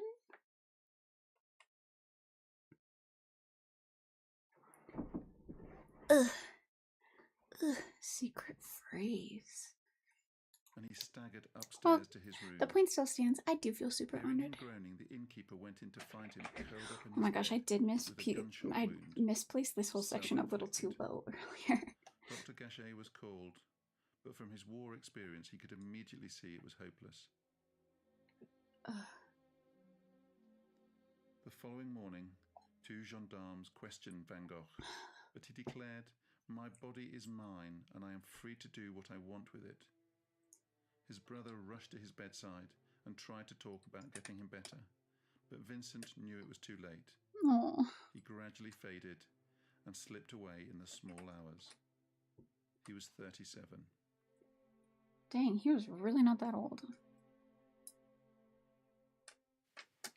Why end it all when things seemed to be going well? I suspect he feared that his illness was returning and that he would not recover. Do, do, do, do, do. But as with everything else with Van Gogh, there is an alternative theory. Man, a That lot he of did his not life is shoot kind of himself, like but was unknown. accidentally shot by 2 teenage boys who were drinking, messing about, and making fun of him, and Vincent covered it up to prevent them getting into trouble. There isn't any positive evidence for this, just doubts about the wound being self-inflicted based on the angle of entry of the bullet. But it all seems rather speculative to me, and far more likely that sadly he was the one who pulled the trigger. Aww. He was buried the next day in a simple grave, attended by friends, family, and a few local people. And sadly, Theo's own health was in serious decline from neurosyphilis. He too was admitted to a psychiatric hospital just a few months later in October Shit, 1890, his brother too? where he succumbed to his illness in January the following year. He was originally buried in Utrecht, but in 1914 his widow moved his remains so that he could lie beside his beloved brother for eternity. Aww. So that Dude, was these Van brothers Gogh's went life. through it. A life filled with dreams and passions and colour, but a life also of thwarted loves and the Here. pain and despair of mental illness. But what was the illness that tormented Van Gogh? What drove him to take his own life?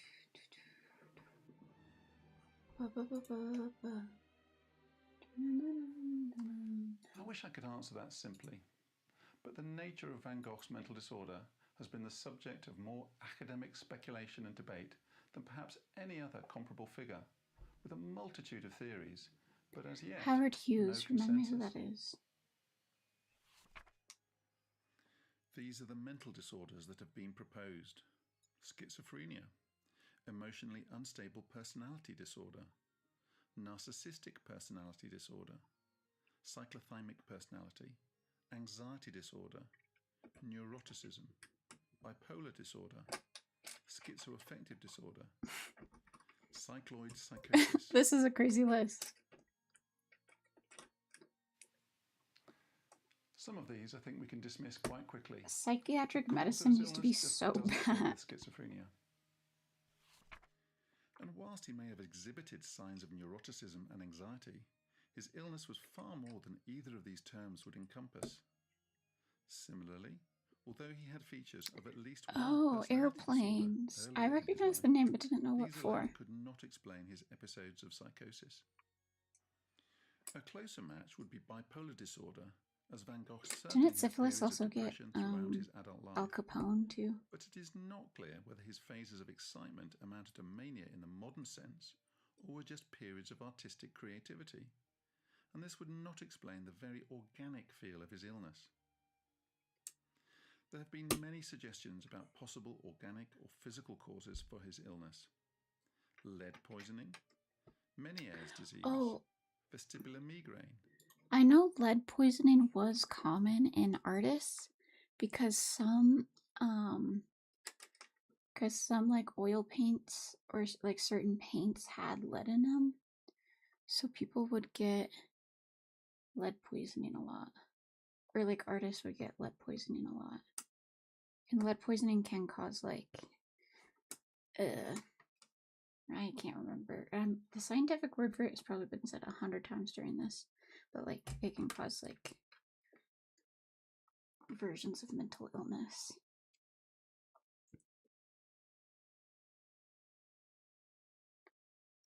Leonardo DiCaprio. Did you guys hear my neck just click a million times when I did that?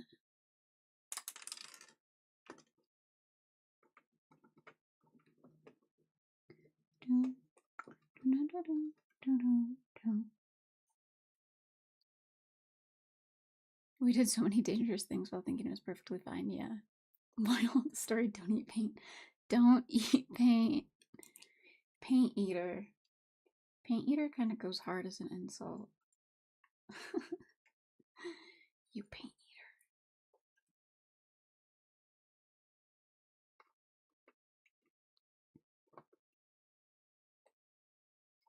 It's hard to get these little vines like perfectly layered. There we go.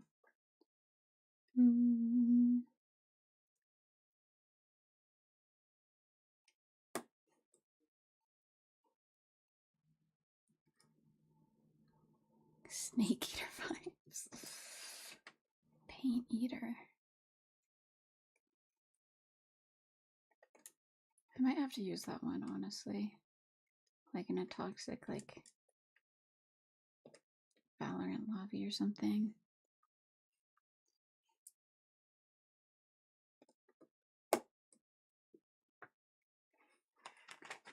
Okay, next one.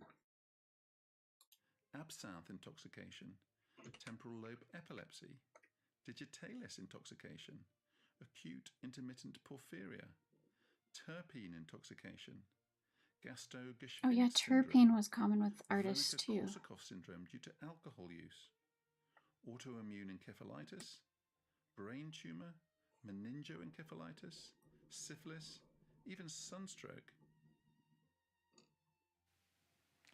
I won't go through all of these, but some of the more interesting ones are worth exploring. Lead poisoning, for example. There are references to Van Gogh trying to eat his paints in hospital. Oh, thanks for watering the Lead was certainly plants. present in some of these. It is also true that for many years Van Gogh suffered from Water the gastrointestinal plants. complaints. Yeah, I set up when I came back to stream, I wanted to set up a new daily redeem because I didn't have a daily redeem before. So I was trying to think of things, and my plants are like obviously, since they're so like prevalent in my background, people have started to really associate them with me. And so I thought that that was a fun daily redeem that kind of fit the community. So I hope you guys like it. It'll tally it the more you redeem it. It'll say like more. It'll say more. What a great description. I think you guys know what I mean though.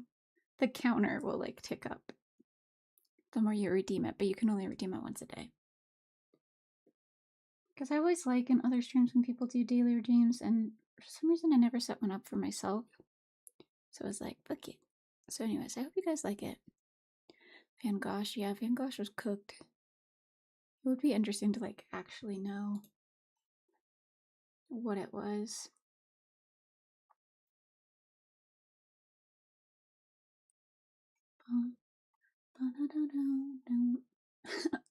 All the daily redeems going off.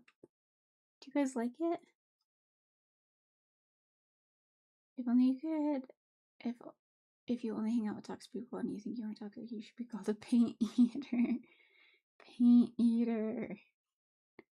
I think we're starting a new trend, y'all. I think paint eater is gonna be like the new insult of like 2027. Because you know we need like time to catch on. But yeah, I think you heard it here first. The minute he said I want to be an artist. Yeah, I do feel like some artists like Some artistry has a reputation for suffering. I don't think you have to suffer to make good art, but there are certainly some people who imply as much.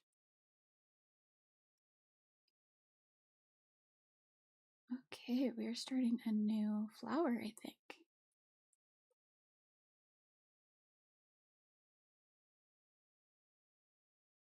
I'm going to sleep. Have fun with the Lego. Thank you, Cam.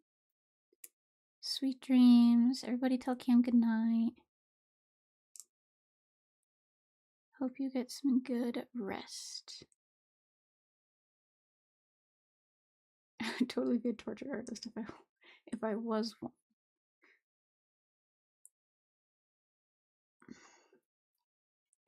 This like hoop thing, it's kind of odd. It feels like a little loose. Okay, and then I put this red piece.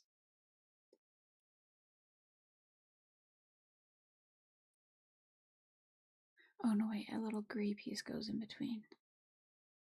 Yep.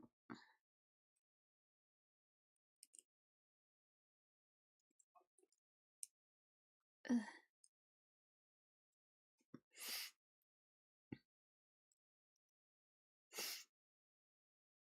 Dude, I had a sneezing fit yesterday.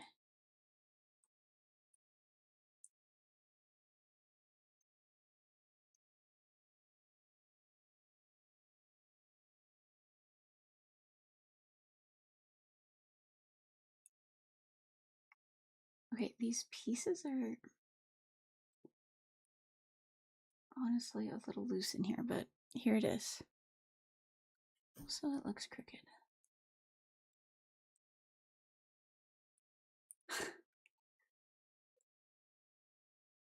I do not know what we're going to make out of this. I think another sunflower, but still, it's kind of crazy. Okay. I'm going to set this down to the side for now.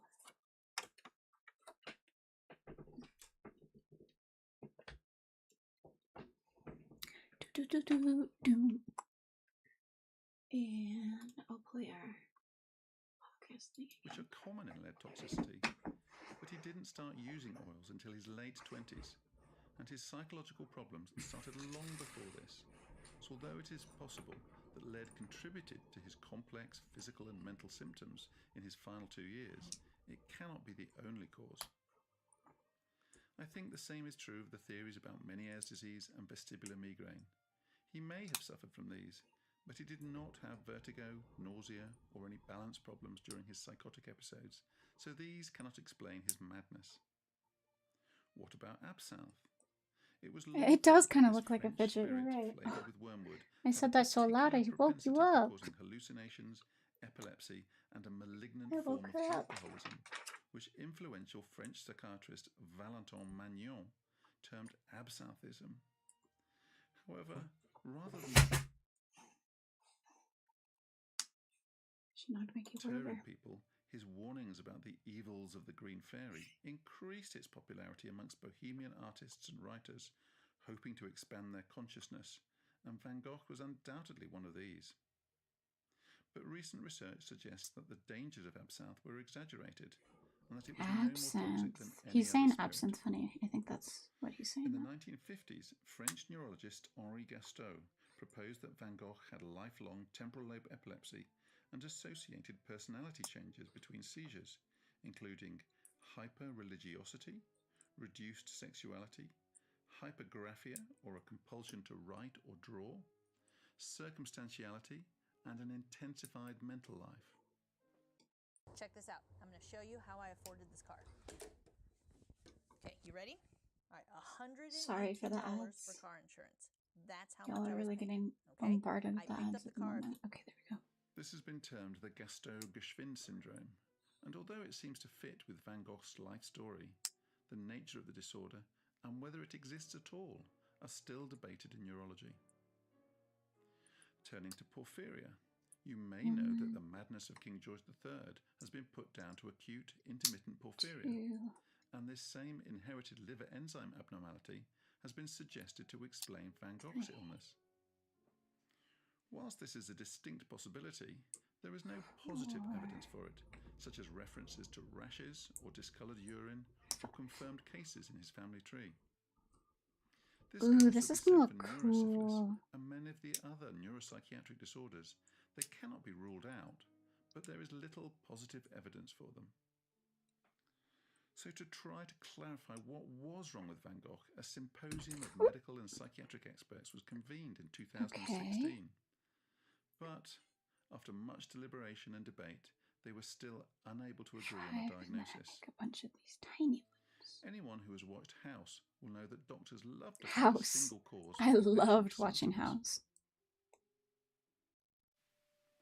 But I wonder whether there has been too great an emphasis on trying to find one clever, all-encompassing diagnosis, and that it might make more sense to think of a combination of factors that could have combined to produce Van Gogh's symptoms. I make 7 of these little We ones. know he had a terrible diet, that he drank too much, that he was treated for a Me. sexually transmitted disease, Me, not possibly me. syphilis, ate his I paint, definitely don't have that last one. overused House chemicals reference. Shout out House reference. Some or all House of used to these be on may like have a affected the precise symptomatology when that I he was in high presented school, with I'd in go later. on like a morning run for cross country, and House would always be on. Like I'd come back and then I'd have a bowl of cereal, and House would always be on, and I would always fall asleep and take a little nap. I was like an old man. Like woke up, played pickleball, except I went on a run. 1, 2, 3, 4, 5, 6. Okay, one more. One more.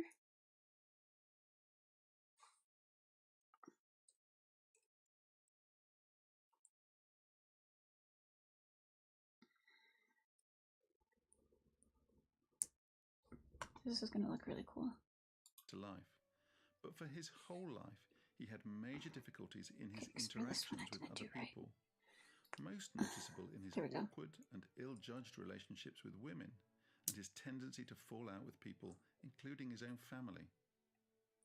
And from childhood, he was regarded as self-contained, solitary, serious, weird, odd-mannered, and difficult to handle, with a tendency towards stubbornness, angry outbursts, and temper tantrums if thwarted. Oh, so this historian's arguing it was like a lifelong thing.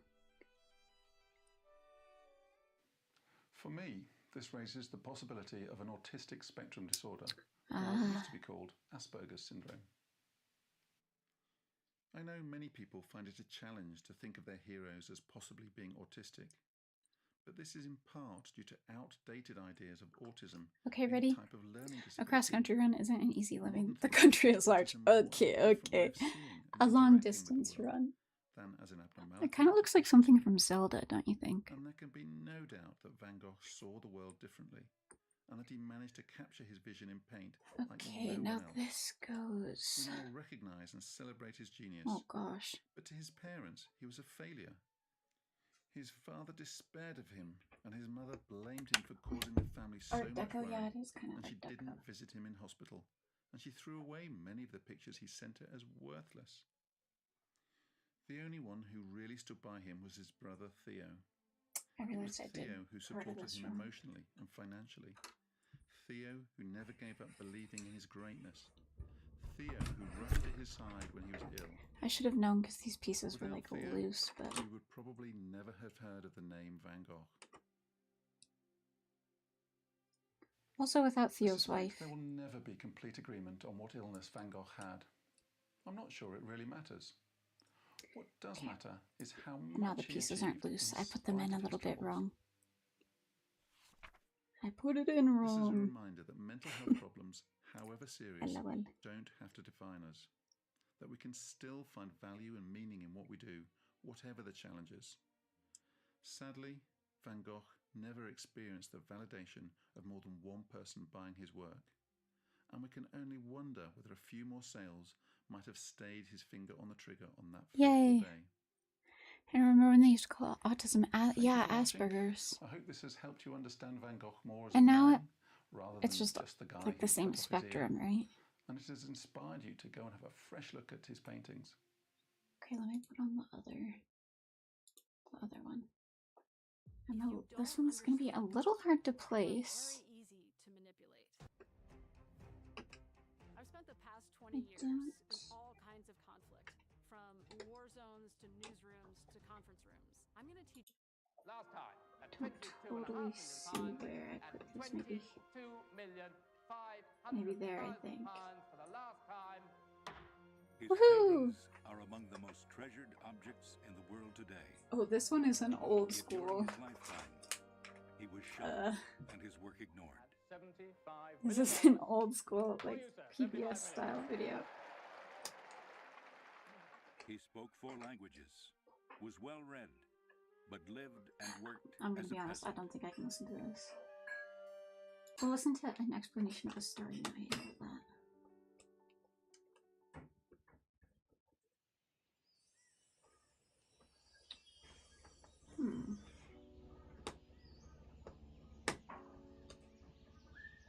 On May the 8th, 1889, Vincent van Gogh is admitted to a Okay, mental asylum. this is supposed to be like Saint-Denis. level, but it's He not. would spend just over a year there.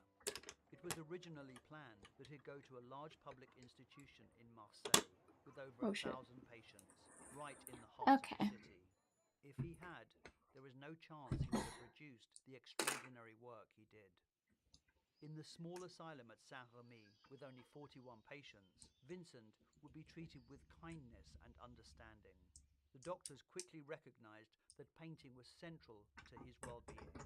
He was given the space and freedom to work, and the There asylum we go. staff Okay, there we generally go. There we encouraged go. his artistic practice.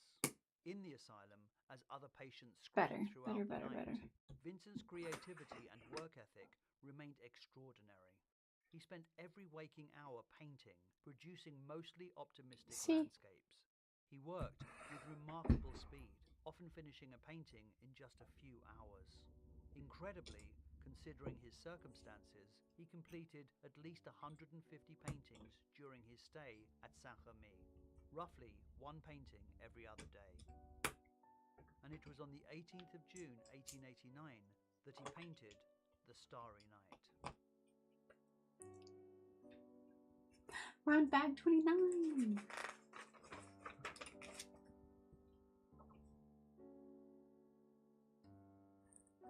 Bag 29.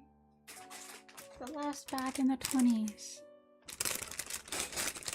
In popular culture, Van Gogh is often seen as the archetypal mad artist. Yet most times he was lucid, deeply engaged with the world around him. He approached painting with astonishing discipline, studied colour theory obsessively, analysed other artists, and worked to a schedule. Behind the mythology was a hard-working, dedicated man, serious about his work. He was also intelligent, articulate, and exceptionally well-read.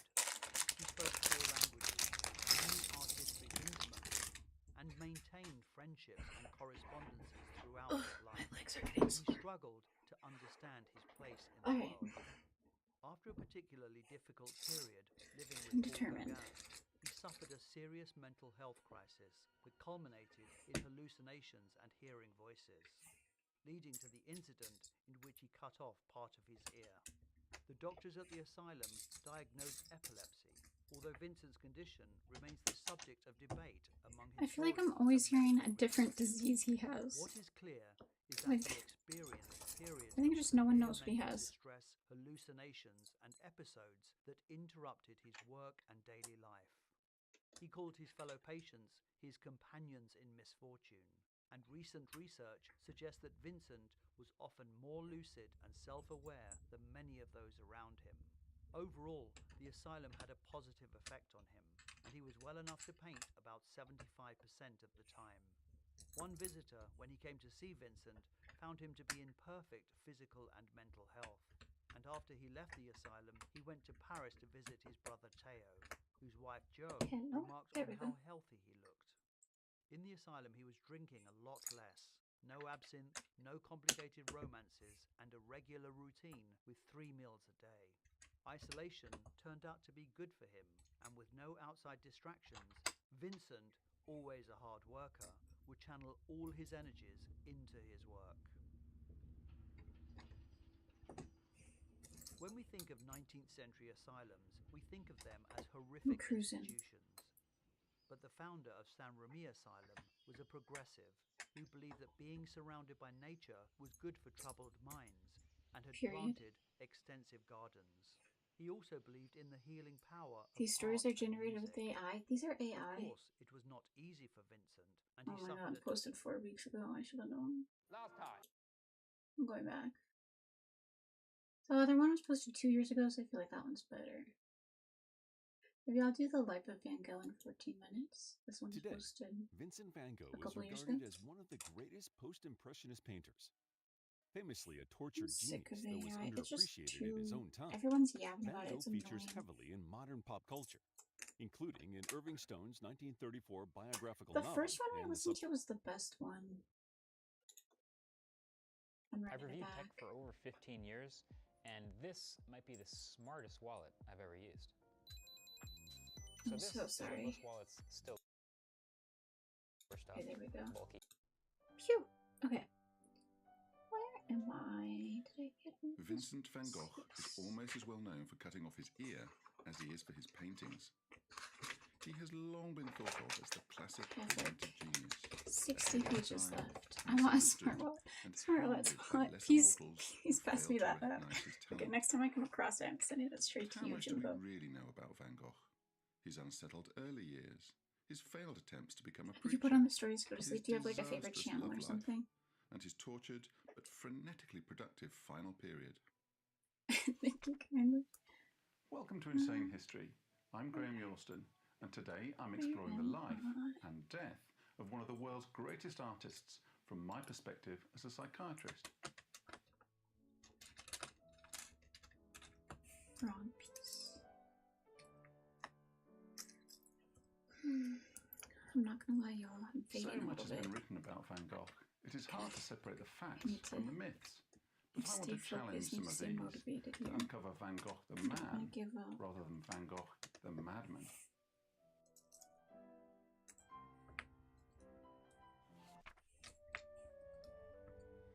Vincent Willem van Gogh was born in 1853 in the parsonage of the small town of Zundert in the Netherlands, just a few miles from the border with Belgium.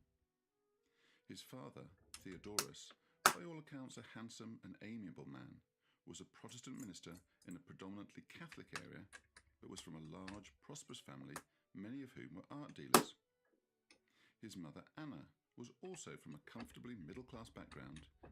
She had painting lessons in her youth and was a keen watercolourist, but she was no carefree arty type, but a God-fearing, deeply conservative woman who was terrified of any deviations from accepted behaviour, as several members of her family, including her father, had been mentally afflicted in one way or another.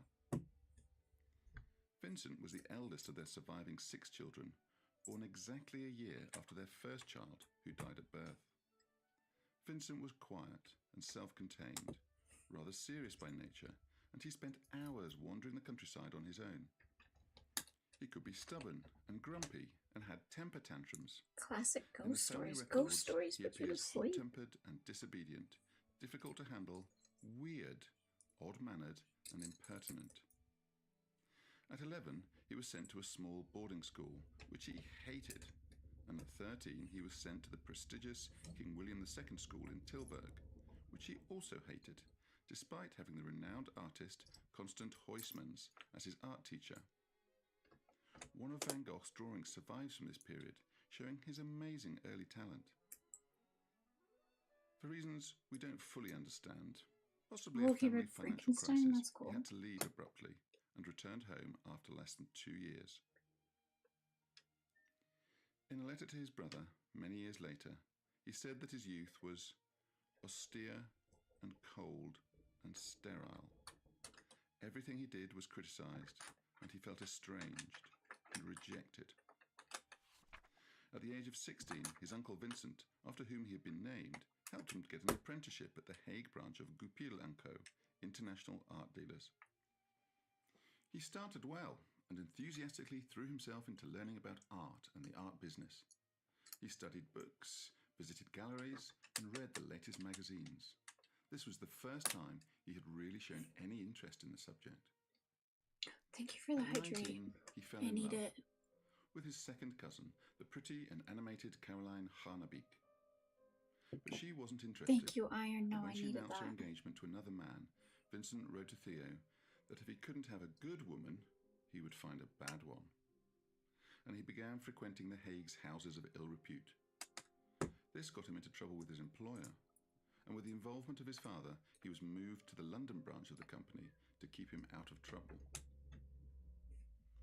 I like how they're like, Sister-in-law trouble won't later find you said in that this was one London. of the happiest periods of his life, but she didn't know him at this time, and nothing could have been further from the truth.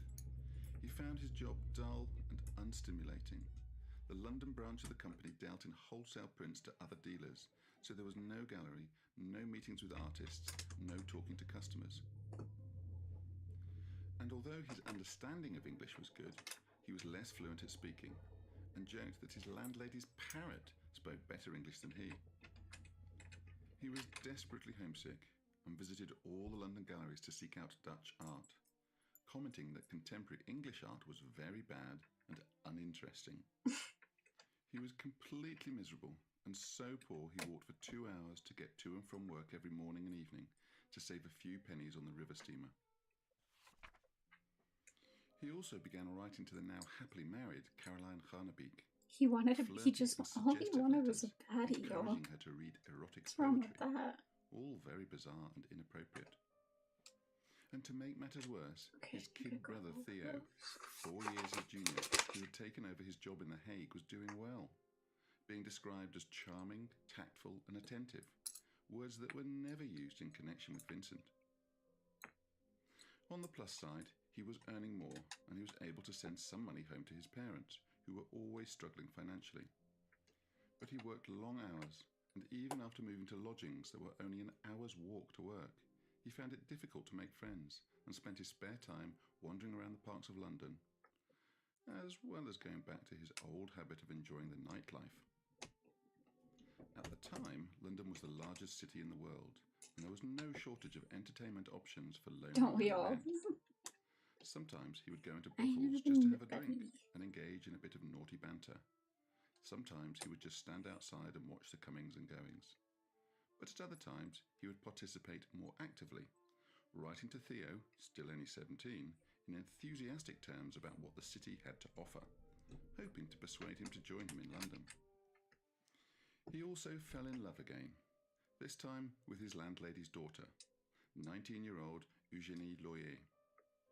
But when she rejected him as well, he was heartbroken, becoming withdrawn, not eating, neglecting his appearance, and not writing home to his parents for months. It was also around this time he started becoming more attracted to religion, an interest that grew into an obsession that would dominate his life for several years. Sensing something was not right, his father intervened again and arranged for him to be transferred to the Paris branch of Goupil. This didn't go very well, as he fell out with his seniors, and he finally parted company with Goupil & Co. and left after less than a year in France.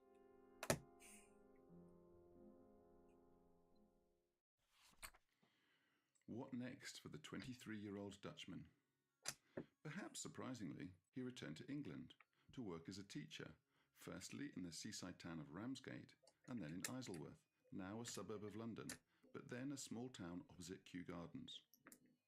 He met a Methodist minister who invited him to teach at his Sunday school, and we know that he gave at least one sermon at the chapel. Amazingly, the text has survived.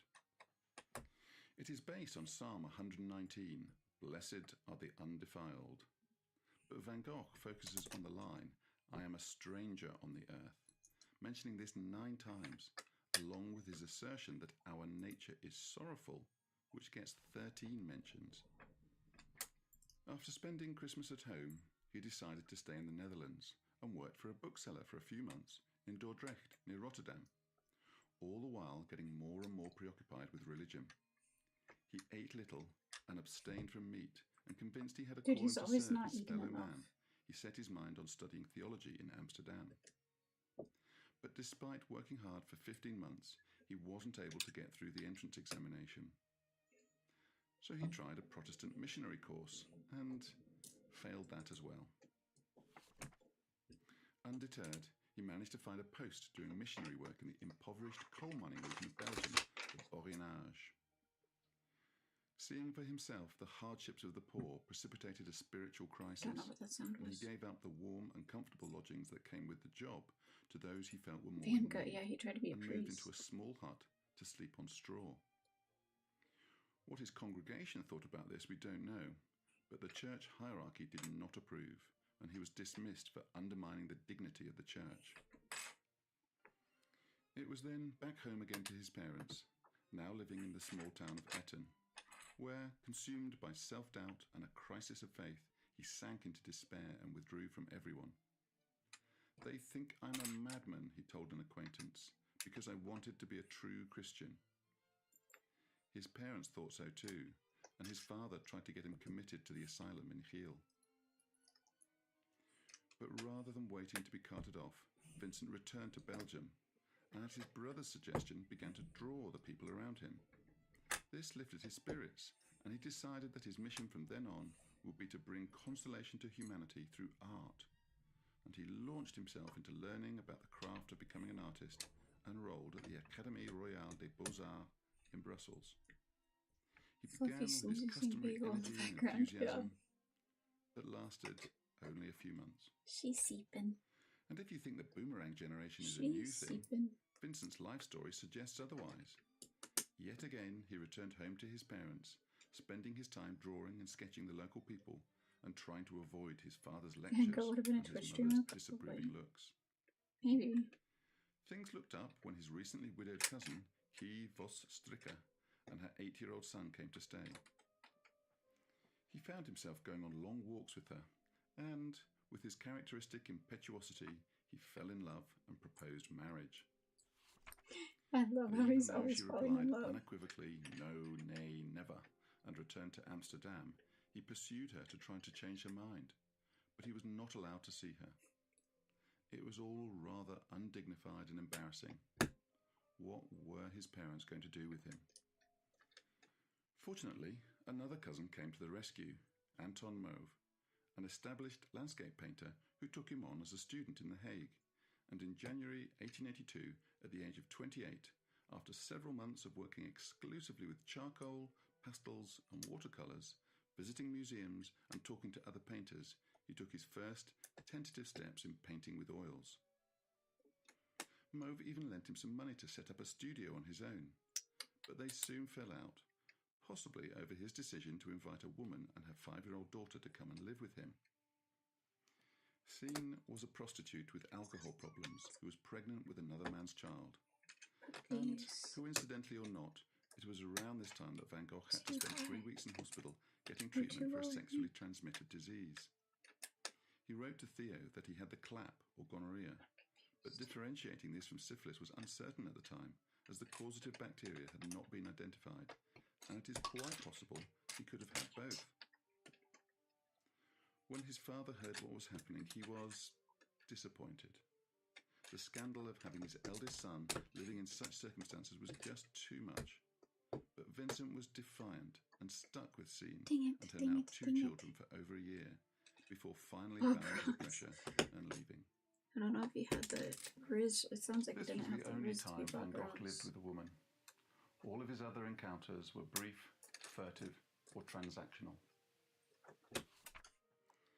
And sadly, it didn't end well for launched Sean. that somewhere. I'm just She gonna use a moved different back into the piece red light district and eventually threw herself into the waters of Rotterdam.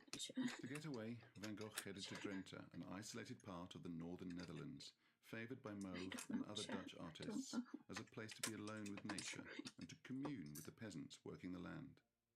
But he was deeply depressed and saw only death and decay, which is reflected in his bleak paintings at this time.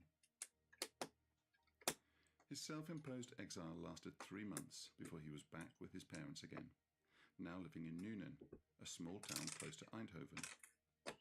This time he stayed for almost 2 years, focusing on his art when he wasn't arguing with his father. He painted over 200 pictures in this period, still lifes, landscapes, and the local farm workers.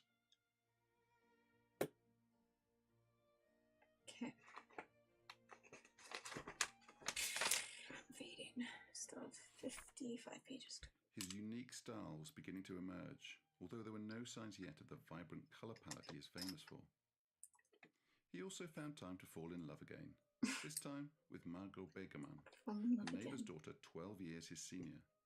For once, he found someone who reciprocated his affection. But after they were caught in flagrante, her family insisted on sending her away and dismissed his offer to marry her. I think this says a lot about how Van Gogh was regarded by his local community. Not good marriage material.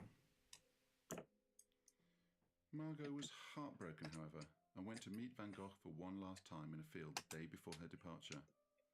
But rather than a final loving embrace, she fell to the ground, mumbling and jerking with muscle spasms from having taken the poison. He found time to fall in love again. Oh yeah, by always. acting quickly and making her vomit and taking Always, her to a nearby doctor, Van Gogh helped her survive.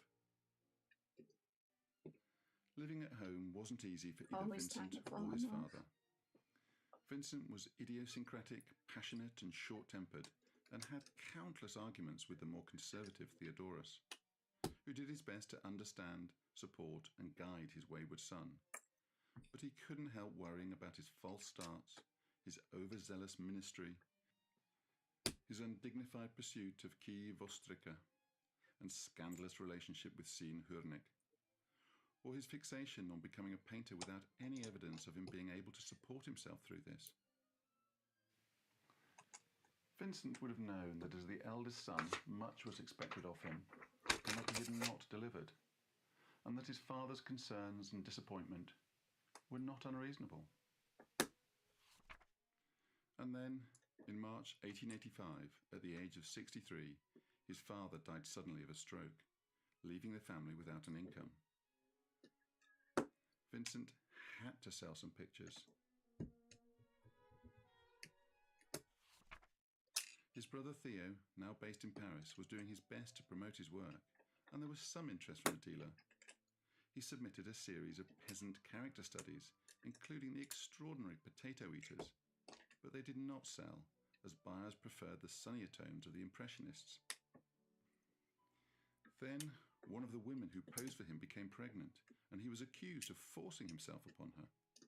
He vehemently denied this, but the scandal meant he had to get out of town. So, as he liked the 17th century artist Peter Paul Rubens, he chose Antwerp in Belgium, where many of his works could be seen. He rented a room above a paint dealer's shop, and surviving on money Theo was sending from Paris, he devoted every waking hour to working at his easel. He spent almost all his money on painting materials and models, and lived on bread, coffee and tobacco. These nails do Writing not to his help. brother, I made French he could fries only for remember eating 6 hot meals What do you in dip 9 in your? months. What do you dip your He French lost fries? weight, he felt faint, and his teeth became loose. Loose teeth. My initial thoughts were that his poor diet might have led to a lack of vitamin C or scurvy, and that this could have caused his tooth loss.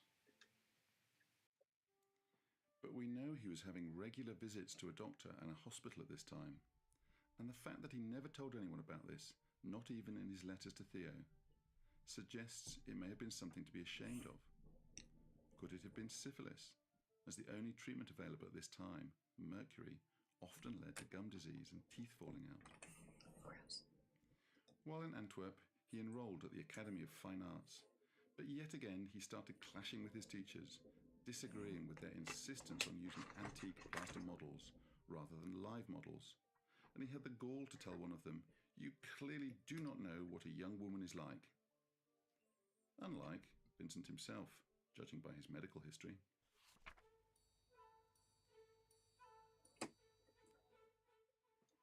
So, after less than 3 months, he left to join Theo in Paris, where, amongst the other pleasures of the Belle Epoque city, he discovered Japanese prints and the Impressionists. He met with many of the artists who were pushing the boundaries of what could be done with paint and canvas. Henri de Toulouse-Lautrec, Camille Pissarro, Georges Seurat, and others. Van Gogh absorbed it all, and over the 2 years he was in Paris, his own style developed.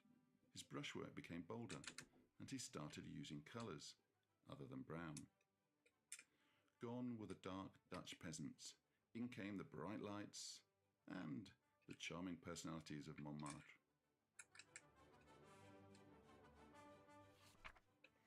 He was living with his brother, and despite their lifelong closeness, tensions arose as Vincent was drinking heavily. Theo wrote to their mother, "It's as though there were two beings in him, one wonderfully gifted, delicate and gentle, the other proud, selfish and hard." After a year they had to part, and Vincent moved to the suburb of Asnières, far enough away but still within walking distance of where the action was. Later, in 1887, Theo and Vincent met Paul Gauguin, who had just arrived in Paris, penniless from his travels in Panama and Martinique. Theo bought some of his pictures for Goupil and Company, and this one for himself. Vincent was in awe of the handsome and charming, if rather narcissistic Gauguin. By February 1888, Van Gogh was tired of city life. He was ill from drinking too much and not eating properly, and he yearned to look at nature under a brighter sky. So he left Paris for Arles, then a small town in the south of France. In Arles, Van Gogh's artistic creativity exploded. He painted everything: people, places, landscapes, townscapes, flowers, fruit, everything. But Arles is where his mind started to unravel, where he cut off his ear, and where he was first hospitalized for mental illness. Arles is where the more familiar Van Gogh begins. It is where he painted some of his most familiar canvases, and where he suffered his greatest despair.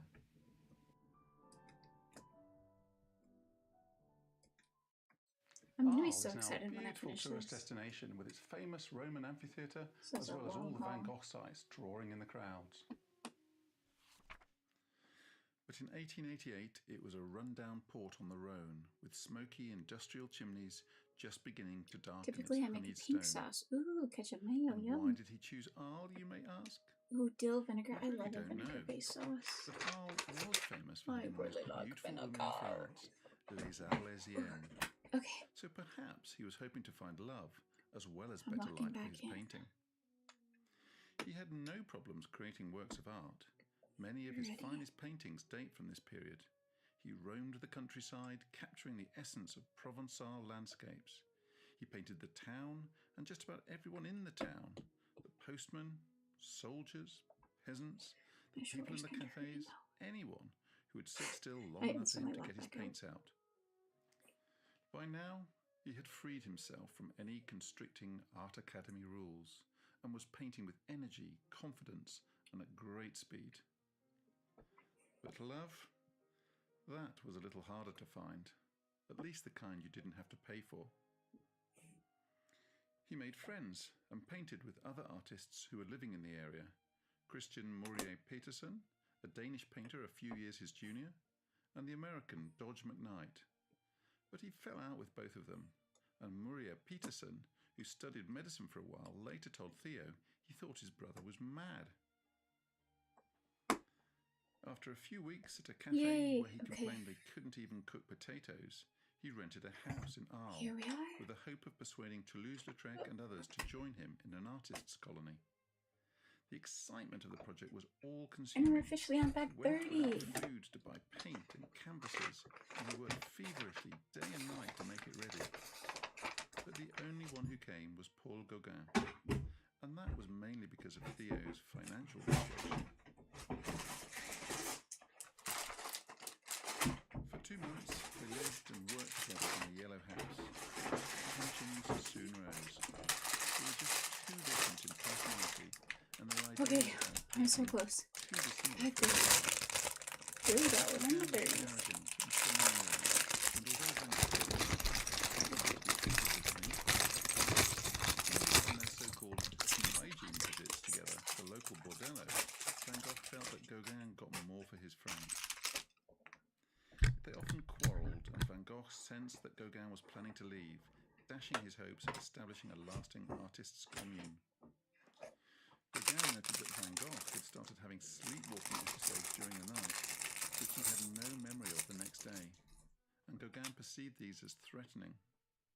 The arguments grew more frequent, and in one particularly heated spat in a cafe, Van Gogh threw a glass of absinthe in Gauguin's face. The next day, he couldn't remember anything about it. And then, On the 23rd of December 1888, something happened. Something After happened. days of continuous rain and being cooped up together arguing, Gauguin announced he was going for a walk. Van Gogh, perhaps believing he was leaving for good, followed him, rushing out with an open razor in his hand. Gauguin stared him down, and Van Gogh ran back to his room, where he cut off his ear with the razor. After stemming the blood, he wrapped his ear in paper and took it to the brothel around the corner and presented it to a girl, saying, "Guard this object carefully." He then went home and collapsed. At least that's one version.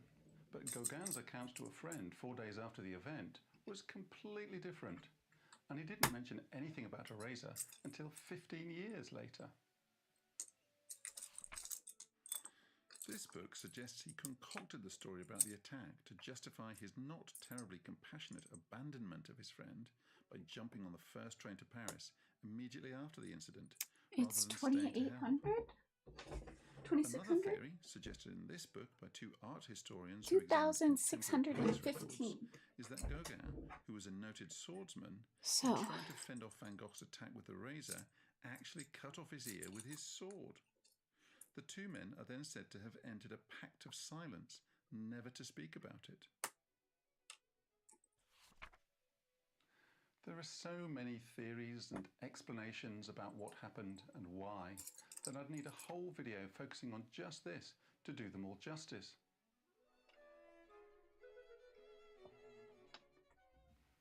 My own thoughts are that it had nothing to do with Gauguin, but rather the letter he received from Theo that very day announcing he was getting married. When you have something to get done today, getting everything you need today is helpful. Order online at Ace. I suspect he no longer wanted to be a burden on his brother, so stood poised with the open razor for a final solution, but lost his nerve and took it out on his ear instead. okay, now we're building another flower. Whatever occurred that night, Van Gogh was found unconscious the next day by a policeman and taken to the local hospital, the Hôtel de Dieu.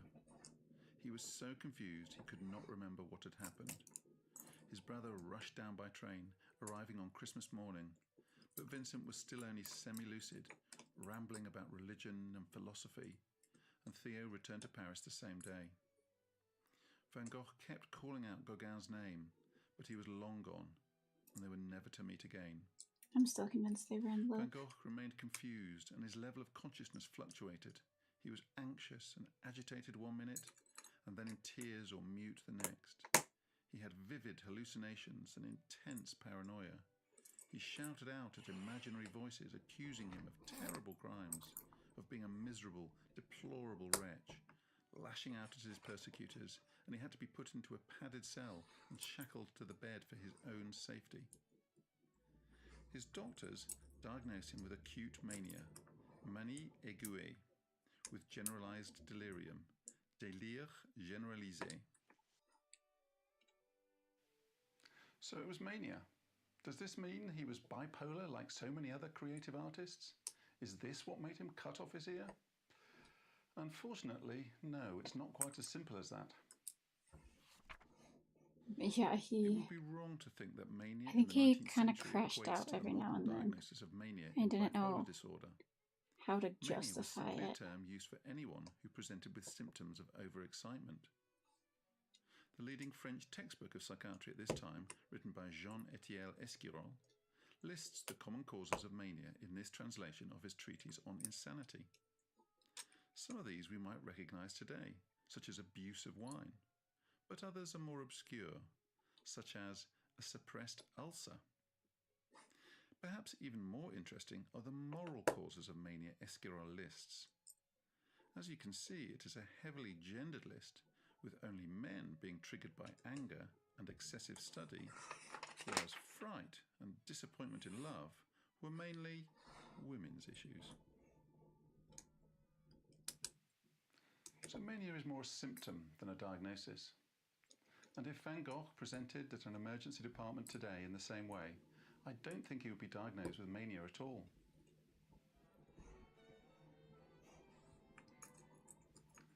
The clinical profile is more suggestive of delirium or mental confusion caused by a physical condition. And nowadays, he would have a full diagnostic You finished workup your laundry? to Let's identify the cause go! in order to treat it. Let's go, let's go! Hell yeah. But in 1888, there were no blood tests or brain imaging techniques. His doctor would have patched up his ear, allowed him to rest, prescribed some sedatives such as potassium bromide or dog grass, and waited for him to recover naturally. Or not. Because then, as now, delirium is a serious medical condition with a significant mortality, and not everyone survives. The hospital in Arles was not equipped to deal with mental cases, so his doctors began the process of having him committed to a public asylum. But fortunately, after a week or so, he became calmer and started to improve. After another week, he had recovered his senses and was allowed to return home to the Yellow House. But despite being advised to rest, he immediately started painting again. Worrying about the cost of his medical care and feeling guilty about being a drain on his brother's resources, as Theo was preparing to get married, Vincent's mental state started to deteriorate. He didn't eat and was racked by reproachful, hallucinatory voices and terrifying images. He was convinced he was being poisoned and overexcited one minute and mute the next. He was clearly not well. On the 7th of February, gendarmes came to the Yellow House and took him back to the hospital in Arles. He was in the same terrible state of turmoil and confusion. As before, he was placed in the isolation room and tied down to his bed when at his most agitated, and talk of an asylum started again. But more quickly this time, he calmed down and recovered his senses well enough to be allowed home after 10 days. But the townsfolk did not want him home. Neighbours muttered insults as he passed in the street, and children threw stones at the mad, red-headed Dude, this is literally so horrible bullying. He felt he could not leave the house. After only 10 days, he was dragged back into hospital again by the police, after a petition was submitted signed by 30 concerned locals, demanding he be taken to an asylum or returned to his family. They complained that he was always drunk, that he chased children, made lewd comments to women in shops, and followed women home to their houses and fondled them. This is one of the enduring stories about Van Gogh, the tormented artist, hated and hounded by his neighbours, who did not, would not, could not understand him. But it is only partly true, as most of the signatories on the petition were not from Arles at all, but were acquaintances of his landlord who wanted the troublesome Dutchman out of his property. That's messed up. Back in the Hôtel de Dieu, Van Gogh spent most of the next month in the isolation cell. He was not allowed to smoke his pipe, his bootlaces were removed, he was not allowed any books, or even to go out for fresh air. One attempt was made to give him his paints, but he became overexcited and they were quickly taken away. But this episode of illness was less severe than the previous two, and although he had periods of unutterable anxiety and despair, he also had moments of calm and optimism. Once again, he slowly improved and was ready to leave. His landlord, however, had used the opportunity to evict him from the Yellow House, so he needed somewhere to live. In his calmer periods in hospital, he had become friendly with Felix Ray, the young doctor looking after him, and on discharge he moved into rooms owned by the sympathetic Dr. Ray, paying him with a portrait. In April, Theo got married in Amsterdam. Vincent was genuinely happy for him, but at the same time worried that his only source of funds would dry up, and even more guilty than usual at being so dependent on his brother. But he continued working whenever he had money for paints, and cleared out his belongings from the Yellow House. This had been locked up and unheated for weeks, and everything had been affected by damp and mould. Van Gogh worked carefully and methodically to remove canvases from stretchers, to dry them between sheets of newspaper, and traces of print can still be seen on some. But many of his drawings were unsalvageable. Although functioning, he was far from well, and Vincent himself agreed he needed time to convalesce. There was further discussion about public asylums, but Vincent chose a smaller, private institution in Saint-Rémy-de-Provence, 20 or so miles from Arles. private meant more expensive, and Theo urged him to reconsider the public hospitals. But in the end, he agreed to pay the higher fees, on condition that Vincent made do with third-class accommodation. So, in May 1889, Van Gogh began his stay at the St. Paul Asylum in Saint-Rémy. Based in a former monastery overlooked by the Alpilles Mountains, the asylum, which you can still visit today, is a beautiful place, with cool cloisters surrounded by fragrant lavender fields and olive groves. Van Gogh painted so many of his iconic pictures here that a visit is like diving into one of his canvases. He was provided with 2 rooms, one of which he was allowed to use as a studio. But however pleasant the surroundings, it was not a hotel. His windows were barred, and his privileges were dependent on him being calm and cooperative. In time, he was given permission to go on unsupervised walks into the local countryside. He described the asylum in a letter to Theo's new wife. Although there are a few people here who are seriously ill, the fear, the horror that I had of madness before, has already been greatly softened. And although one continually hears shouts and terrible howls as though of animals in a menagerie, despite this, the people here know each other very well and help each other when they suffer crises. He also described his mental turmoil, sometimes moods of indescribable anguish, sometimes moments when the veil of time and fatality of circumstances seems to be torn apart for an instant. After 2 months of being relatively calm, he suffered another month-long crisis. It began with a contraction in one hand and a blank stare, and then he fell to the ground, and for several days his mind was disturbed. He was absolutely distraught and unable to eat due to a swollen throat. This one? He picked up filth from the floor and was confused. At one point he was found unconscious and foaming at the mouth after trying to eat paint. At times his paranoia made him aggressive, kicking out at the attendants, and throughout it all his mood was deeply melancholic. Theo's hope was that Vincent would be ready to leave after a month, 3 at the most. But every time things seemed to be going well, he would have another episode of psychosis and confusion. After several months of being calm and able to work, I might switch the music for a little bit. Beginning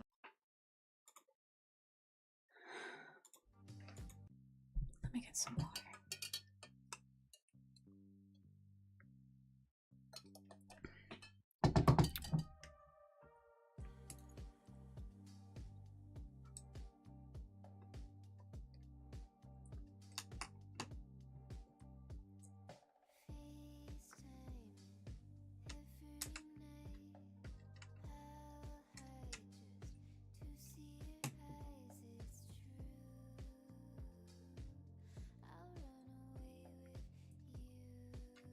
I have a hair mouth.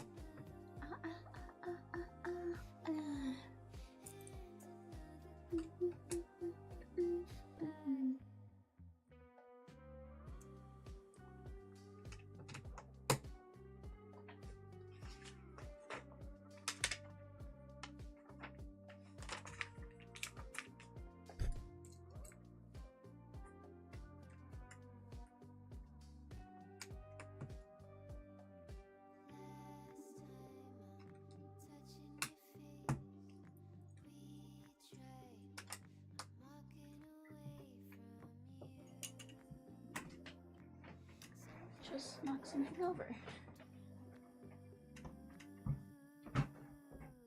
Oh god.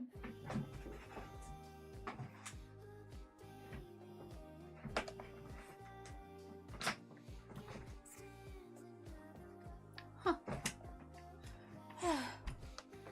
I'm so close. So close.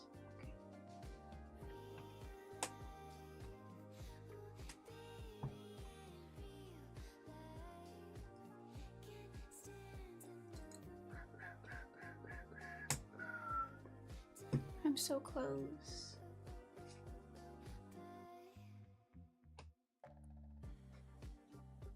Need this little guy right here.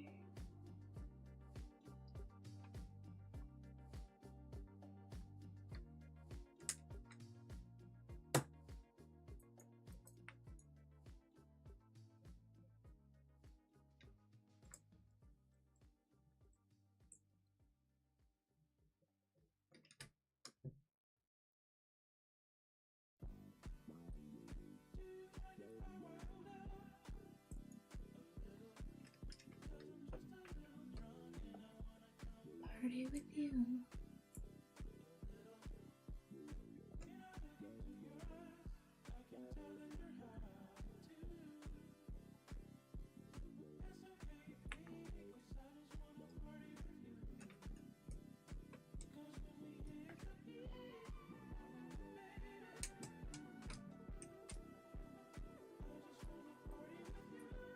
Thank you, Adam.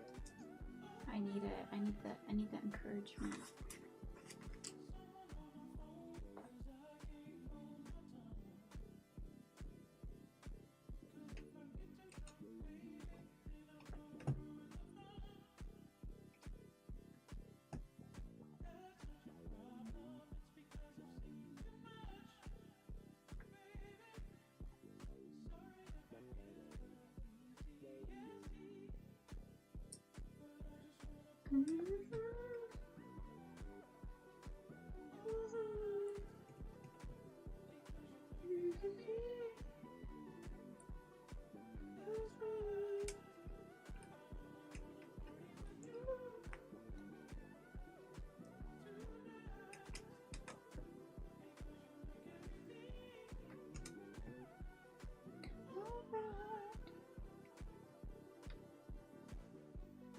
Okay.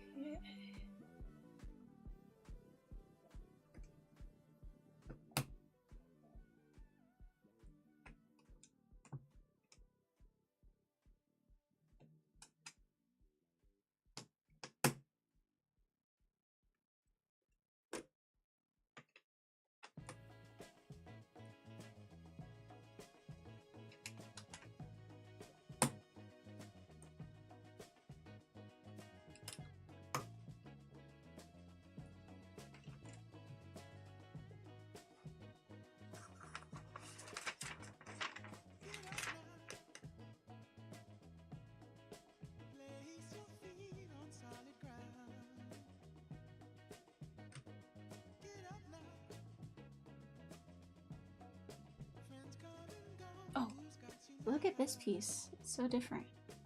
It's like a little diamond.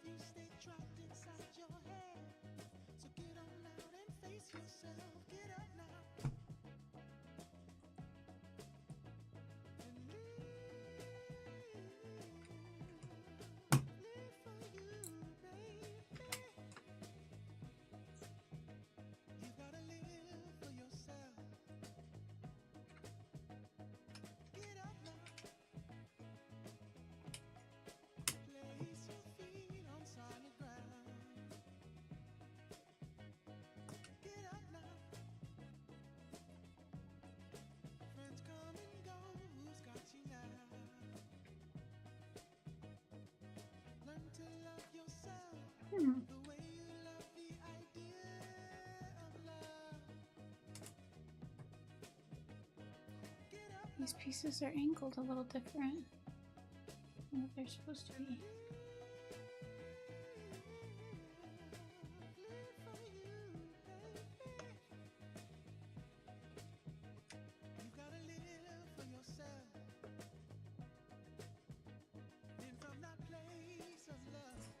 Okay, bag 31.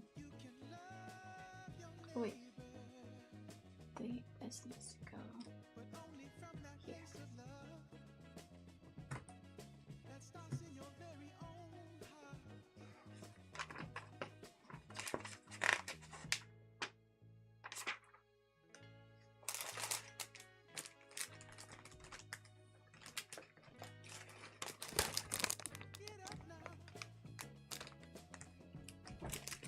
Bag 31. I think we only have 4 left altogether.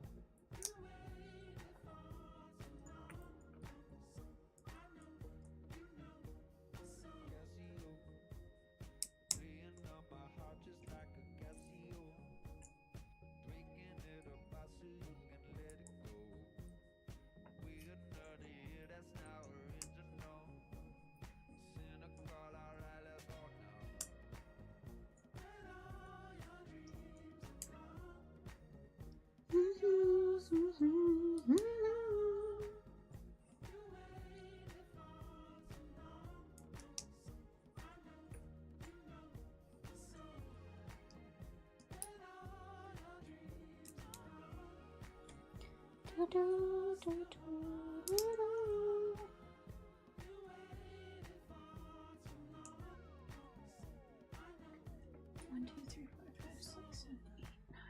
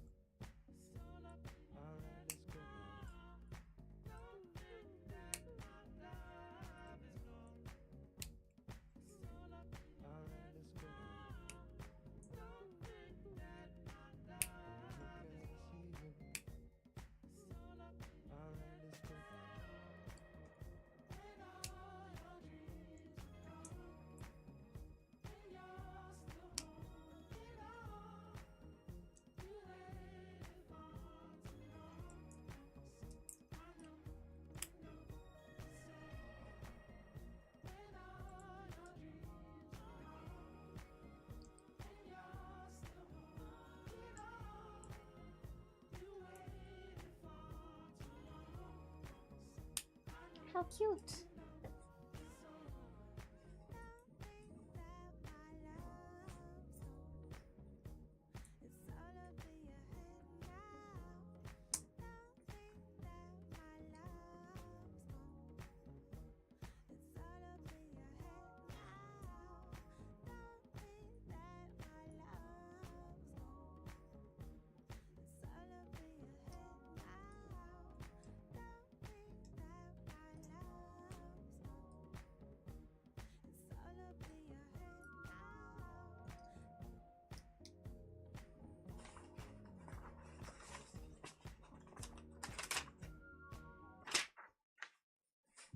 Wait, I need to make more than that.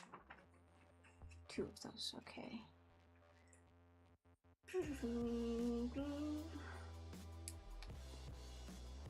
I believe.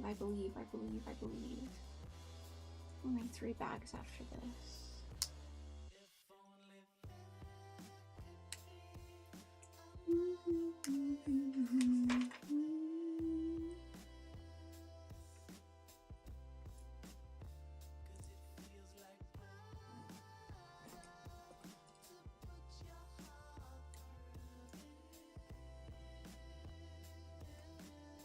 And then 10 of these.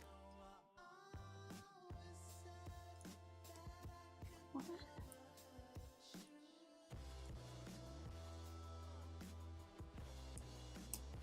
2.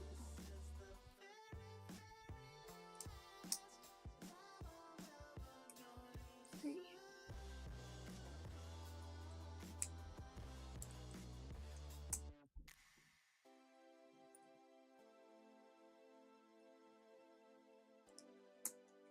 4.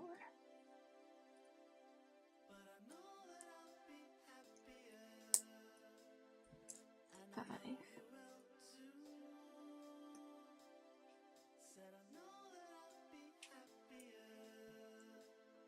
6. 7. 8. I was only able to make 8.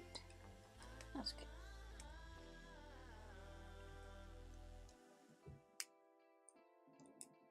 Dude, putting Legos together, like,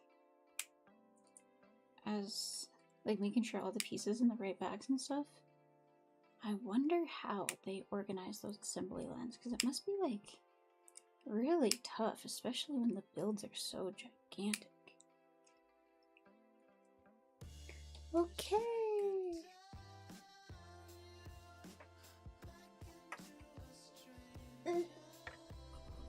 Bye, Adam. Have a great night. Thank you for hanging out.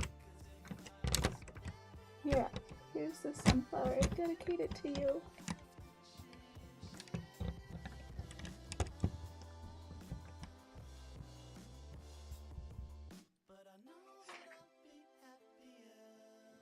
And this goes on top.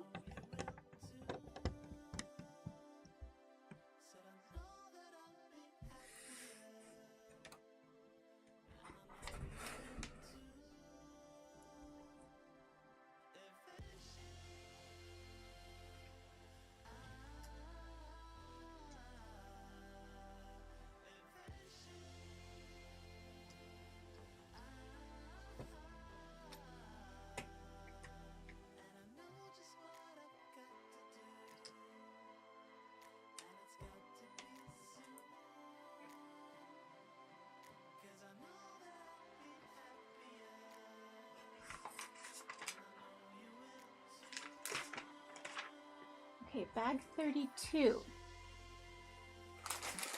Third to last bag.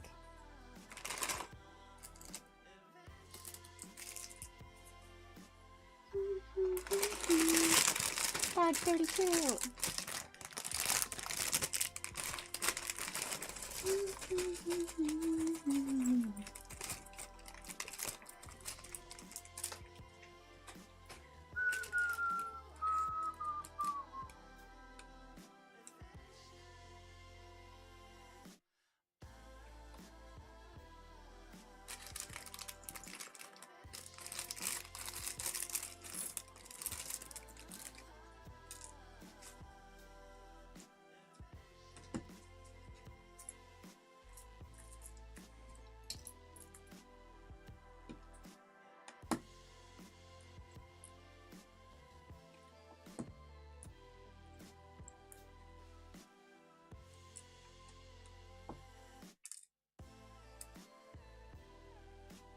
Random green piece.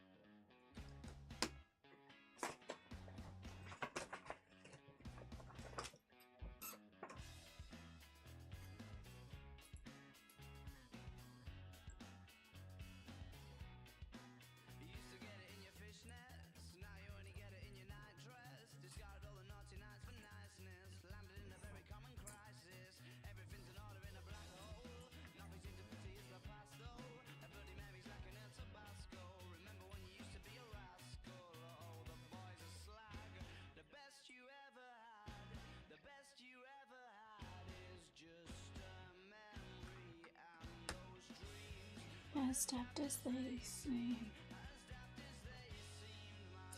When you dream, I'm all.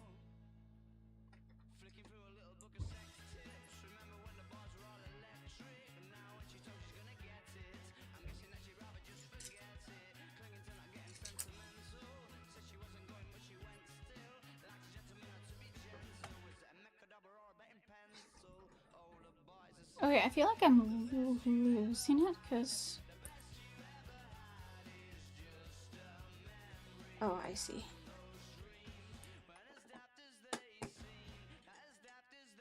Sing my love when they dream that all go.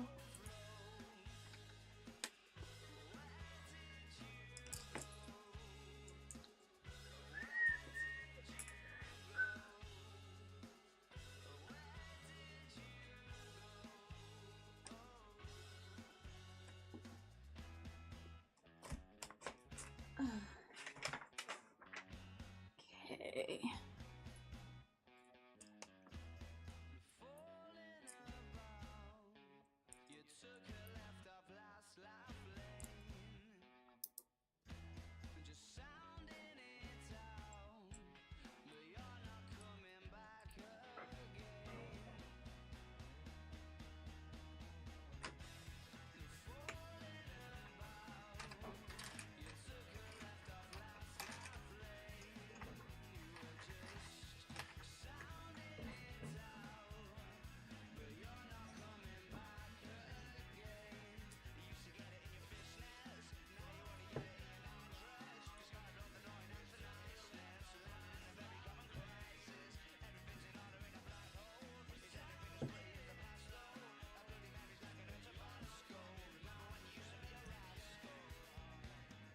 Ooh, I like that part. Okay.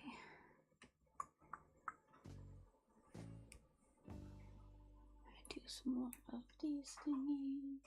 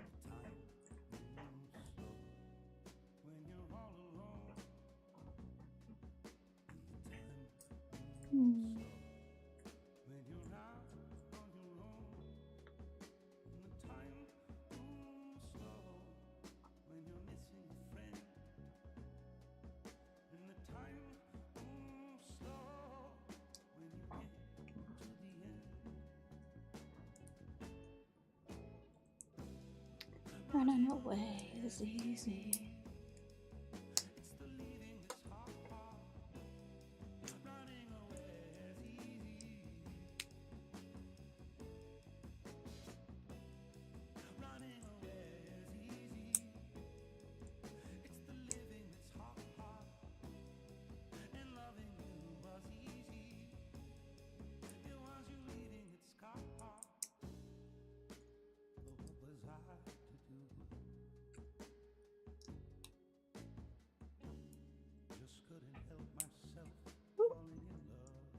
Hi Jules, how are you?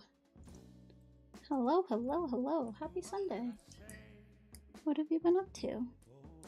1, 2, 3, 4, 5.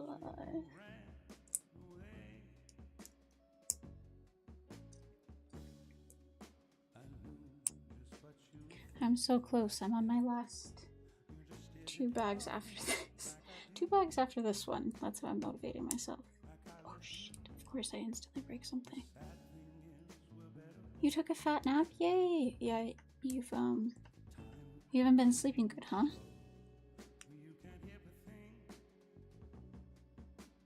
Ugh. I made the mistake the other night of watching like a murder documentary, like literally minutes before I went to bed. Not super great, don't super recommend it, but you know, sometimes the murder doc calls. 1, 2, 3, yeah. Cool!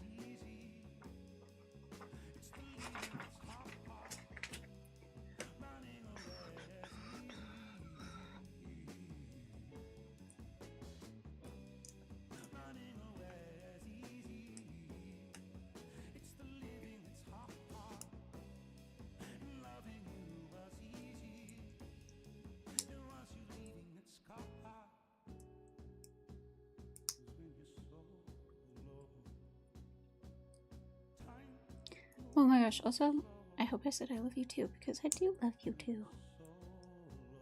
I miss you a lot. Like so much. Oh, I can tell how I'm making my shoulder a little sore here.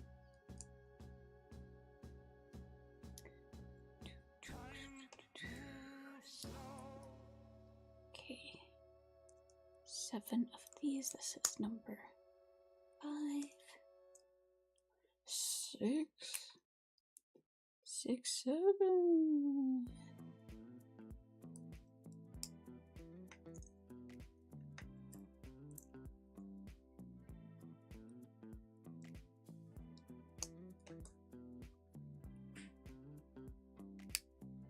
One, 2,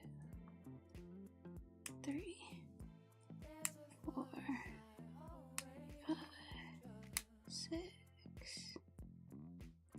7, and then this one goes. Oh wait. Oh shoot. They're a little off. I'm just gonna send it anyways. Oh.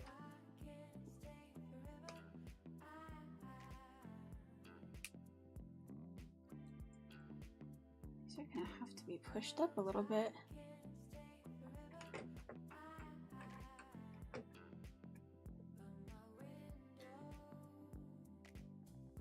Yay!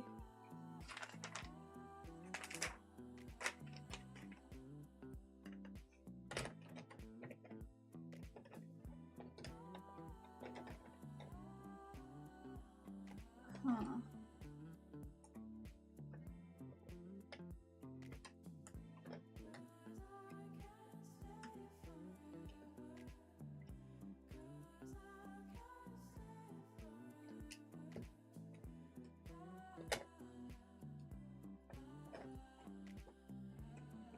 I don't really... There we go. Phew.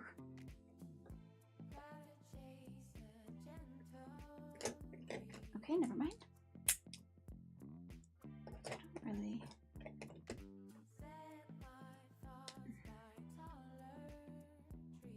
Hopefully that is clipped in. Hi, Casper. How are you? How's the hardware store? And your nap? I forget about the custom intros, so sometimes it's so much fun to hear them. Okay. Second to last bag. 533. How'd you know? Ooh, sorry, I meant. Whoa, did you guys hear that ghost? Anyone hear that ghost?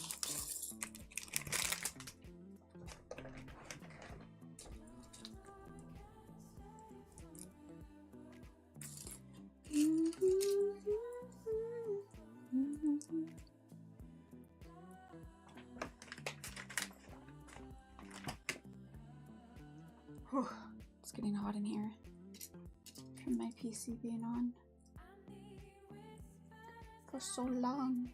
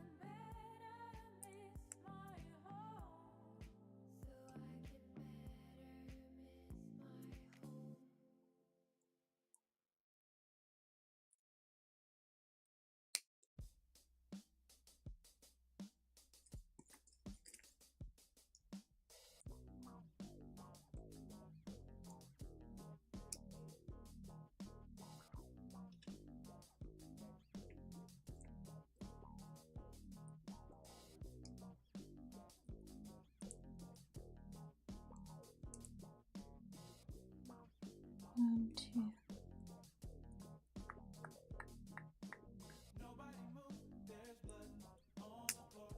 Three.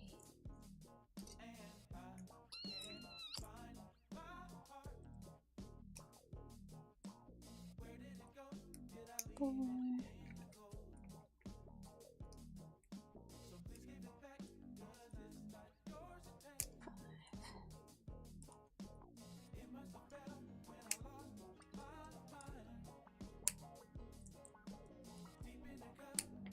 3.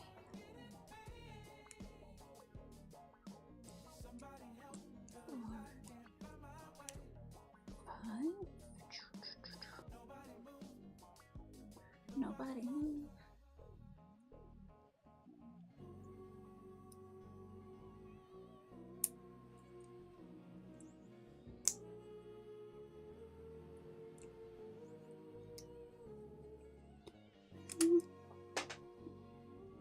Okay, launched a piece into oblivion. We're just gonna have to. I was dropping in for a bit, gonna go eat so I can. Drink so I can game. Hey, that sounds like the perfect night. Thanks for dropping in.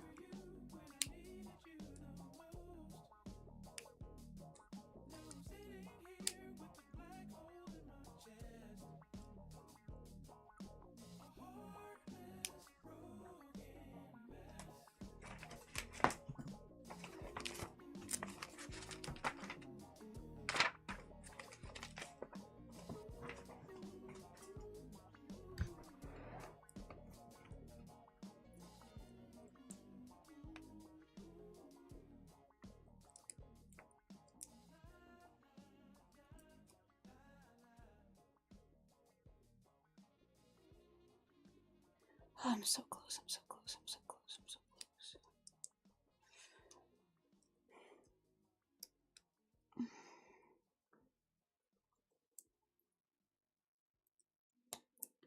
One, 2.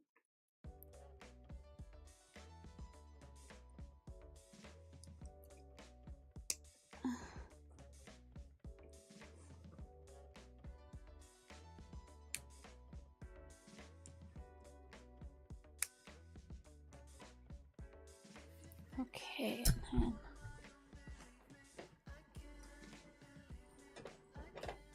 oh, that's what popped off. Okay. And I need 5 of these.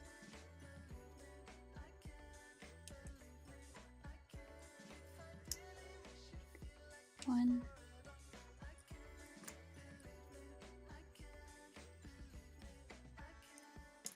2,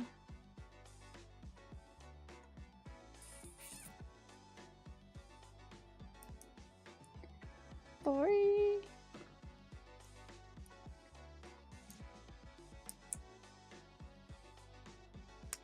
Four. Hi, Marmor. I love that username. Welcome in. I'm nearing the end of building this Lego set.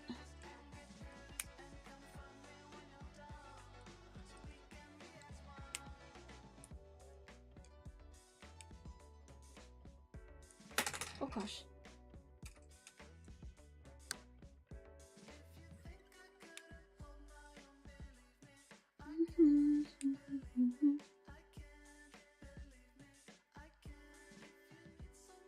Of course, yeah, it's a cool username. How is your Sunday going?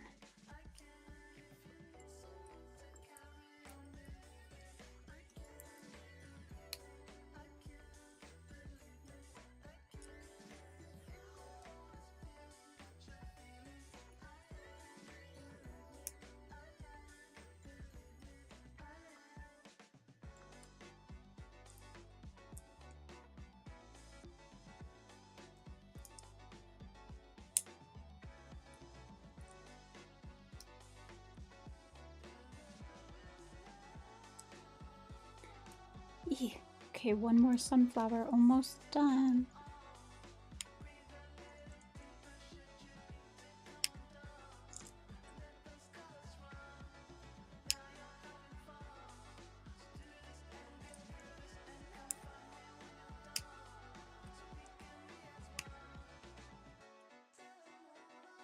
Having to scooch these down a little bit to make room. Make room.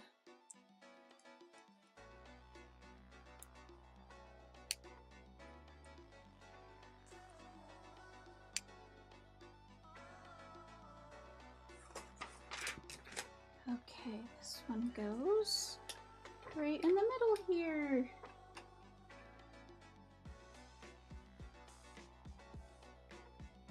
Cool.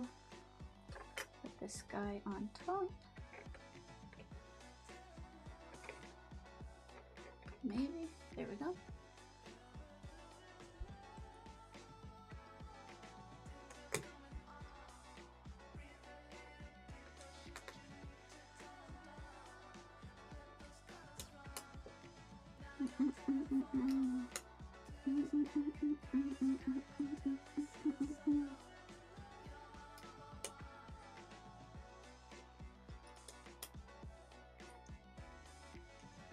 Oh my gosh, you should. Have you done any of the other art series ones? I've only done this Great Wave one, which was very fun. I also would love to do they did Monet's Water Lilies. I think the art series that they do are so cool and such a cool idea. Okay, y'all. I'm on my last bag, and I'm not gonna lie, I'm excited. All in all, including last stream, I'm just over 9 hours for this build. You've done Mona Lisa, Starry Night, Milky Way. Oh my gosh, you've done like all the opposite art series ones of me. Did you see the new art release that they announced? They're doing a new one. They're doing The Kiss, which is one of my college roommates' like favorite paintings. Okay, me and Kitten here for the last one. It's hot in here for how long my PC is been on. It does look good. It's looks like a very similar color palette to this one. Okay. My directions are slipping here. Okay. I am closing in here. I think this goes in the center.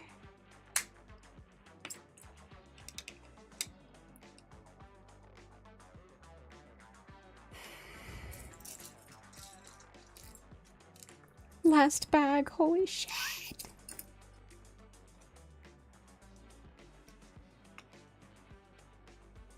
Little green triangle pieces.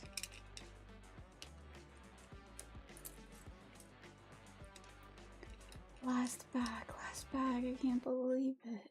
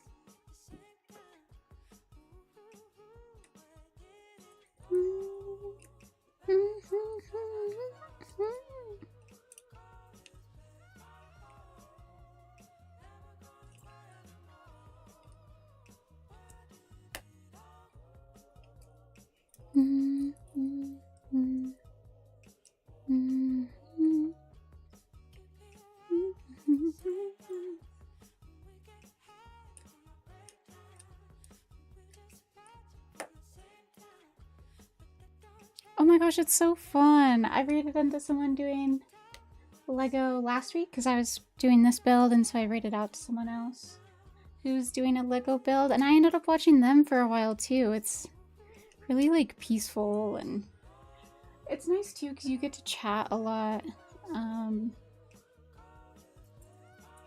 Like, you know, sometimes when you're playing a game or something, you know, I'm focused on the game. But yeah, I'm really liking doing the Lego streams.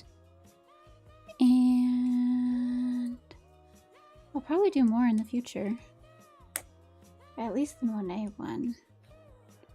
I'm so hyped about that.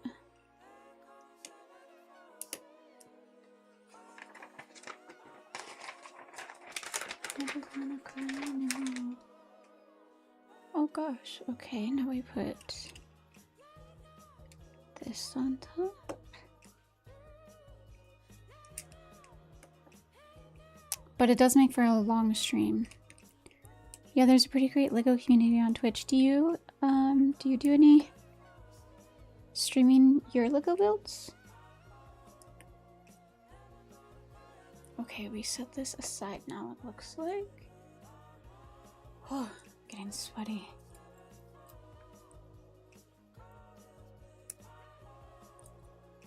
Never gonna cry anymore.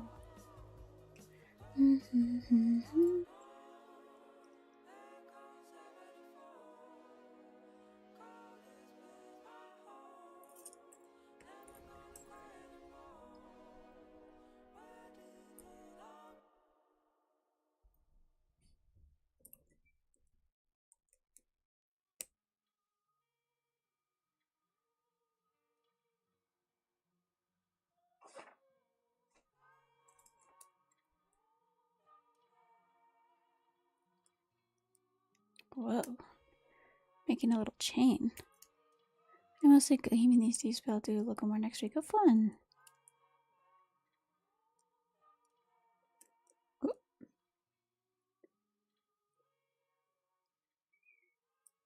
Let's see.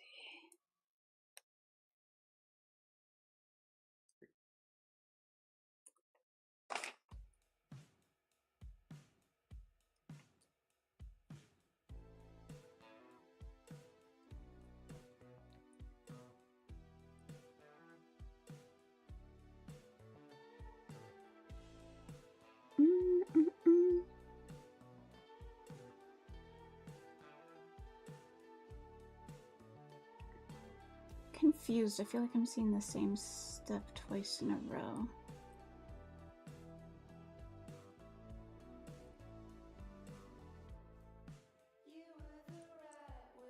Never mind.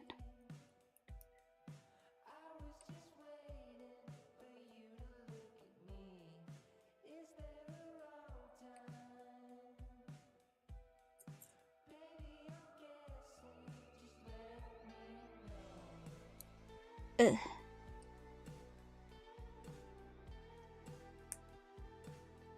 Okay, so 1, 2, 4, and then we do a green circle.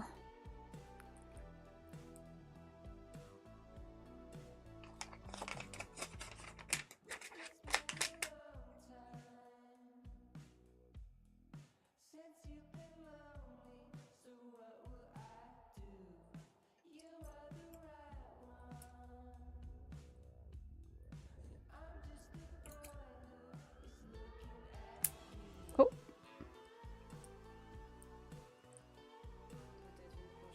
I feel like they saved the hardest for last here. Do, do, do.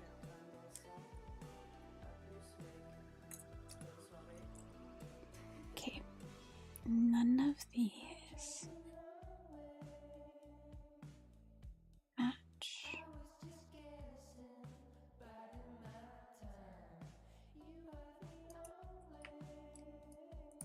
Here we go.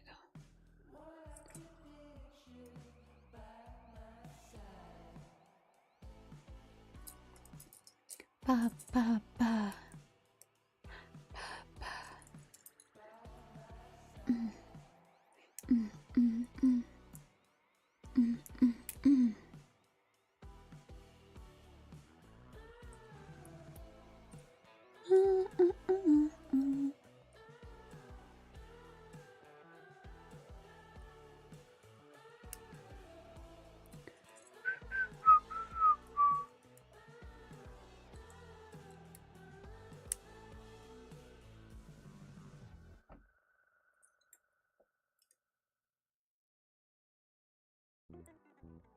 I'm so close.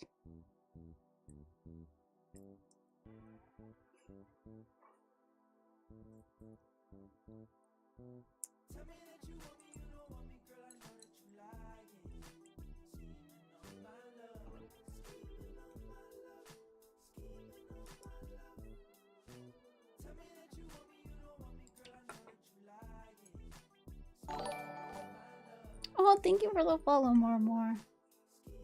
That's so nice.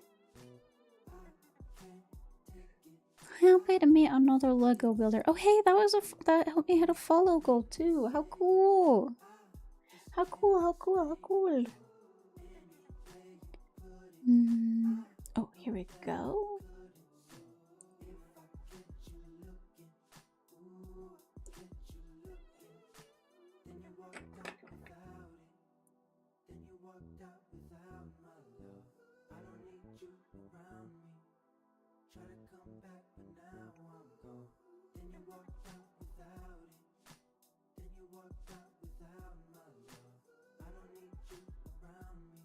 Oh, this is cool. Okay. So.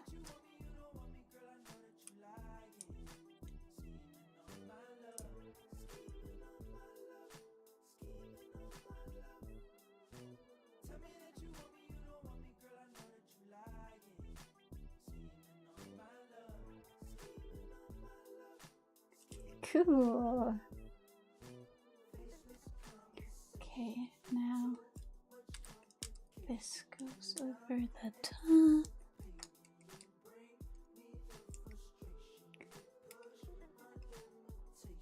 Thanks! Hey, couldn't have done it without you.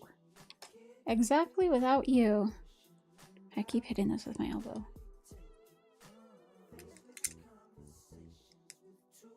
I'm so close. I'm getting delirious. I need to go on a walk after this, get some fresh air.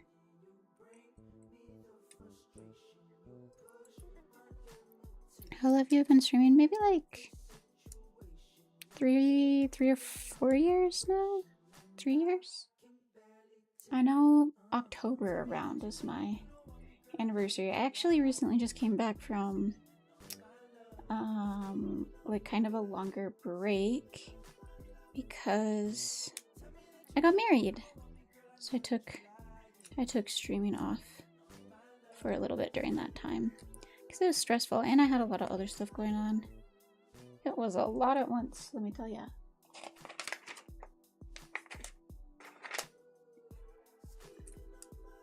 Okay. Now this goes here. This goes here. Scheming on my love.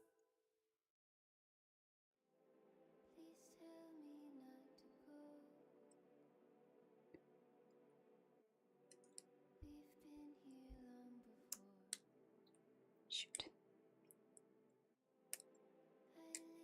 Oh shoot.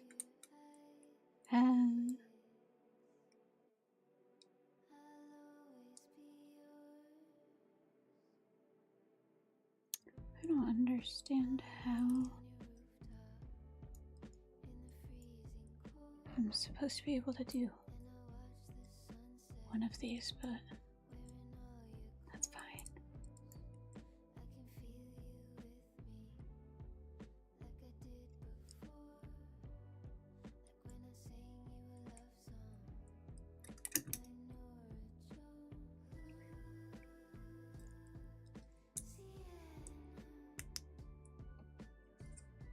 I got it. I think I figured it out.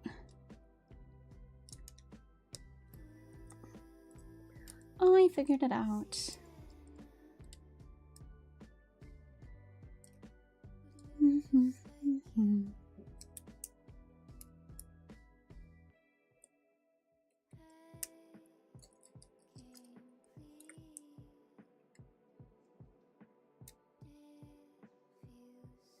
It's so cute. Look at that. What about you? How long have you been streaming for? Okay, now I put all of these in. One. Oh.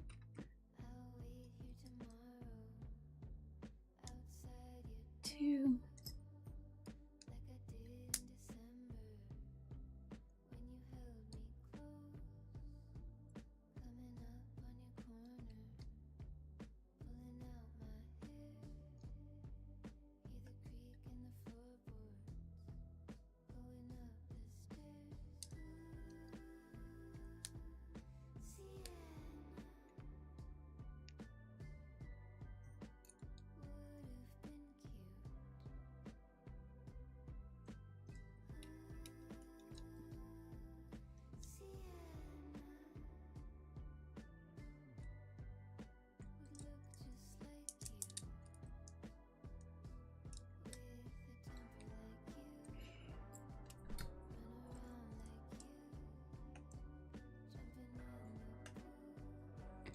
Okay, now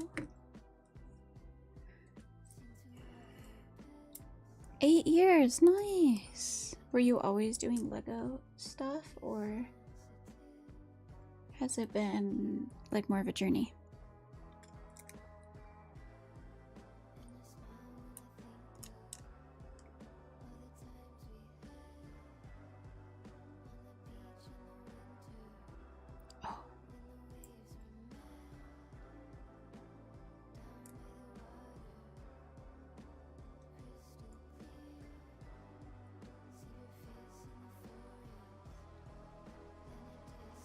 More of a journey, nice. I feel that. I feel like it's good to experiment personally.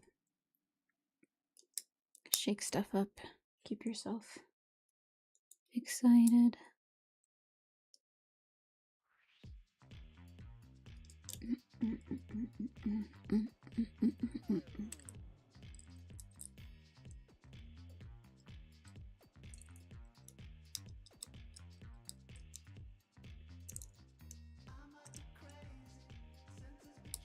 Eek.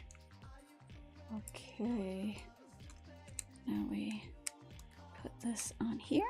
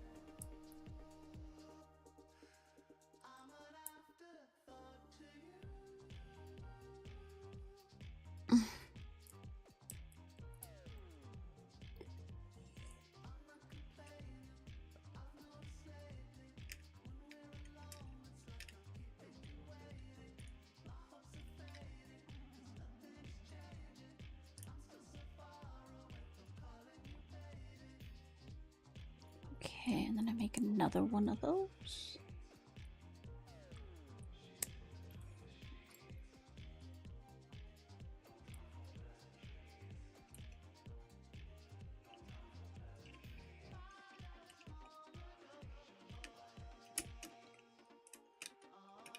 Oh gosh.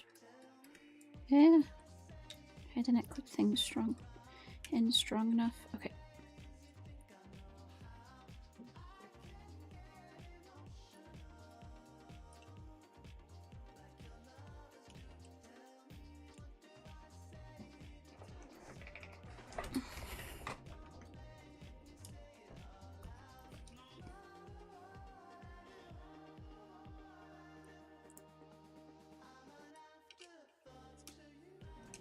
Okay. Oh my gosh. We're here. We're here. Okay. This one goes in.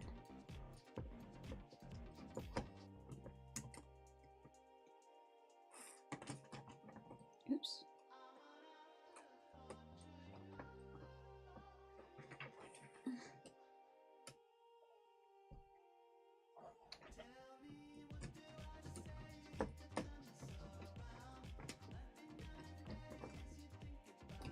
Low key, it might be easier to do it like this.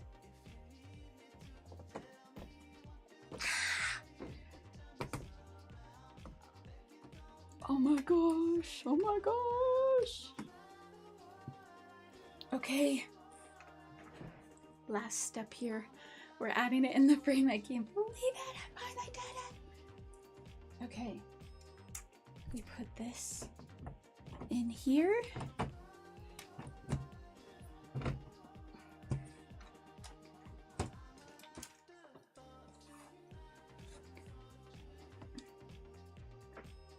And then we put all these rods in to keep everything in place. Holy, I'm so sweaty. It's like putting nails in a canvas almost.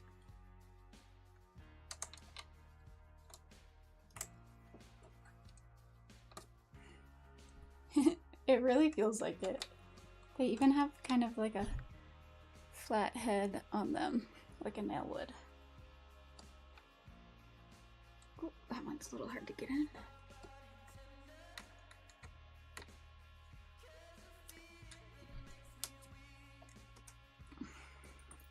It's good. This helps it keep like all aligned. I can feel it getting sturdier.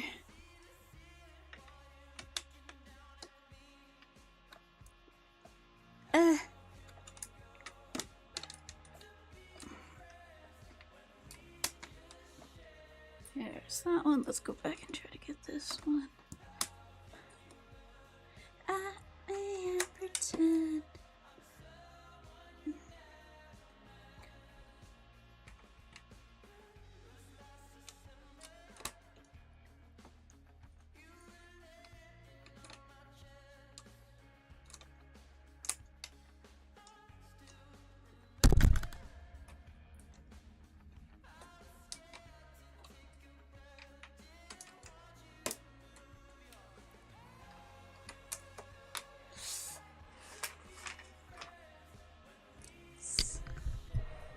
Here it is, chat. I did it. I freaking finished it. I finished it. 10 hours later, 2,615 pieces. Oh, I finished the Vincent van Gogh sunflower art set. Woohoo, woohoo! Another one done. I really like the art collections because it even comes with a little place to hang it up. Yay! We finished it! Yay, yay, yay! Thank you everyone for hanging along with me and helping me do it. Oh, I'm tired. I am tired. Okay, let me get my keyboard back up here.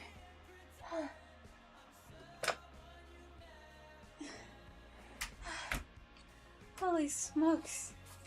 There are honestly a ton of extra pieces. Makes me worry I miss some stuff, but there always are. There always are extra pieces. Pose for a pic. Okay. I'll do it on this side so that Katie's in the picture too, because she was here. I'm actually acting like I'm taking a picture. Cheese! It honestly does feel like such an accomplishment when you finish these. Whew. That was my biggest Lego set to date. Biggest one to date. Okay, y'all, I'm exhausted. I need to get some fresh air. So I'm gonna look for a friend charade, but oh, here now you can hear me. I'm gonna look for a friend trade, but don't worry. I will be live again tomorrow. Same time for co-working. So if you have some stuff to do or want to tackle Monday or any or all of the above, you can join me for that. Okay. Here is the raid command if you guys want. I'm just looking for someone real quick.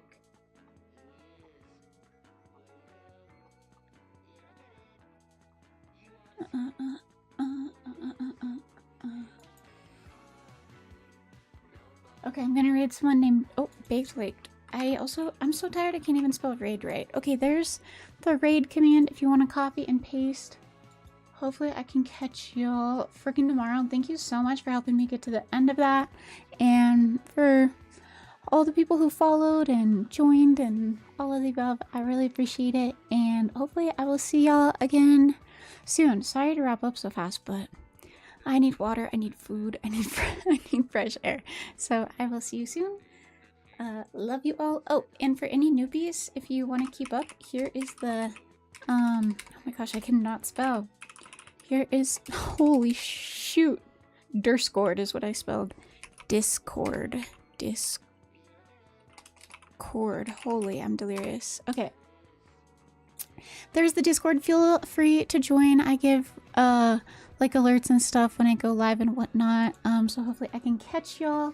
And yeah, just thanks everyone for hanging out. I really appreciate it. Hopefully I'll see you soon. In the meantime, please take care of yourselves, be kind to yourselves, and I'll catch you next time.